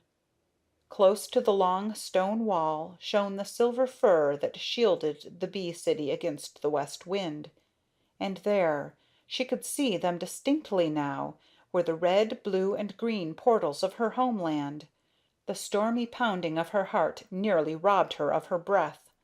But on she flew toward the red entrance which led to her people and her queen. On the flying board, 2 sentinels blocked the entrance and laid hands upon her. Maya was too breathless to utter a syllable, and the sentinels threatened to kill her. For a bee to force its way into a strange city without the queen's consent is a capital offense. "Stand back!" cried one sentinel, thrusting her roughly away. "What's the matter with you? If you don't leave this instant, you'll die. Did you ever?" He turned to the other sentinel. "Have you ever seen the like? And before daytime, too!" Now Maya pronounced the password by which all the bees knew one another. The sentinels instantly released her. "What?" they cried. "You are one of us, and we don't know you." "Let me get to the queen," groaned the little bee. "Right away! Quick! We are in terrible danger!" The sentinels still hesitated. They couldn't grasp the situation. "The queen may not be awakened before sunrise," said the one. "Then," Maya screamed, her voice rising to a passionate yell such as the sentinels had probably never heard from a bee before, "then the queen will never wake up alive! Death is following at my heels. Take me to the queen! Take me to the queen, I say!" Her voice was so wild and wrathful that the sentinels were frightened and obeyed. The three hurried together through the warm, well-known streets and corridors. Maya recognized everything, and for all her excitement and the tremendous need for haste, her heart quivered with sweet melancholy at the sight of the dear familiar scenes. "I am at home," she stammered with pale lips. In the queen's reception room she almost broke down. One of the sentinels supported her while the other hurried with the unusual message into the private chambers. Both of them now realized that something momentous was taking place, and the messenger ran as fast as his legs could carry him. The first wax generators were already up. Here and there a little head thrust itself out curiously from the openings. The news of the incident traveled quickly. Two officers emerged from the private chambers. Maya recognized them instantly. In solemn silence, without a word to her, they took their posts, one on each side of the doorway. The queen would soon appear. She came without her court, attended only by her aide and two ladies-in-waiting. She hurried straight over to Maya. When she saw what a state the child was in, the severe expression on her face relaxed a little. "You have come with an important message. Who are you?" Maya could not speak at once. Finally she managed to frame two words. "The hornets!" The queen turned pale, but her composure was unshaken, and Maya was somewhat calmed. "Almighty Queen," she cried, "forgive me for not respecting the duties I owe your Majesty. Later I will tell you everything I have done. I repent. With my whole heart I repent. Just a little while ago, as by a miracle, I escaped from the fortress of the hornets, and the last I heard was that they were planning to attack and plunder our kingdom at dawn." The wild dismay that the little bee's words produced was indescribable. The ladies-in-waiting set up a loud wail. The officers at the door turned pale and made as if to dash off and sound the alarm. The aide said, "Good God!" and wheeled completely round, because he wanted to see on all sides at once. As for the queen, it was really extraordinary to see with what composure, what resourcefulness she received the dreadful news. She drew herself up, and there was something in her attitude that both intimidated and inspired endless confidence. Little Maya was awed. Never, she felt, had she witnessed anything so superior. It was like a great, magnificent event in itself. The queen beckoned the officers to her side and uttered a few rapid sentences aloud. At the end Maya heard, "I give you 1 minute for the execution of my orders. A fraction of a second longer, and it will cost you your heads." But the officers scarcely looked as if they needed this incentive. In less time than it takes to tell, they were gone. Their instant readiness was a joy to behold. "Oh, my queen!" said Maya. The queen inclined her head to the little bee, who once again for a brief moment saw her monarch's countenance beam upon her gently, lovingly. "You have our thanks," she said. "You have saved us. No matter what your previous conduct may have been, you have made up for it 1,000-fold. But go, rest now, little girl. You look very miserable, and your hands are trembling." "I should like to die for you," Maya stammered, quivering. "Don't worry about us," replied the queen. "Among the thousands inhabiting this city, there is not one who would hesitate a moment to sacrifice his life for me and for the welfare of the country. You can go to sleep peacefully." She bent over and kissed the little bee on her forehead. Then she beckoned to the ladies-in-waiting and bade them see to Maya's rest and comfort. Maya stirred in the depths of her being, allowed herself to be led away. After this, life had nothing lovelier to offer. As in a dream, she heard the loud, clear signals in the distance, saw the high dignitaries of state assemble around the royal chambers, heard a dull, far-echoing drone that shook the hive from roof to foundation. "The soldiers! Our soldiers!" whispered the ladies-in-waiting at her side. The last thing Maya heard in the little room where her companions put her to bed was the tramp of soldiers marching past her door, and commands shouted in a blithe, resolute, ringing voice. Into her dreams, echoing as from a great distance, she carried the ancient song of the soldier bees. "Sunlight, sunlight, golden sheen, by your glow our lives are lighted. Bless our labors, bless our queen, let us always be united." End of chapter 15.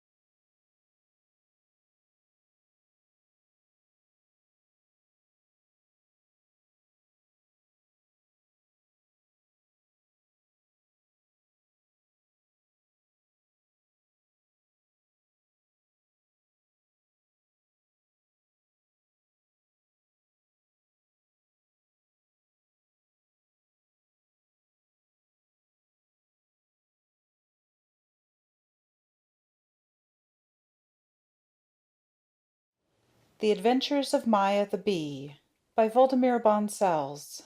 Translated by Adele Zold Seltzer and Arthur Guterman. Chapter 16. The Battle. The kingdom of the bees was in a whirl of excitement. Not even in the days of the Revolution had the turmoil been so great. The hive rumbled and roared.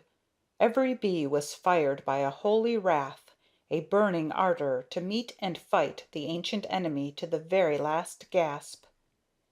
Yet there was no disorder or confusion. Marvelous the speed with which the regiments were mobilized. Marvelous the way each soldier knew his duty and fell into his right place and took up his right work. It was high time.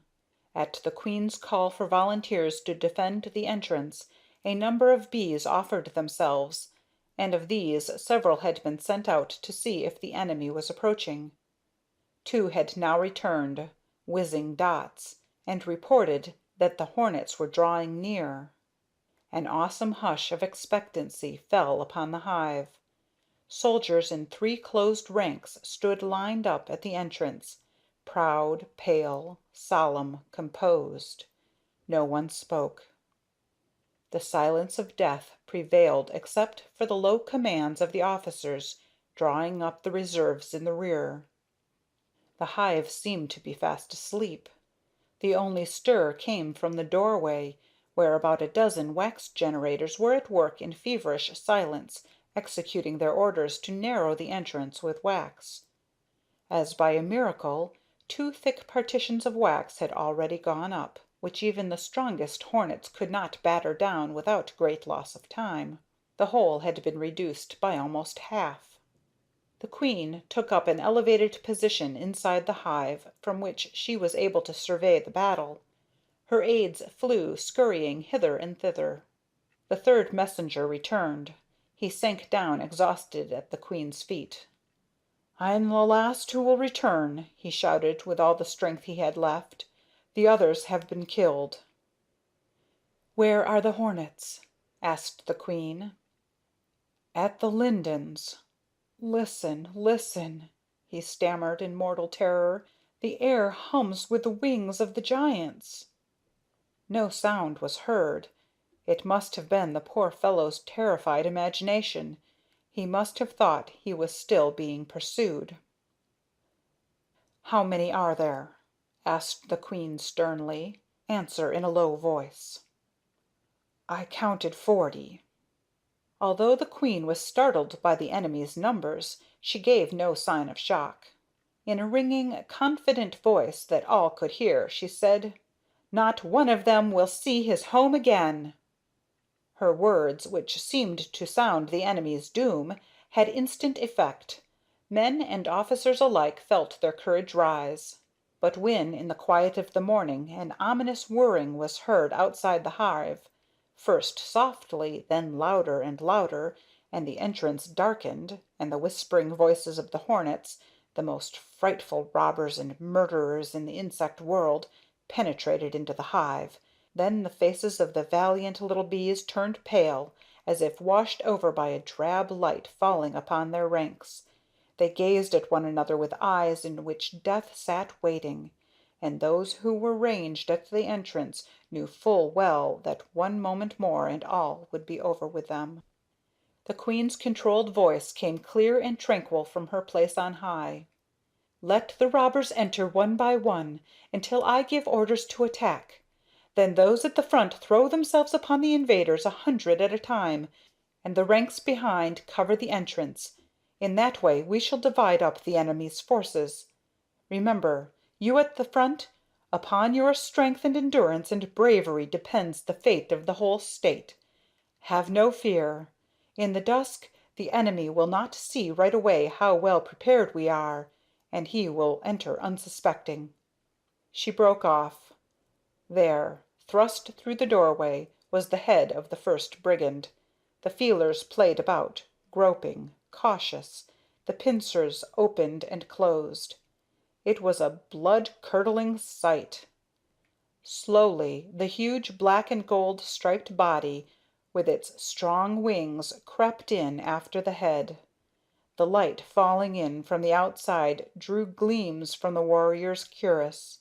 Something like a quiver went through the ranks of the bees, but the silence remained unbroken. The hornet withdrew quietly. Outside he could be heard announcing, "They're fast asleep, but the entrance is half walled up, and there are no sentinels. I do not know whether to take this as a good or a bad sign." "A good sign!" rang out. "Forward!" At that, two giants leapt in through the entrance, side by side. After them soundlessly pressed a throng of striped-armed, gleaming warriors, awful to behold. 8 made their way into the hive. Still no orders to attack from the queen.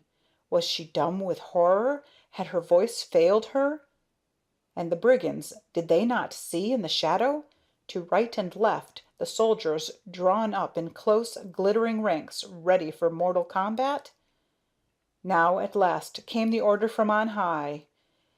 "In the name of eternal right, in the name of your queen, to the defense of the realm!" At that a droning roar went up. Never before had the city been shaken by such a battle cry. It threatened to burst the hive in two. Where, an instant before, the hornets had been visible singly, there were now buzzing heaps, thick, dark, rolling knots. A young officer had scarcely awaited the end of the queen's words. He wanted to be the first to attack. He was the first to die. He had stood for some time ready to leap, all a-quiver with eagerness for battle, and at the first sound of the order he rushed forward right into the clutches of the foremost brigand. His delicately fine-pointed sting found its way between the head and upper breast ring of his opponent. He heard the hornet give a yell of rage, saw him double up into a glittering gold-black ball. Then the bandit's fearful sting leapt out and pierced between the young officer's breast rings right into his heart.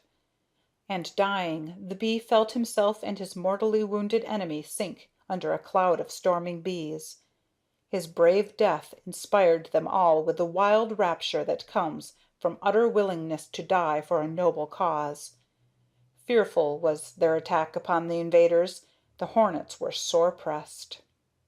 But the hornets are an old race of robbers, trained to warfare. Pillage and murder have long been their gruesome profession, though the initial assault of the bees had confused and divided them, yet the damage was not so great as might have seemed at first, for the bees' stings did not penetrate their breastplates, and their strength and gigantic size gave them an advantage of which they were well aware. Their sharp buzzing battle cry rose high above the battle cry of the bees. It is a sound that fills all creatures with horror, even human beings, who dread this danger signal, and are careful not to enter into conflict with hornets unprotected. Those of the assailants who had already penetrated into the hive quickly realized that they must make their way still deeper inward if they were not to block up the entrance to their comrades outside. And so the struggling knots rolled farther and farther down the dark streets and corridors. How right the queen had been in her tactics! No sooner was a bit of space at the entrance cleared than the ranks in the rear leapt forward to its defense. It was an old strategy, and a dreadful one for the enemy. When a hornet at the entrance gave signs of exhaustion, the bees shammed the same, and let him crawl in. But the instant the one behind showed his head, a great swarm of fresh soldiers dashed up to defend the apparently unprotected entrance, while the invader, who had gone on ahead, would find himself, already wearied, suddenly confronted by glittering ranks of soldier bees who had not yet stirred a finger in battle. Generally he succumbed to their superior numbers at the very first attack. Now the groans of the wounded and the shrieks of the dying mingled in wild agony with the fierce battle cries. The hornets' stings worked fearful havoc among the bees. The rolling knots left tracks of dead bodies in their wake. The hornets, whose retreat had been cut off, realizing that they would never see the light of day again, fought the fight of despair. Yet slowly, one by one, they succumbed. There was one great thing against them. Though their strength was inexhaustible, not so the poison of their sting. After a time their sting lost its virulence, and the wounded bees, knowing they'd recover, fought in the consciousness of certain victory. To this was added the grief of the bees for their dead. It gave them the power of divine wrath. Gradually the din subsided. The loud calls of the hornets on the outside met with no response from the invaders within. "They are all dead," said the leader of the hornets grimly, and summoned the combatants back from the entrance. Their numbers had melted down to half. "We have been betrayed," said the leader. "The bees were prepared." The hornets were assembled on the silver fir. It had grown lighter, and the red of dawn tinged the tops of the linden trees. The birds began to sing. The dew fell. Pale and quivering with rage of battle, the warriors stood around their leader, who was waging an awful inward struggle. Should he yield to prudence or to his lust for pillage? The former prevailed. There was no use anyway. His whole tribe was in danger of destruction. Grudgingly, in a shudder of thwarted ambition, he determined to send a messenger to the bees to sue for the return of the prisoners. He chose his cleverest officer and called upon him by name. A depressed silence instead of an answer. The officer was among those who had been cut off. The leader, overcome now by mortal dread lest those who had entered would never return, quickly chose another officer. The raging and roaring in the beehive could be heard in the distance. "Be quick!" he cried, laying the white petal of a jasmine in the messenger's hand, "or the human beings will soon come and we shall be lost. Tell the bees we will go away and leave them in peace forever if they will deliver up the prisoners." The messenger rushed off. At the entrance he waved his white signal and alighted on the flying board. The queen bee was immediately informed that an emissary was outside who wanted to make terms, and she sent her aide to parley with him. When he returned with his report, she sent back this reply: "We will deliver up the dead if you want to take them away. There are no prisoners. All of your people who invaded our territory are dead. Your promise never to return we do not believe. You may come again whenever you wish. You will fare no better than you did today, and if you want to go on with the battle we are ready to fight to the last bee." The leader of the hornets turned pale when this message was delivered to him. He clenched his fists, he fought with himself.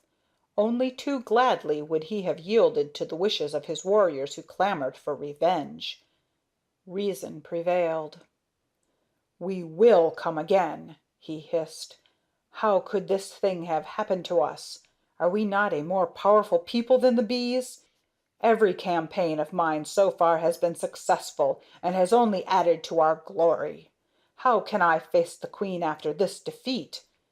In a quiver of fury he cried out: "How could this thing have happened to us? There must be treachery somewhere." An older hornet, known as a friend of the queen's, here took up the word. "It is true we are a more powerful race, but the bees are a unified nation and unflinchingly loyal to their people and their state. That is a great source of strength. It makes them irresistible. Not one of them would turn traitor. Each without thought of self serves the weal of all." The leader scarcely listened. "My day is coming," he hissed. "What care I for the wisdom of these bourgeoisie? I am a brigand and will die a brigand. But to keep up the battle now would be madness. What good would it do us if we destroyed the whole hive and none of us came back alive?" Turning to the messenger, he cried: "Give us back our dead. We will withdraw." A dead silence fell. The messenger flew off. "We must be prepared for a fresh piece of trickery, though I don't think the hornets are in a fighting mood at present," said the queen bee when she heard the hornets' decision. She gave orders for the rear guard, wax generators, and honey carriers to remove the dead from the city, while 2 fresh regiments guarded the entrance. Her orders were carried out. Over mountains of the dead, one brigand's body after another was dragged to the entrance and thrown to the ground outside. In gloomy silence the troop of hornets waited on the silver fir and saw the corpses of their fallen warriors drop one by one to the earth. The sun arose upon a scene of endless desolation. 21 slain, who had died a glorious death, made a heap in the grass under the city of the bees. Not a drop of honey, not a single prisoner had been taken by the enemy. The hornets picked up their dead and flew away. The battle was over. The bees had conquered. But at what a cost! Everywhere lay fallen bodies, in the streets and corridors, in the dim places before the brooders and honey cupboards. Sad was the work in the hive on that lovely morning of summer sunshine and scented blossoms. The dead had to be disposed of, the wounded had to be bandaged and nursed. But before the hour of noon had struck, the regular tasks were begun, for the bees never celebrated their victory nor spent time mourning their dead. Each bee carried his pride and his grief locked quietly in his breast and went about his work. End of chapter 16.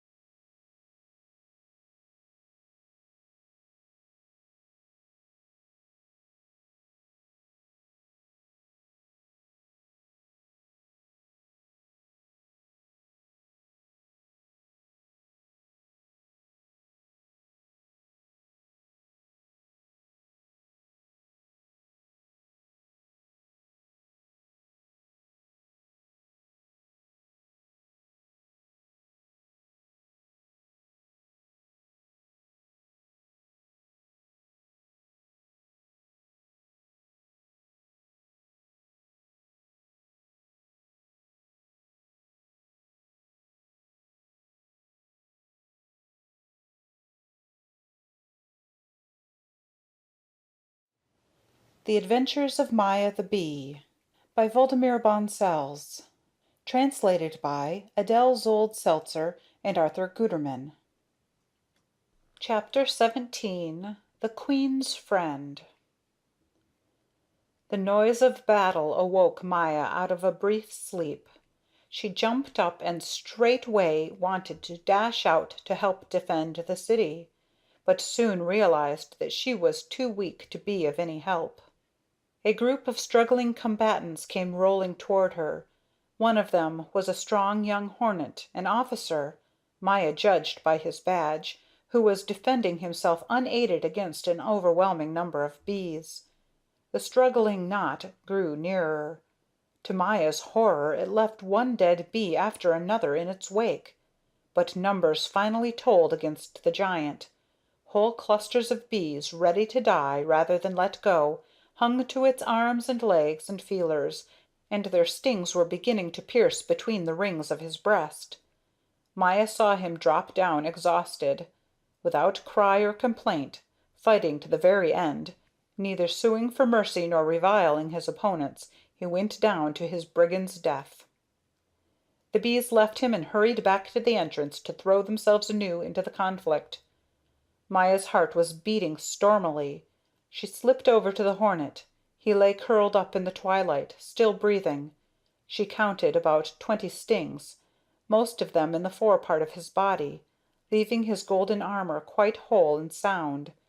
Seeing he was still alive, she hurried away to bring water and honey, to cheer the dying man, she thought. But he shook his head and waved her off with his hand. "I take what I want," he said proudly. "I don't care for gifts." "Oh," said Maya. "I only thought you might be thirsty."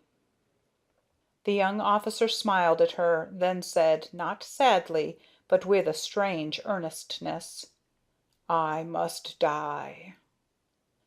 The little bee could not reply. For the first time in her life she seemed to comprehend what it meant to have to die, and death seemed much closer when someone else was about to die than when her own life had been imperiled in the spider's web. "If there were only something I could do," she said, and burst into tears. The dying hornet made no answer. He opened his eyes once again and heaved a deep breath for the last time. Half an hour later he was thrown down into the grass outside the hive along with his dead comrades. Little Maya never forgot what she had learned from this brief farewell. She knew now for all time that her enemies were beings like herself, loving life as she did, and having to die a hard death without succor. She thought of the flower sprite who had told her of his rebirth when nature sent forth her blossoms again in the spring, and she longed to know whether the other creatures would, like the sprite, come back to the light of life after they had died the death of the earth. "I will believe it is so," she said softly. A messenger now came and summoned her to the queen's presence. She found the full court assembled in the royal reception room. Her legs shook. She scarcely dared to raise her eyes before her monarch and so many dignitaries. A number of the officers of the queen's staff were missing, and the gathering was unusually solemn. Yet a gleam of exultation seemed to light every brow, as if the consciousness of triumph and new glory won encircled everyone like an invisible halo. The queen arose, made her way unattended through the assemblage, went up to little Maya, and took her in her arms. This Maya had never expected, not this. The measure of her joy was full to overflowing. She broke down and wept. The bees were deeply stirred. There was not one among them who did not share Maya's happiness, who was not deeply grateful for the little bee's valiant deed. Maya now had to tell her whole story. Everybody wanted to know how she had learned of the hornet's plans and how she had succeeded in breaking out of the awful prison from which no bee had ever escaped.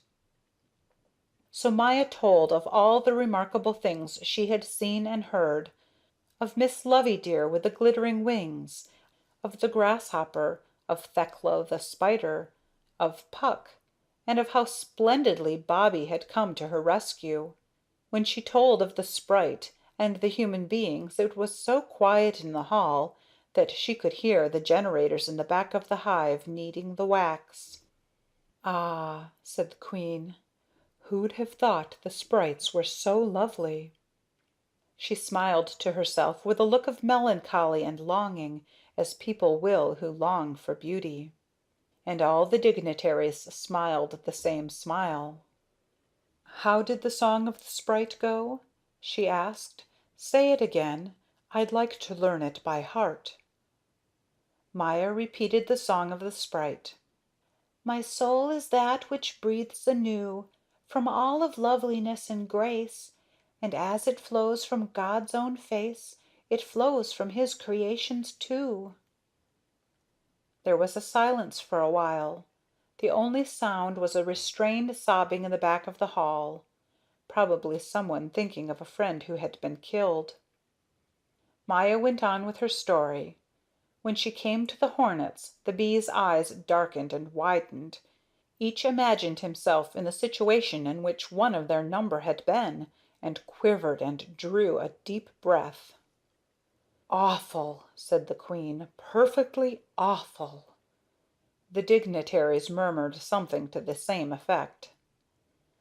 "And so," Maya ended, "I reached home, and I sue for your Majesty's pardon 1,000 times." Oh, no one bore the little bee any ill will for having run away from the hive. You may imagine they did not. The queen put her arm around Maya's neck. "You did not forget your home and your people," she said kindly. "In your heart you were loyal. So we will be loyal to you.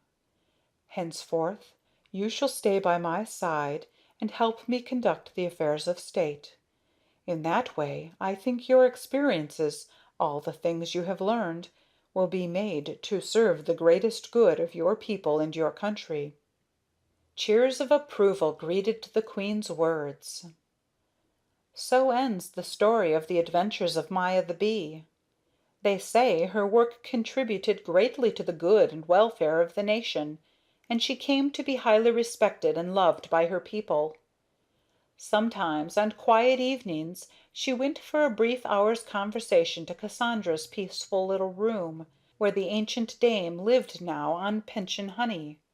There Maya told the young bees, who listened to her eagerly, stories of the adventures which we have lived through with her. End of chapter 17. End of The Adventures of Maya the Bee.